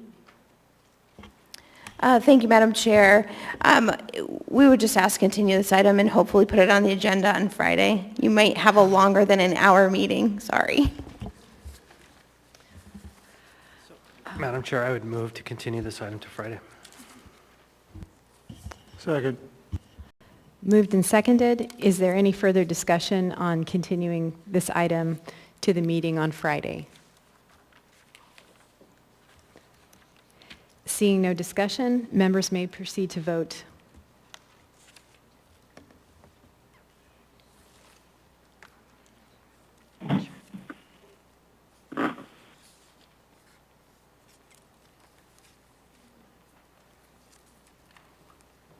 Mr. Presbydia? Yes.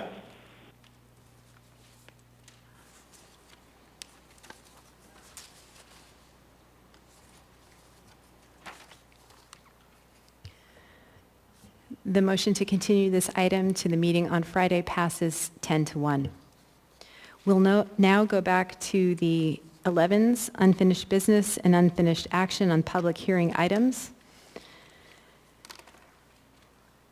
We now have before us item 11B, resolution number AR 2021-262, a resolution of the Anchorage Municipal Assembly adding an equity pillar to the Assembly's priorities and recommitting the municipality of Anchorage to the goals of welcoming America. This item was postponed from the meeting of August 10th. There is no motion pending. What is the will of the body? Move to approve. Second. Moved and seconded. Mr. Rivera? Thank you. I'm happy to speak to it later, but it looks like we have a couple of amendments.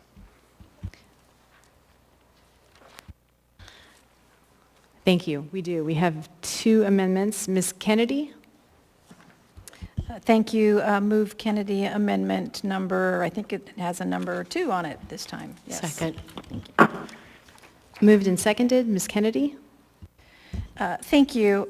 What this amendment does is it kind of divides the question, if you will, on this particular resolution. There are 2 different things that are in this resolution. One is that the Assembly would be adding the equity pillar to the Assembly's priorities, and the other would be recommitting the municipality to the goals of welcoming America. So this amendment separates that out and basically takes out of the question right now the adding the equity pillar to the Assembly's priorities.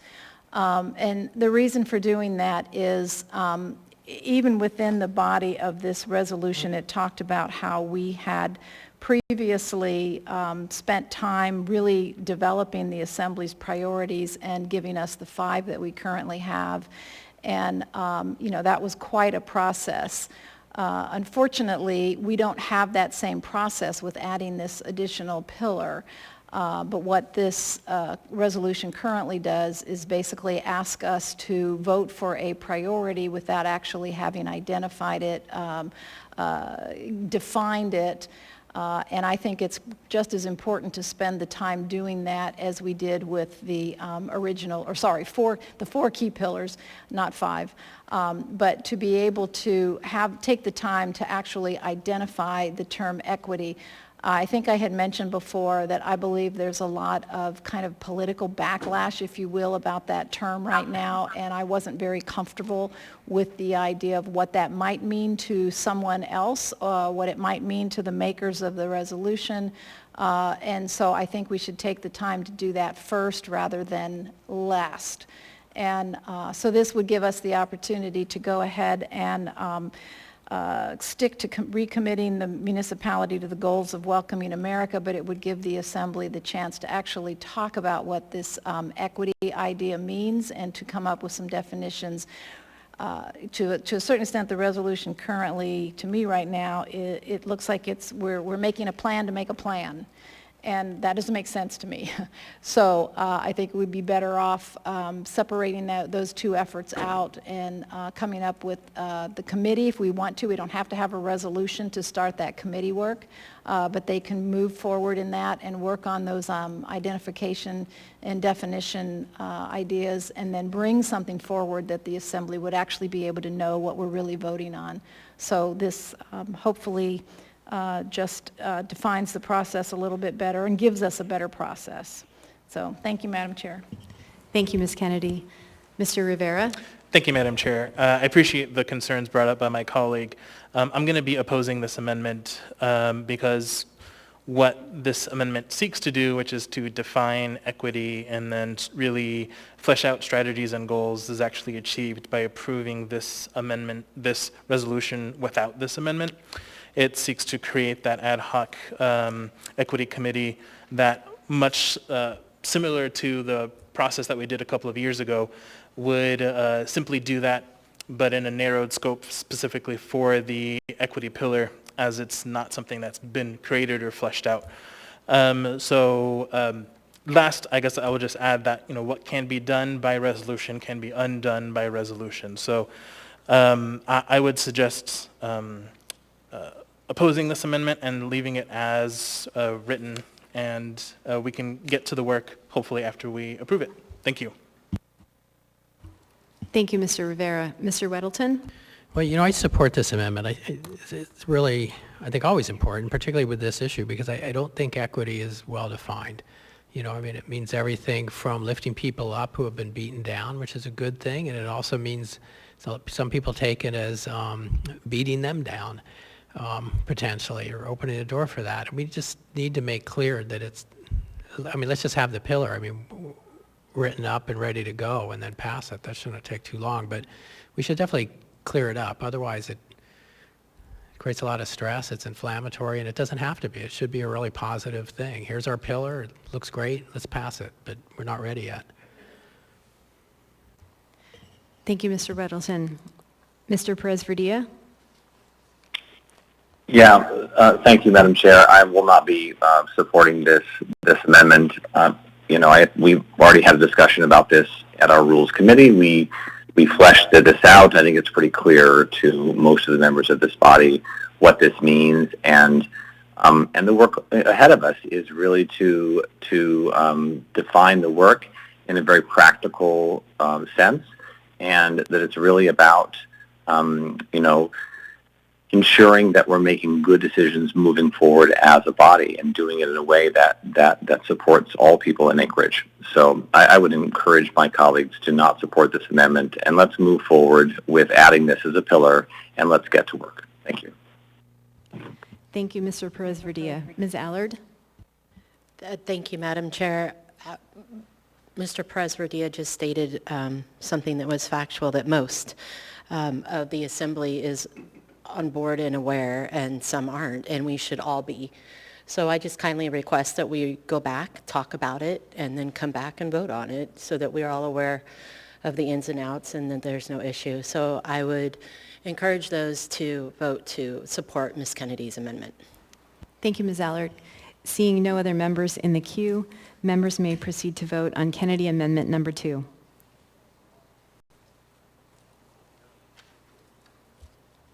Mr. Perez-Verdia? No.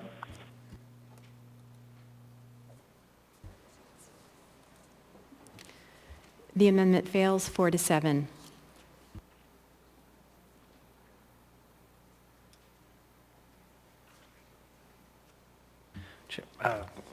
Madam LaFrance. Thank you, Mr. Chair. I move LaFrance Amendment Number 1. Second. Ms. LaFrance. Thank you, Mr. Chair.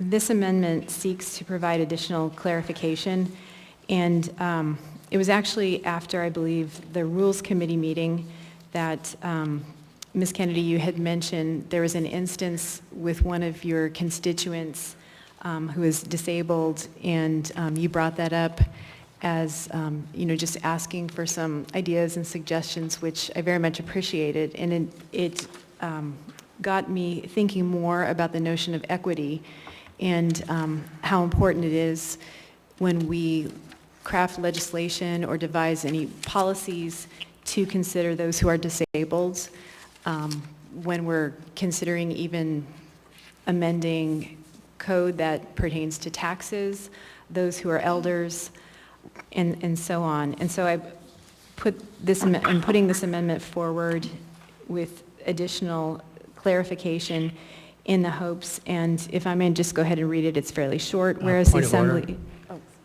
Assembly... I have two. Do you want the revised one, or are you on the longer version? Thank you, Mr. Weddleton, the revised. All right, thanks. Sorry about that, everybody. The first one wasn't intended to go out. That was a draft. May I go ahead, Mr. Chair? Please. Whereas the Assembly seeks to implement fair and balanced public policy that is in the best interest of all residents and to focus resources where most needed to maximize the distribution of positive outcomes in order to raise the collective prosperity of residents in the municipality of Anchorage. And whereas by adding equity as a pillar, the Assembly seeks to help ensure that equity considerations are at the forefront when programs and legislation are crafted. Thank you, Mr. Chair.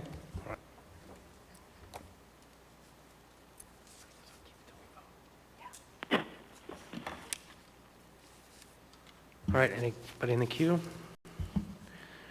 Seeing none, members may proceed to vote on the amendment.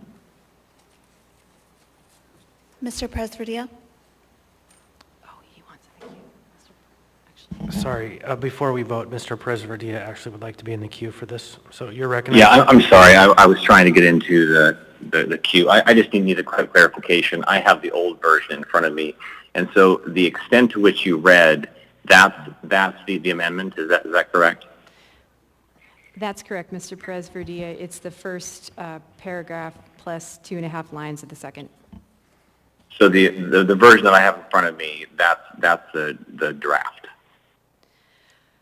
That's the one that has 3 paragraphs.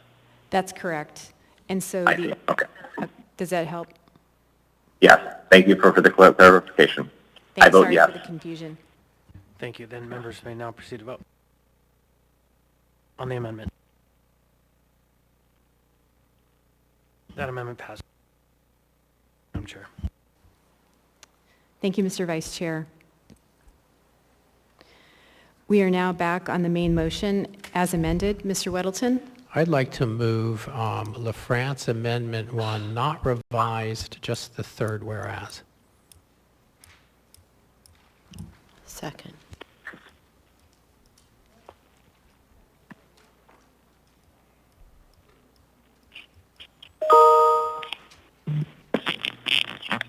Do I have a monopoly on that piece of paper? Mr. Weddleton, I believe you do because it was distributed, but it was a draft, and so it was recollected. That's what happens way out here in the hinterlands. They get bored walking this way. Would you like me to read it, or? I think it now becomes Weddleton Amendment number 1. Okay. And yes, if you would go ahead and read it. Okay, and it says, whereas the Assembly acknowledges that conversations about equity can be discomforting, and there is concern among some individuals that helping some people succeed means that other people must lose opportunities. Although the Assembly's goal of an equitable community is to optimize the quality of life for all residents, semicolon, and. Second. Moved and seconded. Mr. Perez-Verdia, are you in the queue again for this one? Yes, Madam Chair. Go ahead. I would encourage my colleagues to not approve this amendment. If in this resolution we are going to try to address the potential feelings of all people within the municipality, this resolution would become very long. This particular whereas is an attempt at addressing, I would assume, one particular part of the community's concerns about this, and I don't think it's appropriate. I think that the work moving forward is to work towards equity, which is defined as ensuring that we are making smart decisions and decisions based on the circumstances of the people that we serve. And I think it's pretty clear what that means. And I don't think it's appropriate to try to assume what we're doing and how it might affect the feelings of one particular part of our population. If we were to do that, as I said, we would have to redesign this to be very long and address many different concerns that exist within our community. So I would encourage my colleagues to not move forward with this amendment. Thank you. Thank you, Mr. Perez-Verdia. Ms. Zalatel? Thank you, Madam Chair. So I agree with Mr. Perez-Verdia's comments, and in fact, a statement like this suggests that we should be calling out everyone who loses in every other thing we do when we don't consider equity. And I would suggest that when we engage in equity work, if members of the public feel like they're losing out, that you need to engage, and you need to engage with us in this equity work so that you can understand all of the perspectives of our diverse community. Thank you. Thank you, Ms. Zalatel. Ms. Allard? Thank you. So as a Hispanic, I would like everybody included, so I don't really care how long the resolution is or how long it takes us to work on this, but everybody should be included. You are actually taking people out of the equation, and I would kindly ask if Mr. Weddleton can please reread it and give your opinion. Well, bring your point back up, yeah, because it was very clear to me what you were saying. Thank you, Mr. Weddleton. If you'll go ahead and restate the amendment.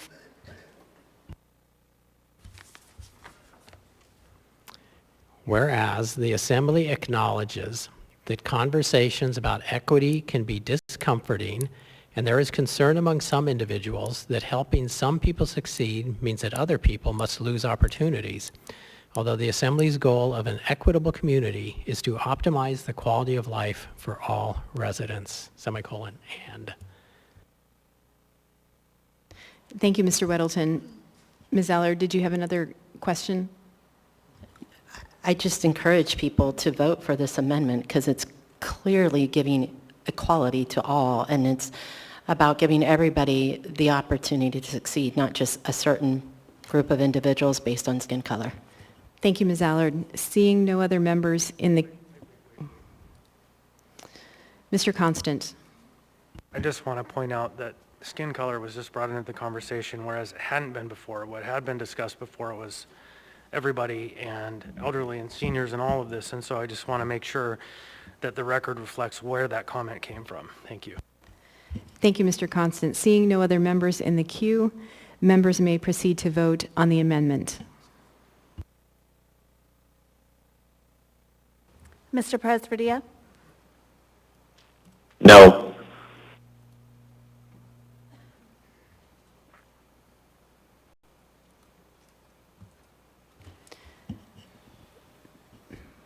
That amendment passes 6-5.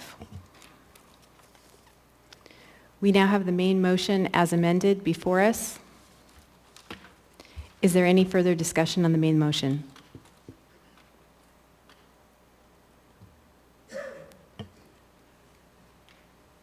Ms. Kennedy? Thank you, Madam Chair. I kind of struggle with this because it's interesting how I've heard so many comments that I think actually contradict the whole purpose behind this resolution. But I will say that I wish we would have tried to do something in this, as a group, purposefully trying to address this. But what I feel like I would be, if I were to support this, I would be supporting something that I don't know what it is yet. I mean, it hasn't been defined, and I don't think we have to have a resolution, like I said earlier, in order to put together a committee to work on this. But I think at this point, we're really not ready to talk about this completely. One of the other assembly members said that, we're making decisions to move forward as a body. Well, we're not. That's the problem with this. We haven't done this as a body at all. And that's what concerns me, is that I think a couple of people, namely the makers, the sponsors of this, have what they have in mind, and they know what that is, and unfortunately, I don't. They're making an awful lot of assumptions here, and that's what concerns me. And so, because we're not really moving forward as a body on this, I'm not going to be able to support it as it's written at this point. Thank you, Madam Chair. Thank you, Ms. Kennedy. Ms. Zalatel on the main motion, and then Mr. Rivera. Thank you, Madam Chair. I wasn't able to be at the Rules Committee for this particular discussion, but I was able to listen in. And I think one of the things that this does and advances for the body is when we discuss equity, particularly for me, one of my areas has always been looking at people with disabilities and from their lens, and to put that at the forefront of our appropriations and our policy making as one of the considerations, amongst many others, I think is really important. I think this takes us kind of, into 2021, frankly, where we're thinking about how the decisions we make will affect the people of our community in really some of their most in some of the most, personal ways, in a lot of ways that have been overlooked before. So I applaud the sponsors for bringing this forward. I think it will be some difficult work, but necessary work, and thank you. Thank you, Ms. Zalatel. Mr. Rivera? Thank you, Madam Chair. So I just really quickly want to address a comment from my colleague that seemed to insinuate that, we already know where we're going, that there is sort of a path paved before us that we are just going to walk down. And I just want to say that that's just patently false. I have no clue what this is going to look like once we delve into the work. And I'm very excited to actually delve into the work and bring a variety of community perspectives and voices into the work and see what gets churned out. Because that is, I think, the part of this process. So we're going to be making the sausage. That's what the ad hoc equity committee has been set up for. Aside from that, I know that there were concerns raised that, we should focus on equity in all areas of our work rather than looking equity from a sort of a big picture perspective. I know those were some concerns shared at the Rules Committee meeting. And, to that, I say we must do both. If we simply do what we've been doing for years and sticking to the status quo, then we aren't seeing the forest for the trees. I think one great example of this is an equity dashboard that the Anchorage School District put together. It looks at a variety of levers and factors within the school district which determine student success. As policymakers, we need to be able to look at all of these levers and factors and how they interact with each other. Otherwise, we're trying to solve a puzzle with only half of the puzzle pieces. So I'm excited to continue doing this work, and this resolution just confirms the direction that this body has been sort of slowly inching towards for a while. Thank you. Thank you, Mr. Rivera. Seeing no other members in the queue, members may proceed to vote on item 11B as amended. Mr. Presverdia? Yes.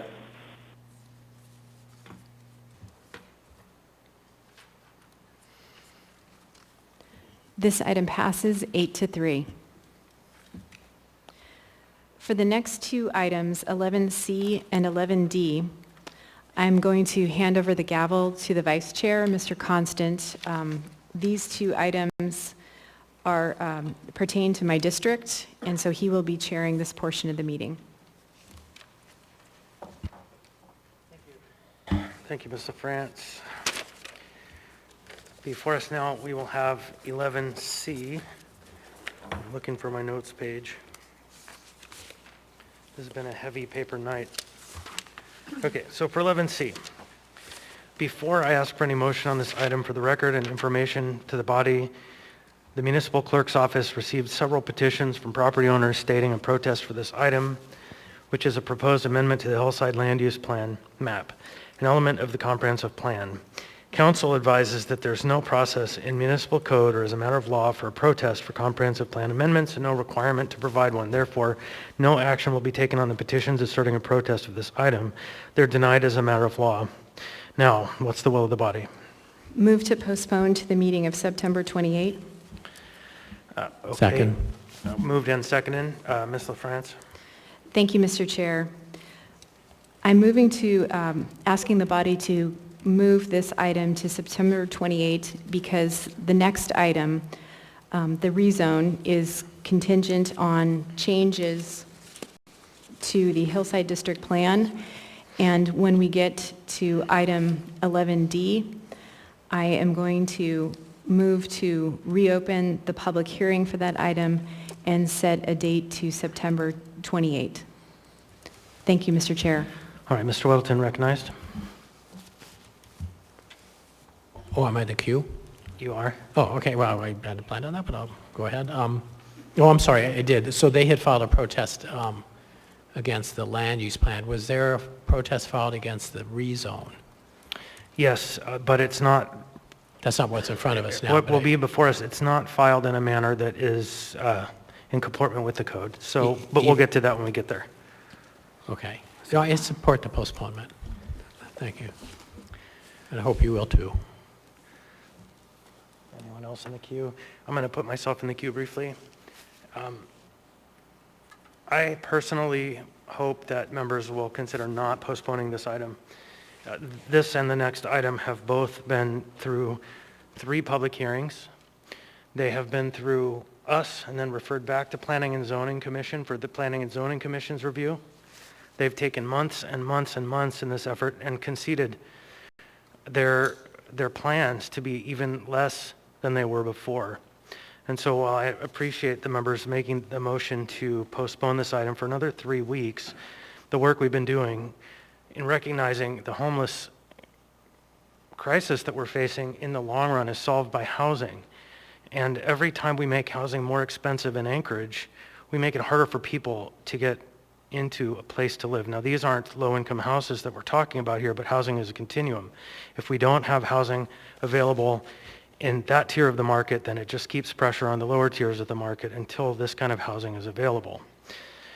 And so, by adding permitting time and costs, we make it more and more difficult for people to build houses and for people to buy and move into houses. And so, I think 3 public hearings plus another public hearing for the platting decisions that have to come and a remand to the Planning and Zoning Commission after this item had already been before us stretches credulity that the public hasn't had an opportunity to be heard, that these people who have continue to make an argument against, haven't had an opportunity to be timely. And so with that, I would recognize Ms. LaFrance. Thank you, Mr. Chair. I would like to point out to members of the body that there is an S version for this ordinance in front of us. Thank you.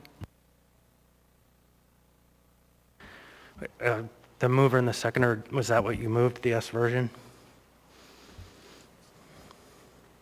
I don't believe I specified, but that's what I intended. I guess I'd I think look to it would be the clerk. better Is if you that how moved the it's done item. then? If you're postponing the whole item, how Yeah, do you refer to 11C. that? It would be better to move the whole item. I'm sorry, that's correct, the entire item. Thank you. So next in the queue is Ms. Quinn. Thank you, Mr. Chair. I'm just wondering, Ms. LaFrance, you explained why you wanted to postpone the first item because you were also planning to postpone the second item, but I didn't hear the substance of why we need to postpone it all. Would you mind articulating that? Through the chair, to Ms. Quinn Davidson's question, yes, and the reason for that is there are S versions for both of these items. And we oftentimes reopen public hearings and have additional consideration for items that have S versions to allow feedback from the public. And there are a number of constituents in Mr. Weddleton in my district who wish to speak on the process of and the nature of the changes as well and the impact. May I follow up, Mr. Chair? Absolutely. Thank you. So there is an S version, but it's not here? It's in process, or it is here? Yeah, it's in the packet. It's in the packet. Oh, okay, thank you. Mr. Dunbar, recognized. Thank you, Mr. Chair. It's interesting, I also didn't catch the S version existence. You know, they talk about when you boil, if you boil a frog, if you drop a frog in hot water, it immediately jumps out. If you boil a frog, it'll sit there. And there was a time early on, and Mr. Welton probably remembers it, when an S version would automatically reopen public hearing. Now, you can only speak to the differences between the S version and the original. But apparently over the last, perhaps that was a norm, not a code provision, because apparently over the last 5 years we've moved away from it. And I missed the exact moment it happened. But again, it used to be just automatic. And so I'll support this move given the existence of the S version. Thank you. And I would just briefly put myself back in the queue. It's worth noting that the S version narrows the plans and every step of the process from what they originally proposed to what is now before us. So they've given up concessions, not taken any further rights from the public. And so in the discussions with council on whether it's proper to mandatorily, if you will, just by virtue of the process, open the public hearing, it actually doesn't take anything further from the public. They're just concessions in the S version. And if the petitioner is here, if anyone would like to hear from him. Mr. Rivera. Thank you, Mr. Chair. Yeah, I'm just going to quickly read from the AM of the S version, and I will just say for the record that this S version was included in the packet when it was published. You know, I would hope that it wouldn't be a new or surprising for the constituents in South Anchorage, but I think the sentence of note here is, after implementation of 3 special limitations for the rezoning on August 2nd, 2021, the Commission adopted a resolution recommending approval of the plan amendment. And that is simply the difference between the original version and the S version. So I, along with Mr. Constant, will be opposing the motion to postpone. Thank you. Ms. Allard is recognized. Thank you, Chair. I've been in quite a bit of contact with the community members. They've been reaching out to us as they feel that Eagle River and Hillside have a lot in common. And they're right. But in speaking to the individuals in the community, there is a small group, about 14 or 15, I believe. And I've been conveying to them some of the changes that they were unaware of. that the builder has fixed and done. And to be quite honest, I mean, I'm all about public hearings, of course. My concern is it allowed at this point? Because we have postponed it. It's an S version, and I do recall in the past that even though we've had other S versions, because it didn't make too much of a difference, we weren't able to have public testimony on those. So I would agree with Mr. Constant that we move forward and figure this out and vote so the builder can continue to do what they need. Anyone else? Hearing and seeing none, members may proceed to vote on the motion to postpone.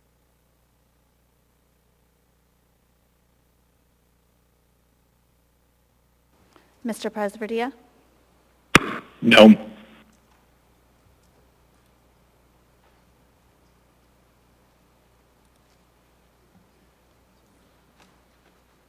That item fails on a vote 5 to 6. The item is now before us.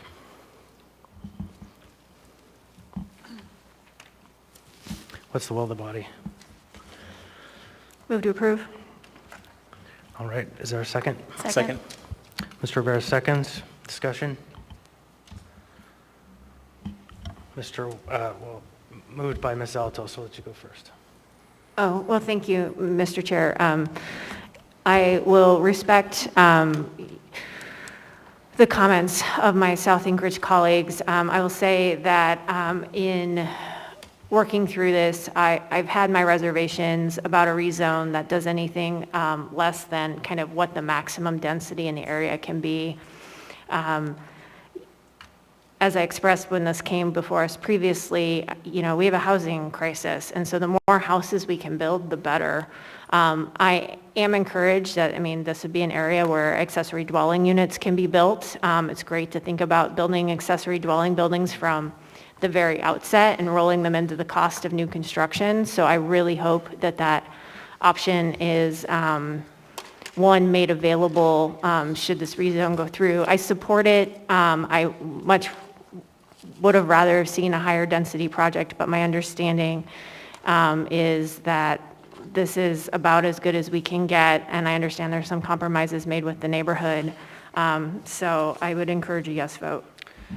Thank you. Mr. Weddleton, you're recognized. I think we are all compelled to vote no by the simple rules that are in front of us in the code. Broadly, our comprehensive plan tells us we should have lots of different ways of living, different kinds of homes and neighborhoods and so on. And the increasingly scarce ability to build truly large lot homes, it's a tremendous thing in Anchorage to be able to live on a large lot, and particularly a large lot that is 20 minutes away from downtown. It's a really incredible thing about Anchorage to be able to do that. In the Eagle River, maybe you're half an hour away, I don't know. But, on the hillside, you're very close, and that's so unique in Anchorage, but we chip away at it relentlessly. I know we have the president of Halo here, and Halo originally went all the way north to Dowling. It was large lots, and you see how that's been going. So we've lost a huge amount of that. So, it's something that we should preserve. Just going through the rules for a rezone, there has been no change in projections or assumptions since 2017 that suggests a higher density is needed in this location. And without that, you can't rezone. There's no change in the policies, objectives, principles, or standards governing the physical development of the municipality that calls for a higher density here. We can't rezone. Can't change the land use plan for it. There's no new issues, needs, or opportunities that are not adequately addressed in the comprehensive plan. So we can't do this. There's no identification of errors or omissions in the comprehensive plan. Without that, we can't do this. This amendment creates an inconsistency with the comprehensive plan. When the Hillside District Plan recommends no change in the Furrow Creek drainage, and this is in the Furrow Creek drainage, it says no change, but we're proposing to change that. We should not. The proposed amendment is inconsistent with the Anchorage 2020's overriding goal to increase density in downtown, midtown, town centers. That's backed up by the land use plan. It says areas of growth and change, and it designates this area as an area of little growth, basically confirming what it has been zoned at and designated at in the Hillside District Plan. The proposed amendment to the comprehensive plan does not support the clear goals of the Hillside District Plan. The goals say Anchorage 2020 Comprehensive Plan states a limited revision to existing zoning is allowed to satisfy the demand for small lot home sites. Some medium intensity multifamily housing development is assumed to take place along the western portion of the Lower Hillside. The applicants have said this is Lower Hillside, and it's kind of sort of almost. Hillside District Plan says the western portion of the Lower Hillside. Just down the hill from this, we have the corner of Lake Otis and O'Malley, and we rezoned that to allow apartment buildings. Further along, you have just uphill from H2 Oasis is a large tract that they're planning on putting more homes there, higher density. You have Independence Park. It's where I live. It's very high density for that kind of living. It's not, and there are apartment buildings actually in it. So we have it. That's what they're talking about in the Hillside District Plan, is that western part of the Lower Hillside, not here. So we're absolutely going directly against the Hillside District Plan. Preservation of large lots gives a unique opportunity in Anchorage. We should preserve those. That's very valuable. We protect our industrial land because it's diminishing. We should protect these large lots as well. This is not, we should draw the line here. The Hillside District Plan drew the line. Let's keep that line. Land use plan kept it, the brand new, it's a new land use plan. It's 2017, and it did not recommend a change here, and nothing has changed since then. We are not legitimately able to change this right now. Thank you. Ms. Alatal. Thank you. I just want to go back and mention that, planning and zoning has gone through and looked at this, and I think, they've gone back, they've considered a lot of the points Mr. Weddleton has raised, I believe. And I always go back kind of to the overarching goal in the comp plan, which is the identification, maybe it's not a goal, but it's an identification that we're short housing units. I mean, that's kind of like the hard stop. And I understand that there are the area plans, but at what point do we have a real discussion about what we need in this community? And it's more housing units. And so I think this is a way to achieve it. It's an appropriate way to achieve it. And it's consistent with what planning and zoning has recommended. Thank you. Ms. LaFrance. Thank you, Mr. Chair. I appreciate and very much support Mr. Weddleton's comments. And I just wanted to call attention to that so much work, tremendous work went into developing the Hillside District Plan, and it took years. And a big part of that, of the goals of the plan, is to maintain the low-density rural residential character and to continue to enhance and protect those features so that we have the diversity in our district and also prevent further encroachment. And I'm very concerned that this amendment to the Hillside District Plan will further remove what little buffer is left. And I also asked members to consider that large lots provide the highest property tax revenues, and so there are interests to the broader community in maintaining those large lots. And I would also emphasize what Mr. Weddleton said about development in the western part of Lower Hillside, and that there are other places within Anchorage to increase density for housing, and this area is not one of them. So I urge members to please vote against the amendment to change the Hillside District Plan. Thank you, Mr. Chair. Mrs. Allard. Thank you, Mr. Chair. So in speaking to the members community members who have contacted me numerous times, I just spoke to one of the board members of the HALO. My concern is that we do not have a step up for those first-time home buyers. Allowing this to proceed allows for new first-time home buyers to move up, and then the builder can have those people that go into their homes. But I also wanted to bring up the fact that the builder is having additional in-law suites. So this is actually a good plan in my opinion. But then I went on to talk a little bit more to some of the other community members. What is the real angst? Do they not want this to go forward? And then the bottom line was they didn't want the traffic on the road, on Hain Road. They wanted it curtailed. I called Department of Transportation, spoke directly to the commissioner, and he said that the builder had done everything that they were supposed to do on the road, and that there is not a way for them to bring a road off of O'Malley and Lake Otis due to the fact that there's 30 feet versus 60, and in order for that road to be made, it has to be 60 feet.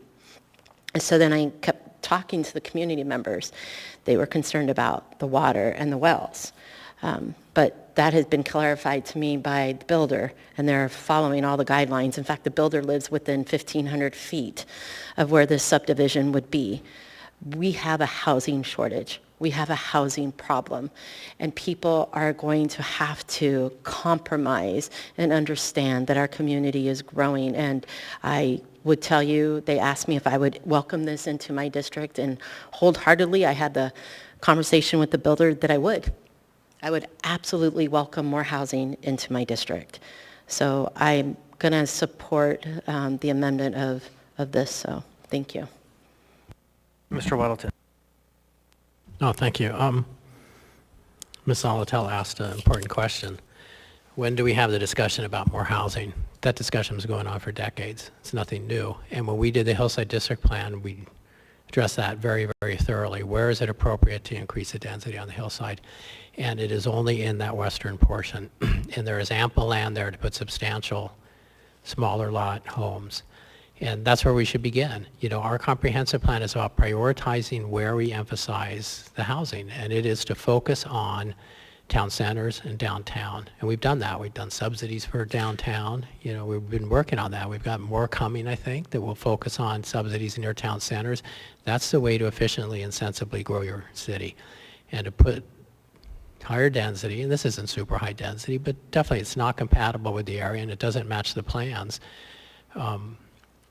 That's not the place for it. But that discussion was had for the Hillside District Plan, and that's why so many acres were made available for higher density in the western Lower Hillside. Thanks. There was someone in the queue. Did you remove yourself? Yes. All right. Just briefly, my last comments on the topic. Large lots don't actually equal more taxes. Actual homes sold equal more taxes. We need people to have places to live, and that benefits the municipality more than simply having land that could be or plans that might be someday developed. This is a real and tangible opportunity to put in a pretty substantial chunk of housing into our housing stream. So thank you. Else, members may proceed to vote on AO 2021-25. The S version. Yeah, the S version.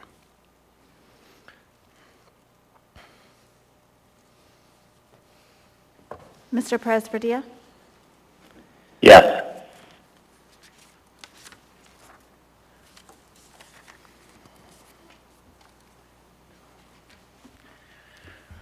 That item passes 7-4. Now I would entertain a motion to continue the meeting to what's the word?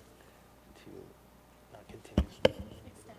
Extend the meeting to midnight. So I'm getting tired. So moved. Mr. Vera moves. Is there a second?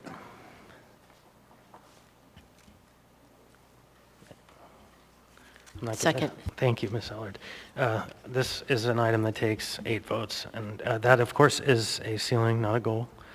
Members, please vote on the motion.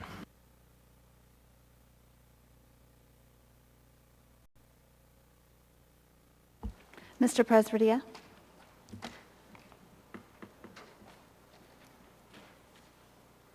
Yes.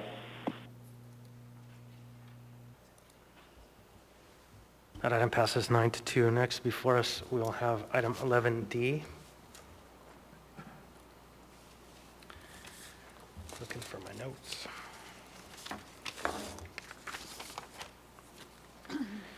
11D is AO 2021-24, an ordinance amending the zoning map and approving the rezoning of approximately 22.5 acres from R6 low-density residential 1 acre district to R7 single-family residential 20,000 square foot lots. District from BLM Lot 15, 18, 19, and 20, Section 21, T12 N, R3W, and Pierce subdivision, Lot 17A and B. Waive reading. Thank you. Before we get into this item, before I ask for a motion on the item, for the record and information to the body, the clerk did receive several petitions from property owners stating a protest for this item, which is proposed amendment to the zoning map and rezoning certain parcels. Legal counsel, in consultation with the planning staff, advises that under our municipal code, a petition to protest a proposed rezoning must be submitted prior to the Assembly's public hearing on it. And since the public hearing on this item was held March 23rd and closed, the time to protest pursuant to our code provisions has passed. Therefore, no action will be taken on the petitions asserting a protest of this item. Legal counsel also advises that the Assembly could, by motion and vote, reopen the public hearing on this ordinance and set it for September 28th or later, and if it does so, that would also allow for affected property owners within the standing to file petitions protesting the rezoning. There is no obligation on the Assembly or municipality to do that, but it may. Now, what's the will of the body? Move to reopen the public hearing and set a date to September 28 for 11D. Second. Moved and seconded. Ms. LaFrance. Thank you, Mr. Chair. There is an S version for this item, and there is also, as you indicated, a petition and a desire from the residents in the area for further discussion and conversation about this proposed rezone. So I ask the body to consider reopening the public hearing so we can continue that conversation. Thank you. Mr. Welton. She's right, we should do that. So, anyone else? I'll briefly put myself back in the queue. The same concerns as the item before. This petitioner has been through 3 public hearings, has been remanded to Planning and Zoning Commission, been before us now twice. I think fair is fair. Let's bring this before the body. So I would urge no to this motion. Members may proceed to vote. Mr. Presverdia. Yes.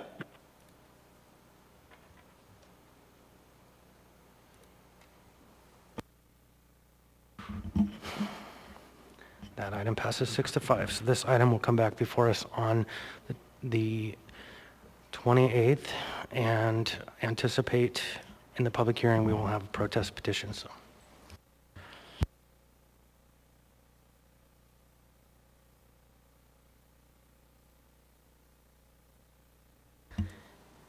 Thank you, Mr. Vice Chair. We now have before us item 11E, motion to reconsider.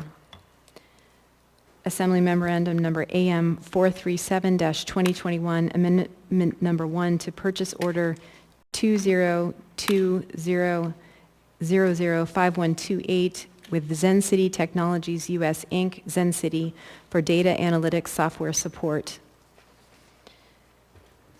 This motion failed on the meeting of August 10, 2021. A motion to reconsider was given by Ms. Kennedy, seconded by Ms. Allard on August 11, 2021. The motion to reconsider is on the floor. Ms. Kennedy, since you made that motion, would you like to speak to it? So the motion's already on the floor, and basically this is just an opportunity to correct the voting record. Thank you. Thank you, Ms. Kennedy. Is there any further discussion?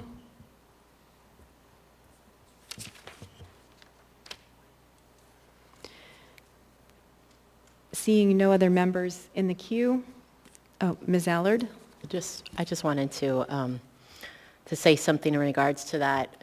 So on that particular evening, we had assembly night, and I landed at 3 in the morning, and I got no sleep. I was supposed to figure out a way after I got home about 4:30 from the airport to take a nap, and I couldn't fit it in. So it was a long night and a long evening, and just out of clear respect, if we can approve this motion to reconsider, I would appreciate it. Thank you, Ms. Allard. So just to confirm with members, a yes vote will bring this item back to the body For vote, Madam Clerk, we will vote then after, if that prevails, then we will vote on that item following that vote. Thank you. Seeing no one else in the queue, I don't think that clarification helped anything. I'm really sorry.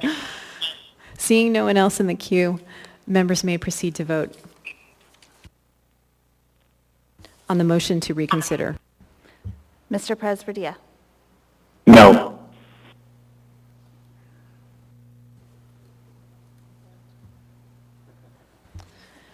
The motion to reconsider passes 10-1.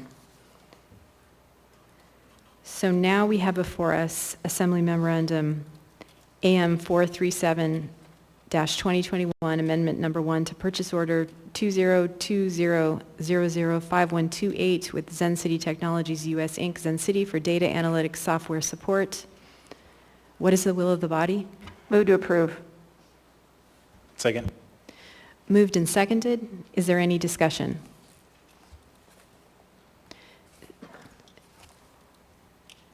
Ms. Kennedy?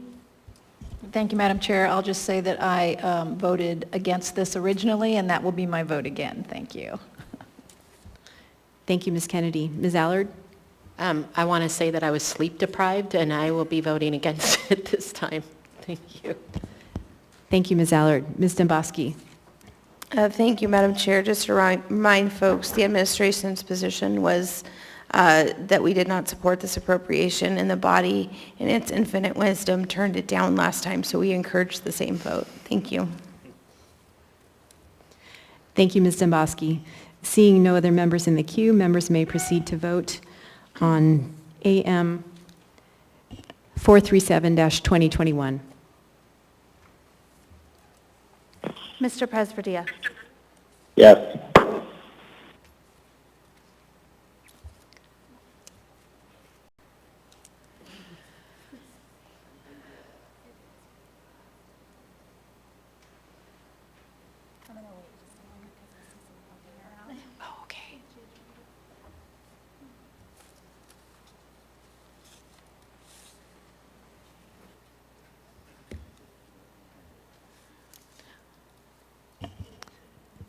That item fails, 4-7. We now have before us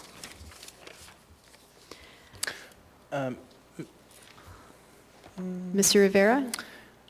Sorry, I'm considering whether I should do a motion to change the other day, but you know what? Let's just get through it. Thanks. You just saved Amanda gray hairs. Thank you, Mr. Rivera.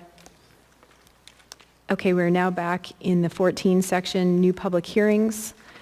And agenda items in this category are typically new public hearing. Agenda items are certain items that require two public hearings, i.e. budget. Ordinances in this category, except emergency ordinances, must be introduced at a previous meeting.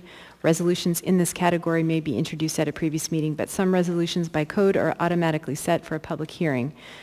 So we now have 14A before us, resolution number AR 2021-225, a resolution confirming the 2021 assessment rule and levying special assessments for services on property specially benefited in the Downtown Improvement District, Special Assessment District 1SD97. Waive reading. Thank you. Public hearing on this item is now open. Are there any members of the public who wish to speak?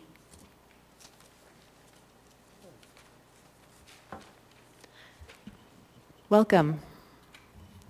Please state your name for the record. You'll have 3 minutes. Yellow.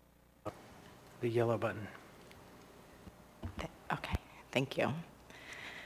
Through the chair, my name is Amanda Moser, and I am the Executive Director of the Anchorage Downtown Partnership, ADP, the nonprofit that manages the Downtown Improvement District, to ensure a clean, safe, and vital downtown. We recognize that our downtown is on Dena'ina land, and we celebrate the continued stewardship of the Dena'ina people. Our ambassadors patrol the 120 blocks of the DID. We work to remove snow, litter, and graffiti, and create a positive presence. We also activate our public spaces to build community, create connections, and support our local small businesses. A strong downtown is critical to a successful Anchorage. Despite its relatively small share of Anchorage's overall geography, Downtown delivers a significant economic and community impact that benefits all of us. Downtown holds a unique space in our cities as both our front porch welcoming guests and visitors to our community, and they're our living room where we come together to celebrate, connect, and occasionally commiserate. Our downtown has borne the brunt of the pandemic, from early work from home orders, the cancellation of the 2020 and 2021 cruise ship season, restaurant and bar restrictions and closures, and the cancellation of the ceremonial start of the Iditarod.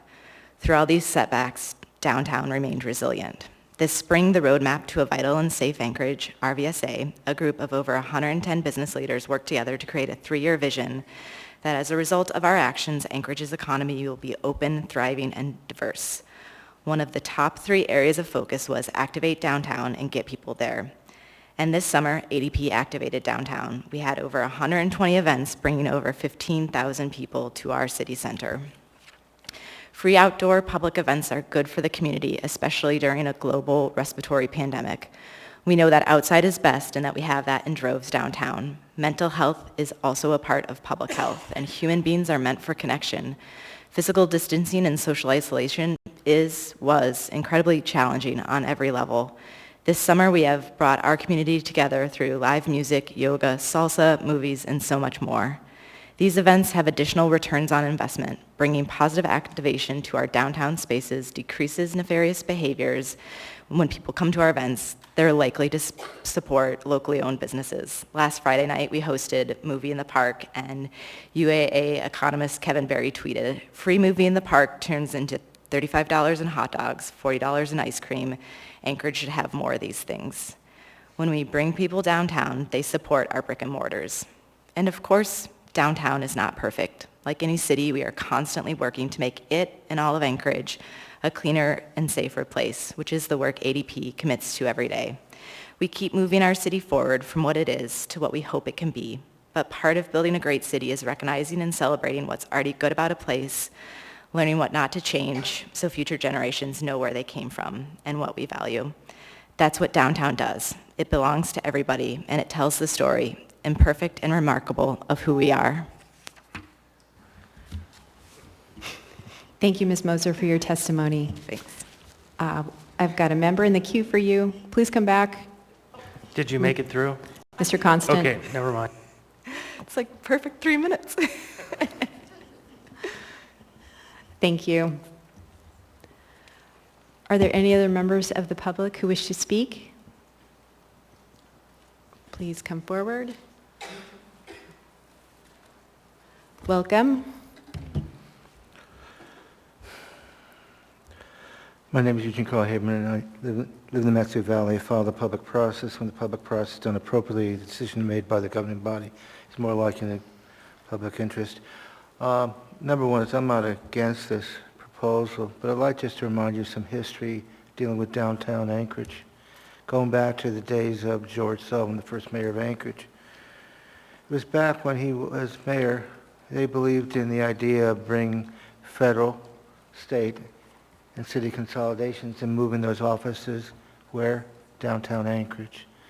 And downtown also became a very important center for bringing growth to the tourist industry. And the fact of this concept here that you have encouraged, it's only creating a healthier economy in the municipality of Anchorage and also the state, because the center, the downtown in many communities, needs to be encouraged to be in a way of growth and positive situation of bringing people together. And that's what has happened. I remember the ideas of the former development of the town square, where earlier there was stores like Burger King there and Bootcash. They're all gone, but the fact is the city became a better place. And we need, as a state, to recognize that the downtown center is critical, and we be reminded that it needs required work and attention and care, because it couldn't go the other way if we're not attentive to that situation. And this item here is a way to be attentive to and making sure of the care and welfare and positiveness of having a downtown of today and tomorrow. Thank you. Thank you for your testimony. Are there any other members of the public who wish to testify? Please come forward and state your name for the record. You'll have 3 minutes. My name is Noria Clark. And if you could speak into the microphone, please. Okay, you guys always want me to get louder, so that's on you. My name is Noria Clark. I actually had a testimony about something else that I was going to save for later, but I think that's kind of squashed, so we're good. I'm hoping that I'm understanding this correctly before I start asking anything, so I don't know if somebody can maybe clarify. Is this to introduce a new property tax to pay for the downtown improvement district before I start speaking? And ma'am, actually, we don't typically answer questions during this time, but Mr. Constant, I saw you look like you wanted to speak, so we don't normally do this. I wasn't planning to, no. This is a voter-approved tax for the property owners downtown, and they voted to tax themselves to take care of this business. So this is just a levy of a self-directed tax that the property owners chose to do for themselves. Thank you for clarifying. That's all I have. Thank you. Thank you for your testimony. Thank you. Are there any other members of the public who wish to speak? Anyone at all? Seeing and hearing no one, public testimony on this item is now closed. What is the will of the body? Move to approve.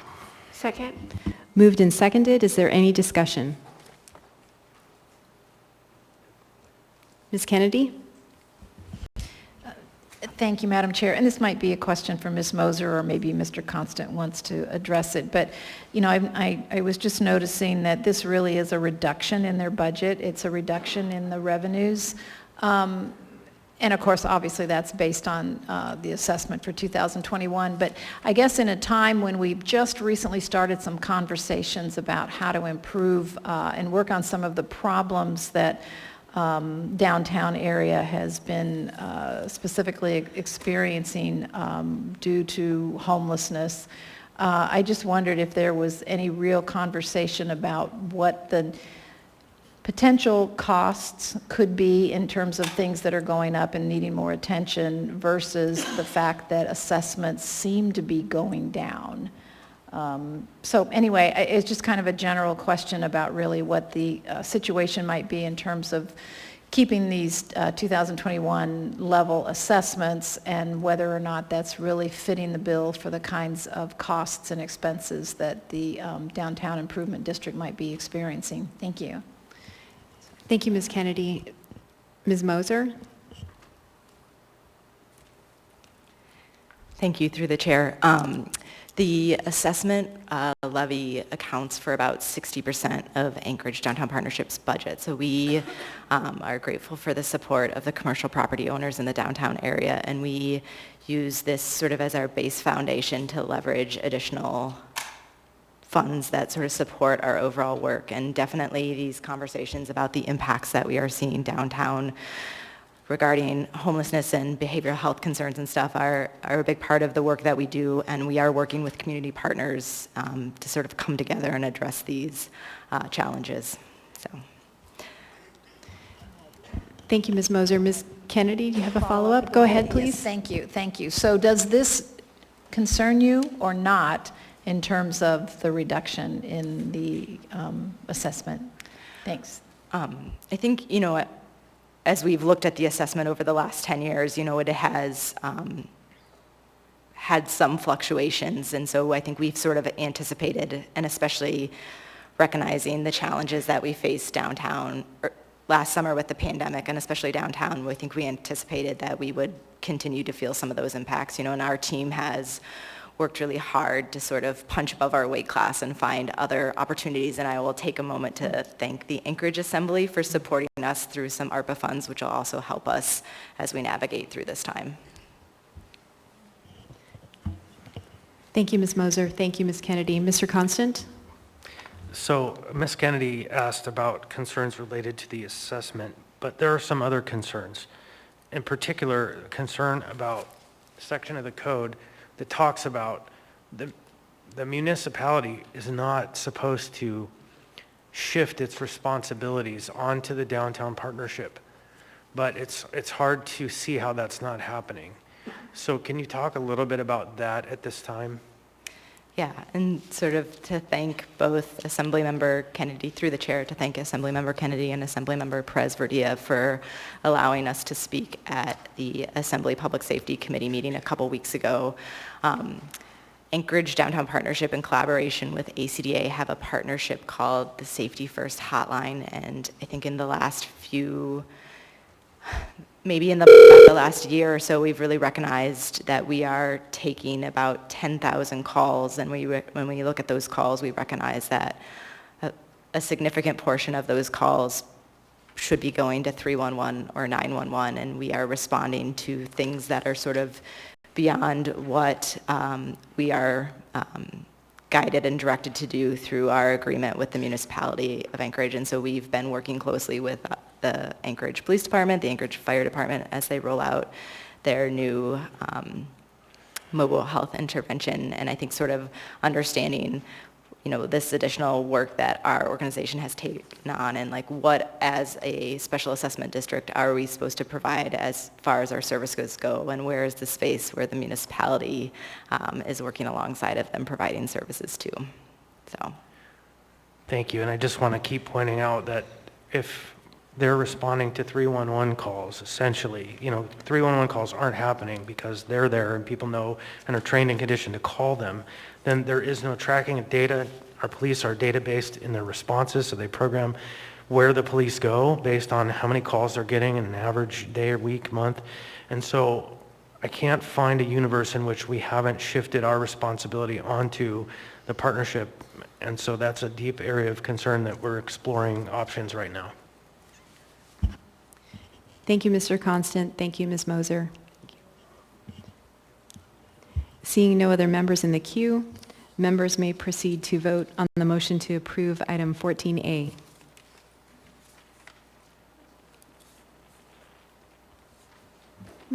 Verdia? Yes.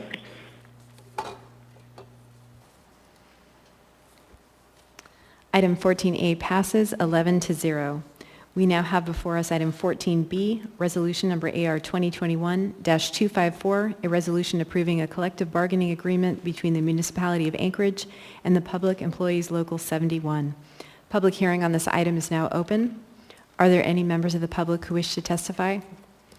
Welcome. Please state your name for the record. Jordan Adams, I'm manager for Local 71. In the effort of timeliness for everybody, it's getting late into the evening. I'll keep this extremely brief. I urge everybody on the Assembly to approve this contract. It's fairly modest, and just a quick reminder to the work that these folks do for Parks and Recreation is keeping care of the trails, picking up the trash, and more recently and more actively lately has been homeless camp cleanups in collaboration with our law enforcement. So I urge you to accept this and approve this, and I appreciate your time. I yield the rest. Thank you for your testimony. Are there any other members of the public who wish to speak? Anyone at all? Seeing and hearing no one, public testimony on this item is now closed. The will of the body. Move to approve. Second. Moved and seconded. Is there any discussion? Ms. Quinn-Davidson? Thank you, Madam Chair. I'll be supporting this and hope that my colleagues will too, but I wanted to note that the increases over the years in this contract, like many of the contracts we've approved in the past, are between 1 and 1.5% per year. The inflation, as shown by the Consumer Price Index over the past 12 months, was 5.4%. So we're in a really interesting situation right now in that if that stays as it is, these folks who are working for the municipality will be losing money. So I just want to point that out, that as we consider future contracts, we should be looking at that. Thank you. Thank you, Ms. Quinn-Davidson. Seeing no other members in the queue, members may proceed to vote to approve item 14B.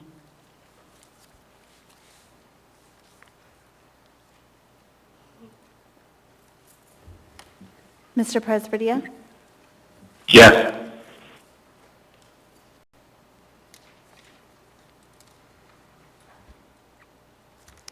That item passes 11-0. We now have before us item 14E, ordinance number AO 2021-76, an ordinance of the Anchorage Municipal Assembly amending Anchorage Municipal Code, Chapter 4.60, to enact a new section to establish a houseless lived experience advisory board to provide the Assembly and Mayor with the perspective of residents with lived experience and to promote the participation of our current and former houseless neighbors. Public hearing on this item is now open, and we do have a member of the public who is signed up for telephonic testimony. First, we'll go to in person. Are there any members of the public here who wish to speak on this item?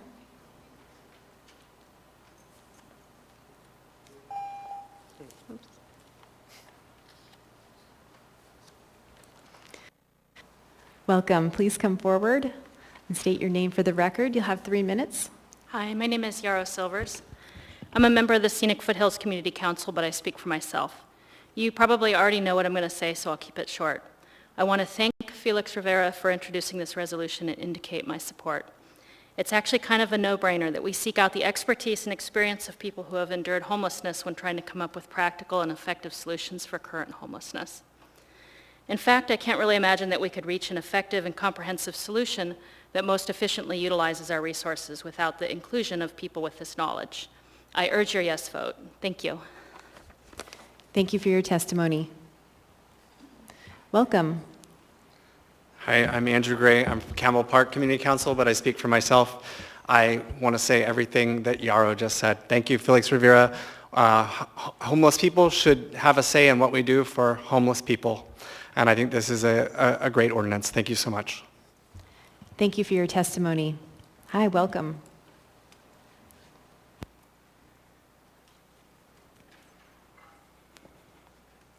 Hi, for the record, my name is Anna Brawley. I'm a member of Turnagain Community Council, but speaking on behalf of myself. And I just wanted to first support this ordinance. I think it's important. I work with houseless people and on houseless policy in my day job, so I'm certainly supportive of that and them having a voice in our community. But I also was reflecting on something that was said at the committee meeting last week by Assemblymember Constant that our community council system has a flaw, which is that it only represents people who live or rather own or rent property in those areas. And so it would be great to have a community council for people who don't own property or don't have a lease or don't live in that particular neighborhood. And so I thought that really resonated with me. Having sat through at least 5 years of community council work on land use issues in my area, it struck me that the people who were missing from that conversation were the people who don't live in that area yet. So whether they aren't born yet, or whether they haven't moved to Anchorage yet, or whether they live in a different part of Anchorage, or whether they don't have a house yet and they live in a tent, they're not represented in our process. And so all of our local land use policy is really driven by the people who already live there and are put in a position to basically approve or deny changes to their area. And so that's really something that's missing. And so this seems like at least one small step we can take to start to change that conversation, and not just about housing, but about, again, like the previous testifier said, about people who live in our community, who have rights in our community, who have a right to privacy, and who just don't have a house or don't have a lease or don't have a place to stay. So thank you. Thank you for your testimony. Welcome. Hello, Noria Clark. My opinion of this is that at this point, government is getting too out of control with having to have an advisory board for what kind of toilet paper you want to use. I am not saying that we shouldn't have an advisory board. That would be like asking men to only make decision on women's rights or vice versa. That obviously makes no sense. However, I think that anybody who's experienced something this traumatic and has been able to be successful, Mr. Dunbar, I know it's very hard to pay attention when you don't care, but if you could please. So what I'm trying to say though is I think that most people who have experienced something that this kind of hardship, at least the people that I've experienced, that I've worked with who have done this, who have gone through these terrible experiences, this is a volunteer thing for them. Most of these people are willing to go out and help their community because they know, as we've said, how they can be beneficial in helping these people turn their lives around or get the help that they need, the resources that they need. I don't think that we need to have an advisory board on every single thing. This is the other problem that we're having with this egregious overspending. Where is all of this money going, people? The taxes on marijuana and alcohol. I mean, right now you guys want to use the thing across 36. What are you doing, playing Frogger with these homeless people? This is like the cruelest thing I've ever heard of, to ask these people to walk out in front of traffic, or you're going to build a walking space hoping that they are going to be able to be cognizant enough to get across. It's just cruel. It's cruel and unusual punishment. Look at how many people are dying on a weekly basis at Inker and 6th. And now this is how you're going to come together? I don't think so. I think as a community, and I am more than happy to volunteer to do whatever I can on an advisory board. There's no need to pay me. I will go out and contribute my time again to Homes for Habitats for Humanity. You know, I will gladly help work in kitchens. I will do whatever I possibly can to help my fellow citizens of, well, not just this great city, this great state, this great nation, this great world. I think that we're all very blessed to be here, but I don't think the government needs to keep deciding that we need to have advisory boards. It's not that hard. We need to help these people and give them a house. We need to work with them. We don't need to have a bunch of other people peppering in all their stuff and ways to have their money come into their pockets. This is again, an egregious misuse of government and overspending. And I know that many of you right now happen to be looking at your clock because you're so excited for this to be over, but I can tell you right now, and I've told you this at prior sessions or assembly meetings, the thing that people are getting really tired of is that you're wasting our most valuable thing. I honestly don't care about the money you spend on anything. You're wasting people's time. This is time that I actually could have gone out and helped somebody who's homeless. Like the gal that I was helping out earlier. That's very sad. So now my time is taken up with you people, my most valuable thing that I have to offer this community. So thank you for wasting it. Thank you for your testimony. Welcome. Hi, my name is Andrea Dolan, and just to speak on the homeless issue, I don't know what you guys have done to help the homeless at this point, and I'm really not sure how you expect to put together an advisory committee when you don't even know the homeless people. I worked for CSP a million years ago, and I was an EMT. I went around and picked up both the drunken vagrants, and I got to know these people, and I got attached to some of them, and I would watch them go out and die every single year, raped and murdered on a park, on what's it called? The trails, one of the trails. We'd find dead bodies in the back alleys of downtown. We found people every single year that we got attached to, that we learned, we got to know, and nobody did anything about that. And now you're still not doing anything. The only thing that's been done is let's talk about it and put together an advisory board. How about we do something? Where are you going to find homeless people that want to be on an advisory board? Where? I'm sure there are some that would like it. Give them a cup of coffee and give them a meal, but I don't think many of you are willing to do that in your own homes. So why are you pretending that you care about the homeless now? I have volunteered time. Like I said, I have been a member of the Downtown Partnership, which used to own CSP, that's now called Anchorage Community Patrol, I believe. And I've been in the thick of it. I don't think any of you have been there. Not one of you. But correct me if I'm wrong, please. None of you can speak to this. None of you can understand what it's like to be homeless and addicted to drugs, to alcohol. Seeing a pregnant woman walk in your station drunk on perfume because that's how addicted to alcohol she was. 7 months pregnant. These are things that I've seen, and these are things that make me sad, and these are things that make me sick every time I see you guys up here with your condescending attitudes discussing with people how we don't understand what we're going through. So let's do an advisory board instead of reaching out to the community and asking for volunteers. Asking to put together some sort of a program that says maybe we can go out and hand out stuff, give out some meals. I haven't seen that from any of you. I have, however, seen Mr. Dave Bronson over there drop his big brass balls on your face today, and I just wanted to say that that was strict gangster. Thank you, sir. Thank you for your testimony. Welcome. Sure. Roger Branson. I'm a longtime advocate for mental health consumers, born here in Anchorage. A lot of the folks that I serve are caught up in homelessness and corrections, and they have a lot of challenges. And I'd like to say that I have seen a majority of you folks in the camps talking to the folks, actually cared about it. Some of these people speaking here tonight, I would very much love to introduce them to those folks and understand what they're talking about, because they're getting angry about something they don't understand. I very much appreciate this initiative coming forth. And, you know, it's been a long several years. And this is a motion towards giving these people a voice, towards giving them the perception that somebody cares and there is an avenue for them to hear and be heard. And this is huge for them. So in our steady progress forward, another small step, and I thank everybody for their continued hard work in this area. Thank you. Thank you for your testimony. Welcome.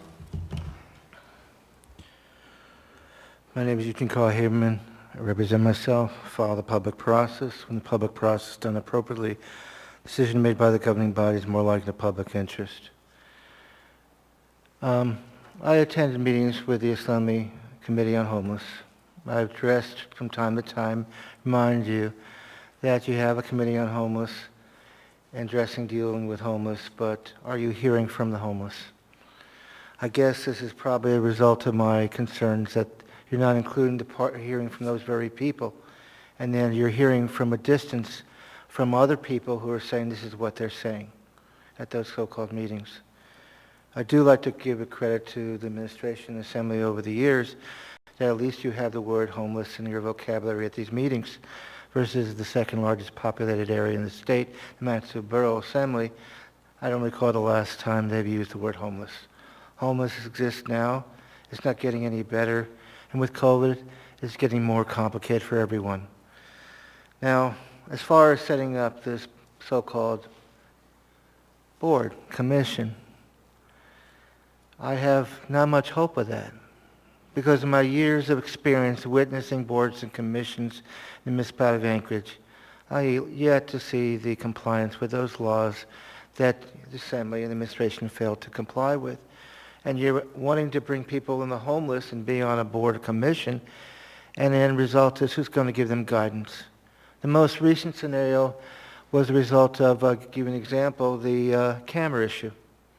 And look how that's worked out. Even the police don't know how to operate meetings and dealing with a public meeting on cameras, police cameras, or the Public Safety Committee. Look how that's worked out. Not good. Not good at all. So the idea of another board and commission, I don't have faith in that. It's just going to continue to be another board and commission. But I would like to say for the record this. There is one commission in the municipality of Anchorage. I've got to give credit because of the years I've attended, and that's the Port Commission.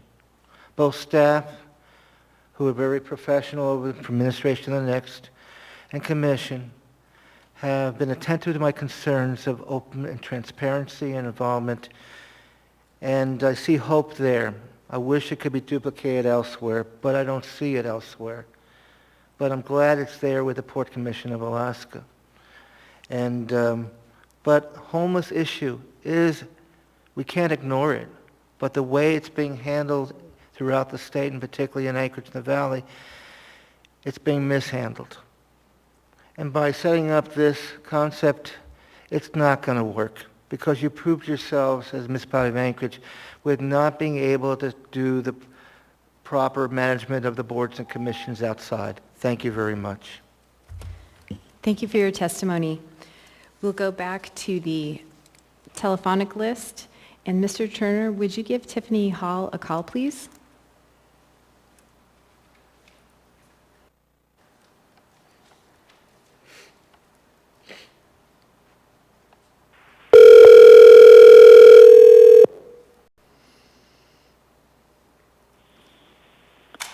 Hello? Hi, Ms. Hall? Yes. Hi, this is Suzanne LaFrance. Apologies for the call this late in the evening. You're on with the Anchorage Assembly for testimony on item 14E, AO 2021-76. Great, thank you so much. This is Tiffany Hall. I was born and raised here in Anchorage, and I am just calling in my support. I am super grateful to the sponsors and to all of you for considering this advisory council for our neighbors who are experiencing houselessness, and I just think it's a really wonderful step in the right direction. I'm also the executive director of Recover Alaska, and over the years, as we work with folks who are experiencing addiction or experiencing houselessness, a thing that we always hear is that desire for representation, and we know how much better our services and programs are when we include folks who we are trying to help. And so I just really appreciate this, and thank you all for being there so late, and I really appreciate the call-in option as well. Thank you. Thank you for your testimony. Are there any other members of the public who wish to testify? Anyone at all? Seeing and hearing no one, public testimony on this item is now closed. What is the will of the body? Move to approve. Second. Moved and seconded. Mr. Weddleton. I got in there first. Oh, well, I'll start out slow. I'm sure Felix will give it a lot of punch. I just, I support this. I think it's a good idea.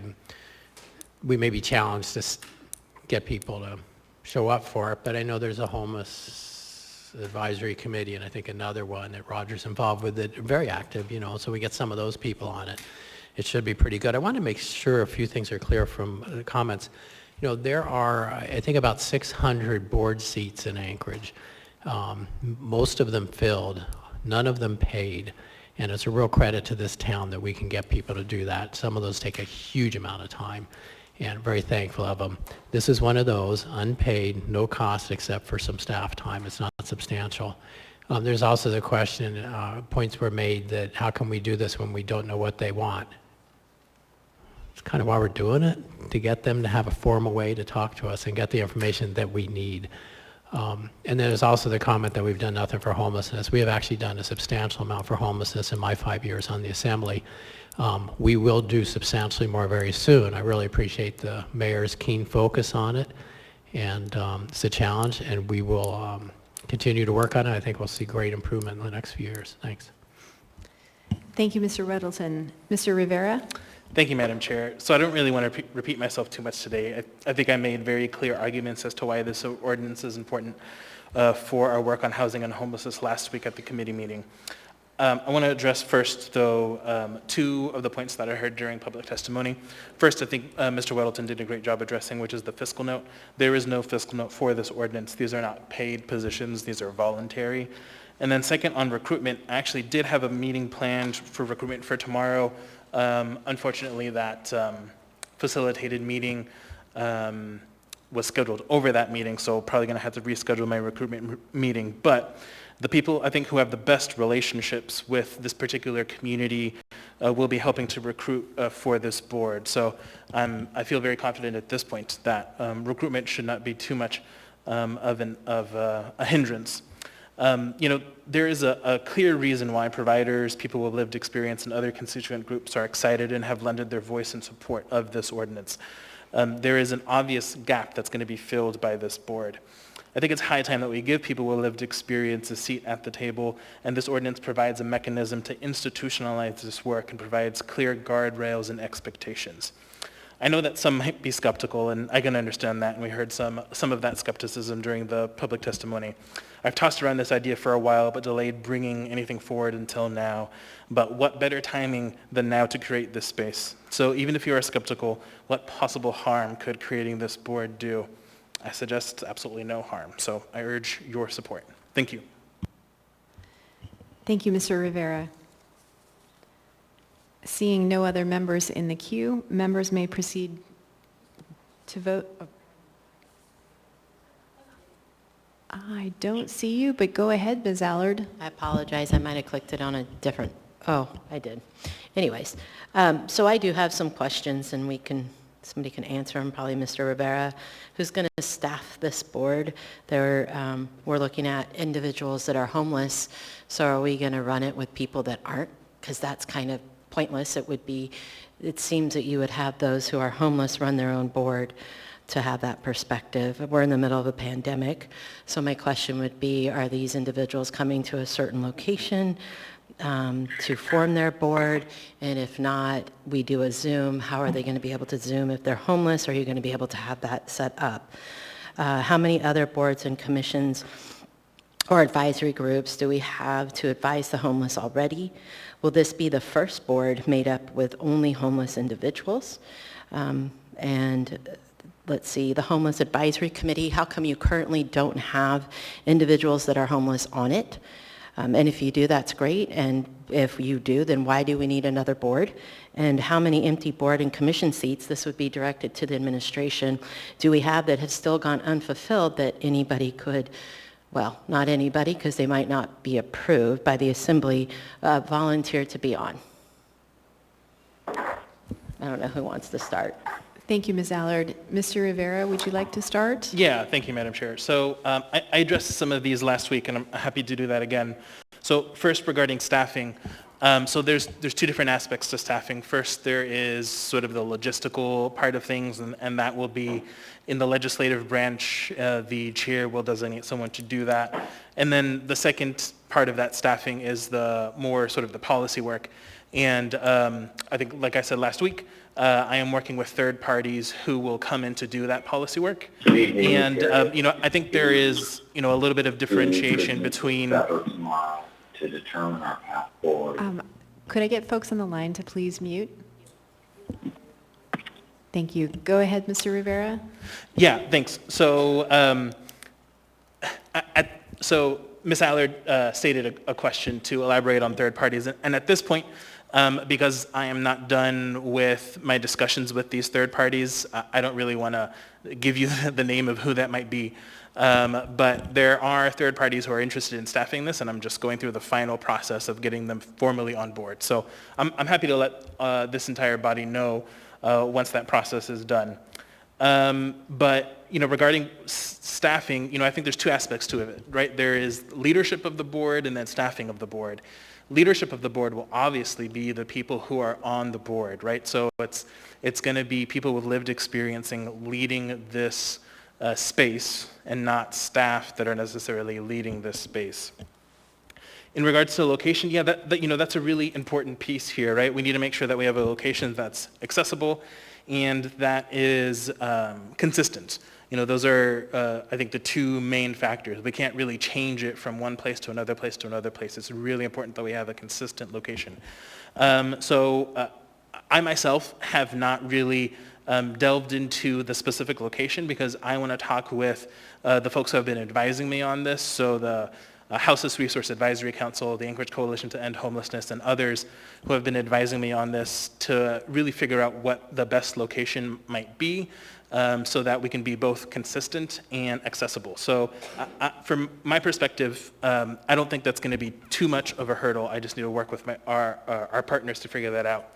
In terms of an advisory board, there are no other municipal advisory boards that deal specifically or that specifically have seats for folks with current or former lived experience. I mean, that's the whole point of this ordinance, is to create that and institutionalize a municipal board that does this. There are, I think, as was shared last week, there are a couple of organizations which are non-municipal that serve some of this function. So the Houseless Resource Advisory Council and I think one other one. But this is a municipal one, and I think there is strong argument, at least I have attempted to make strong argument why we should implement a municipal advisory board. Thank you. Thank you, Mr. Rivera. And Ms. Allard, I believe you had a question for the administration concerning the number of vacant seats on boards and commissions. Yes?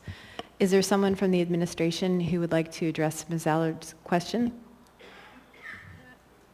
I would just, Madam Chair, and I understand that the Boards and Commission Director had a personal emergency, but if the administration knows a roundabout number, that would be great. Ms. Dombowski? Through the chair, Ms. Allard, I don't want to say I was tuning you out, but could you repeat your question? I think you were tuning me out. Ms. Dombowski, do you happen to know a roundabout number of how many vacant seats we have on our boards and commissions within the municipality? Right now, off the cuff, staff is estimating approximately 70 positions. Under the previous administration, those positions were not routinely filled. So we are going through that process of scrubbing those numbers now. May I do a quick follow-up, Madam Chair? Go ahead, Ms. Allard. Would the administration be open to allowing individuals that don't have an actual address to be on any of those boards if they feel and give their real-world experiences? Through the chair, Assemblymember Allard, of course, we welcome all Anchorage residents of varying backgrounds to serve. There are some boards and commissions in code that have specific requirements. For example, some boards may require you're an engineer. Some boards may require, you're a veteran. It just depends on the board or commission and what code says. But there's many seats for public members, and we would welcome that participation. Thank you, Ms. Dombowski. Thank you, Ms. Allard. Ms. Kennedy? Thank you, Madam Chair.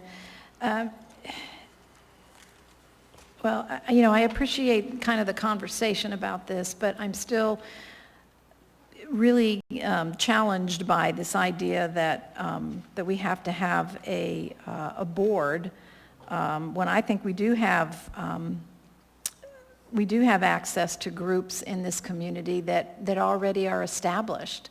And I just find this, and I know Mr. Rivera is saying he's making a strong argument for the need for this, but I find it to be pretty redundant and duplicative. And I hope that we're not really just kind of pandering toward this kind of a need and really not being practical about it. But I also feel like because we do have these groups out there, particularly the Houseless Resource Advocacy Council, and it just seems to me that we slight them by basically saying, well, what they're offering right now isn't enough, or that we don't invite them in. I mean, to a certain extent, that's kind of shame on us for not taking advantage of a group that is well-versed in this topic and for not bringing them in more often. And the thing is, we can fix that really quickly. I mean, we can make that better today. We don't have to start to go through some kind of a process where we've got to put a board together and make sure that they're staffed so that they can continue to function. Because believe me, we have a board in Chugach Eagle River that is not staffed, and it is very difficult for them to function effectively without staff.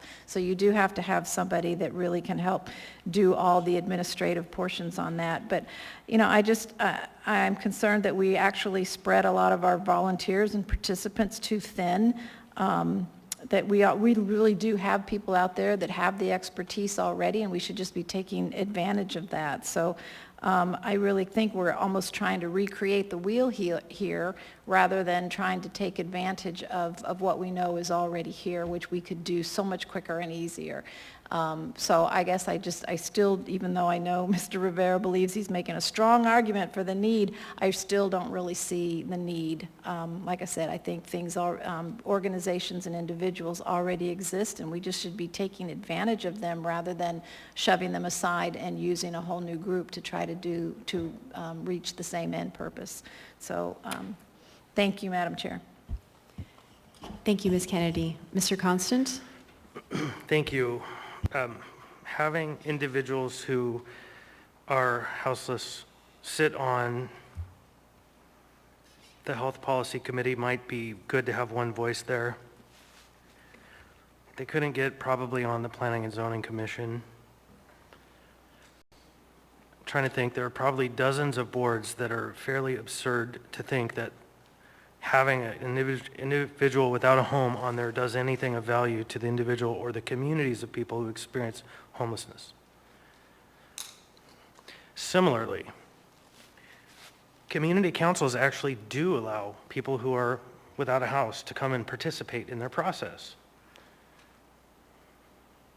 They're surrounded, though, by people who are generally hostile to them, who generally don't listen to them when they have a point to be made, who generally just kind of push them off to the side and say, we have our business to take care of because our business is about our neighborhoods, our parks, etc., not about individuals who experience homelessness. And the whole array of issues that arise from that. It's so interesting because members of the Houseless Leadership Advisory Council, or HRAC, they're here asking for this. So here we have members saying, this is redundant or duplicative or in some way pandering to them. They're actually here asking for it and have been probably for 3 to 5 years.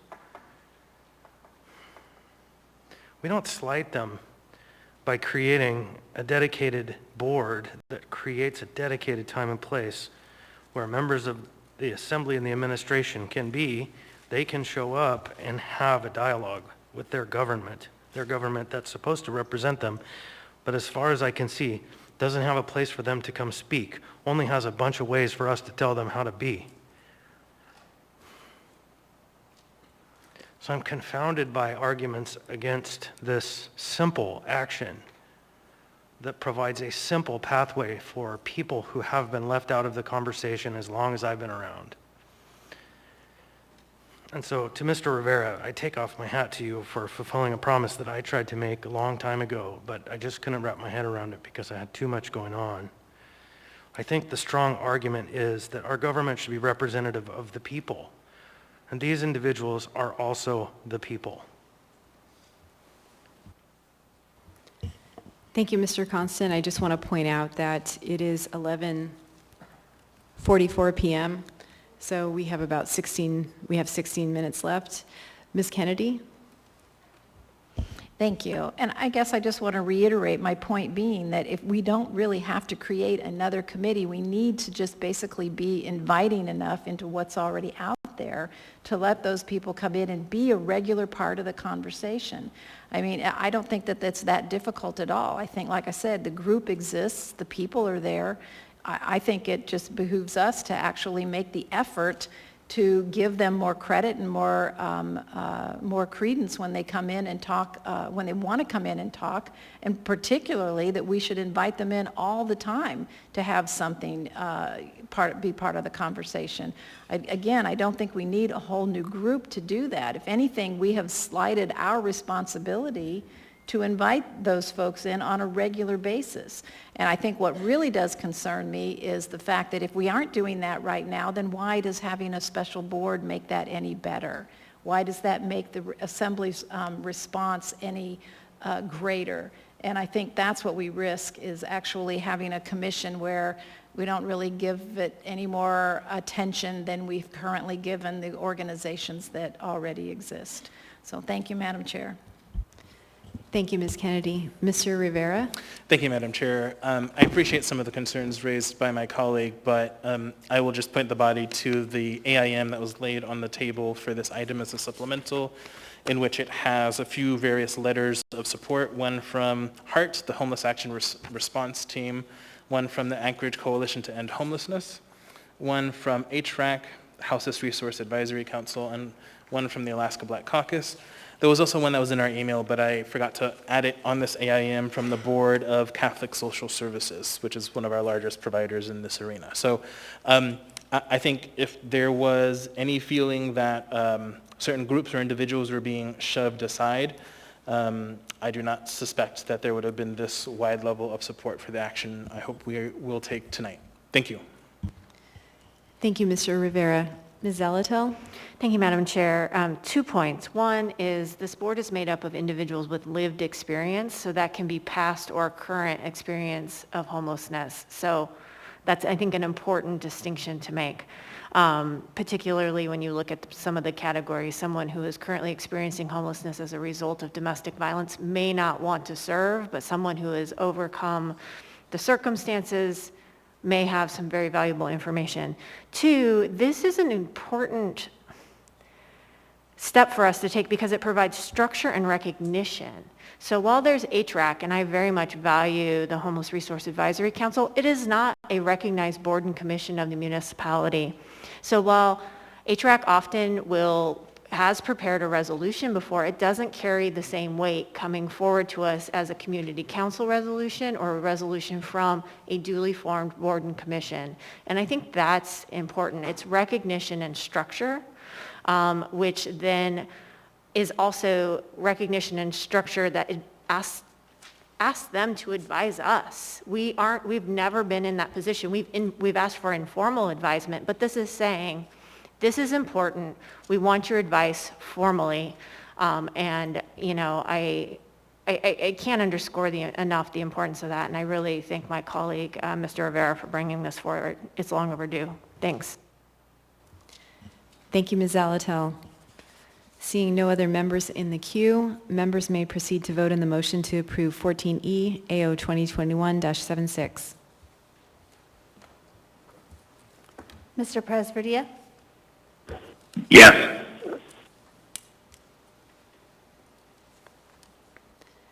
This motion passes 9-2.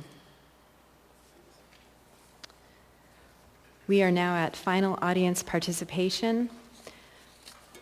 I'm going to go ahead and prioritize the folks who are here in the room. Thank you for sticking it out. It's late. We've got 12 minutes left. Please come forward. Welcome. Irene Queed now. Mr. Commonwealth, it's hard to believe we're 18 months into this and still having a problem, and I would suggest the reason we still have a problem is because we're doing things that are not useful, and we're getting our sources of information from the Indiana State Board of Health and the CDC, who actually don't bother to read science before they do this. I'm actually a functional family medicine physician. That means I am specially trained in immunology and inflammation regulation, and everything being recommended by the CDC and the State Board of Health is actually contrary to all the rules of science. So things you should know about coronavirus and all other respiratory viruses: they are spread by aerosol particles, which are small enough to go through every mask. By the way, the literature that supports all of that is in a flash drive that we presented to you. It's been given to the Secretary. As a matter of fact, it quotes at least 3 studies sponsored by the NIH to that exact fact, even though the CDC and the NIH have chosen to ignore the very science that they paid to have done. That is why you keep struggling with this, is because you cannot make these viruses go away. The natural history of all respiratory viruses is that they circulate all year long, waiting for the immune system to get sick through the winter or become deranged, as has happened recently with these vaccines, and then they cause symptomatic disease. Because they cannot be filtered out, and they have animal reservoirs, and this is a very important point, no one can make this virus go away. The CDC has managed to convince everybody that we can handle this like we did smallpox, where we could make a virus go away. Smallpox had no animal reservoirs. The only thing it learned to infect was humans. That's why we were able to make that virus go away. That will not happen with this any more than it will with influenza, the common cold, respiratory syncytial virus, adenoviral respiratory syndromes, or anything else that has animal reservoirs. So the reason you can't do this is because you're trying to do something which has already been tried and can't be done. Equally important is that vaccination changes none of this, especially with this vaccine. And I would hope this board would start asking itself, before it considers taking the advice of the CDC, the NIH, and the State Board of Health, why we are doing things about this that we didn't do for the common cold, influenza, or respiratory syncytial virus. And then ask yourself, why is a vaccine that is supposedly so effective having a breakout in the middle of the summer when respiratory viral syndromes don't do that? And to help you understand that, you need to know the condition that is called antibody-mediated viral enhancement. That is a condition done when vaccines work wrong, as they did in every coronavirus study done in animals on coronaviruses after the SARS outbreak, and done in respiratory syncytial virus, where a vaccine used in a vulnerable individual done the wrong way, which cannot be done right for a respiratory virus which has a very low pathogenicity rate, causes the immune system to actually fight the virus wrong and let the virus become worse than it would with native infection. And that is why you are seeing an outbreak right now. And in fact, in that flash drive you're going to have coming to you, and in the emails with 6 extra, will be a study showing that 75% of people who had COVID-19 positive symptom cases in Barnstable, Massachusetts outbreak were fully vaccinated. Thank you for your testimony. Welcome. Participation. My name is Eugene Carl Haberman. I represent myself. I follow the public process. When the public process is inappropriate, a decision made by the governing body is more likely in the public interest. I'm also known as a self-appointed government watchdog. Tonight you passed a couple items receiving federal funding dealing with COVID. What across the country many communities are doing, accepting federal funding dealing with COVID. By the federal funding coming in, it's declared emergency. As far as the state and Alaska is concerned, they're acting there is no emergency. We'll take the federal funds and we'll use it. And the situation is, it's basically it's business as usual. We'll take the money and use it, but we're not doing simple tasks of wearing face coverings. A couple of days ago, the state fair opened up. A merger of two large populations, Anchorage and the Valley. I was there, and it was alarming, very alarming. I saw very few people wearing face coverings, very few. Vendors, hardly seeing a face covering out there. And the food vendors, before COVID, watch this. Wear the gloves, protective gear with handling food. Those thousands of people that were eating out in the state fair were given food without even protective gear with their hands. That's the scenario that we just are happening right now in Alaska, a few miles down the road. Assembly goes to Senior Center last week, Thursday. Until 2 weeks ago, the only Assembly member that was wearing face coverings that I went to meetings as was Assembly Member Peterson. Thank you. Now some Assembly members are wearing face coverings, but then they push resolution and saying, administration, we need you to deal with this thing. Well, in all reality, we all have to deal with it. Not just the administration or the Assembly, every one of us. And what is shown here in this city and across the state is a lack of being together. We've seen out in the school board meetings the ruckus that happened there with people on the face coverings. That kind of climate with so many people there in the Assembly meetings during the past year would have been taken over, yes, by just a few. But look what happened to the school board. And we need to show leadership. Why is it that no one department head in this room from the administration is wearing a face covering? There is no law that says you can't wear it. According to the mayor, you can wear it. But why isn't anyone taking leadership and being an example of wearing face coverings? Why is it everyone in the Assembly? And just close with this, in the count at the beginning of the meeting, there were 71 people I counted, and only 13 people was wearing face coverings of the members of the public. Thank you very much. Thank you for your participation. Welcome.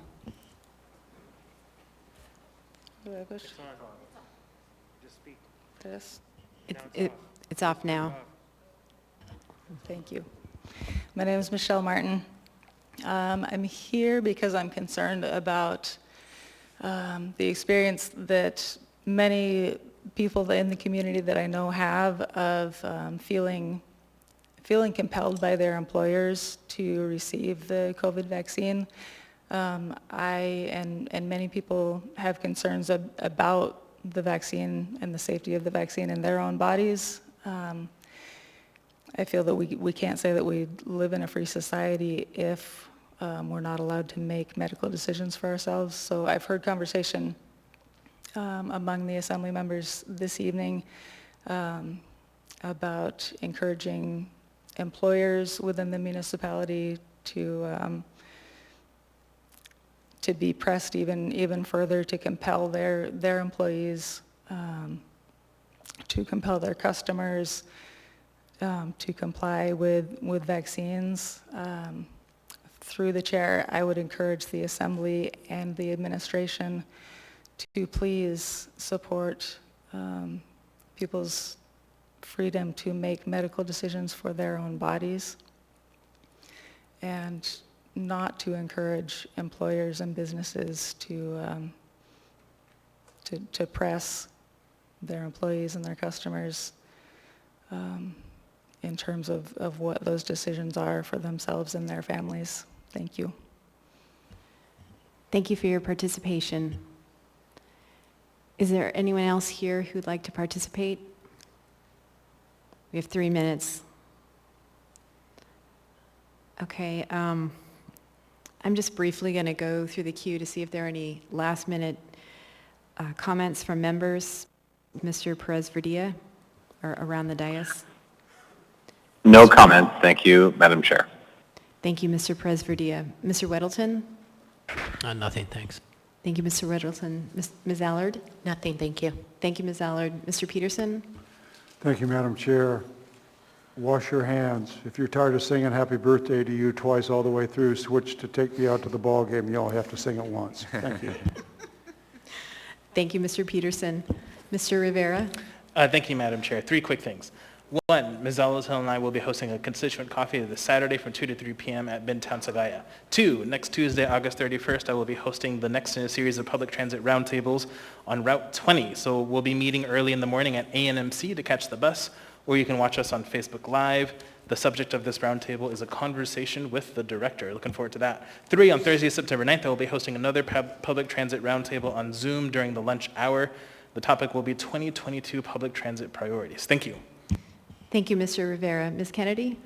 Thank you, Madam Chair. I'm exhausted listening to the list, but no further comments. Thank you, Madam Chair. Thank you, Ms. Kennedy. Mr. Constant? Nothing, thank you. Thank you, Mr. Constant. Ms. Zalatil? No comment, thank you. Thank you, Ms. Zalatil. Mr. Dunbar? Thank you, Madam Chair. Just in relation to some of the things that were said tonight, of course, the FDA has given full approval for one vaccine on Monday. It's safe and effective. And a new study released today by the CDC found that unvaccinated individuals are 29 times more likely to be hospitalized from COVID-19 than people that have gotten the full vaccine. Thank you. Thank you, Mr. Dunbar. Ms. Quinn-Davidson? Thank you, Ms. Quinn-Davidson. Is there a motion to adjourn? Move to adjourn. Second. We are adjourned.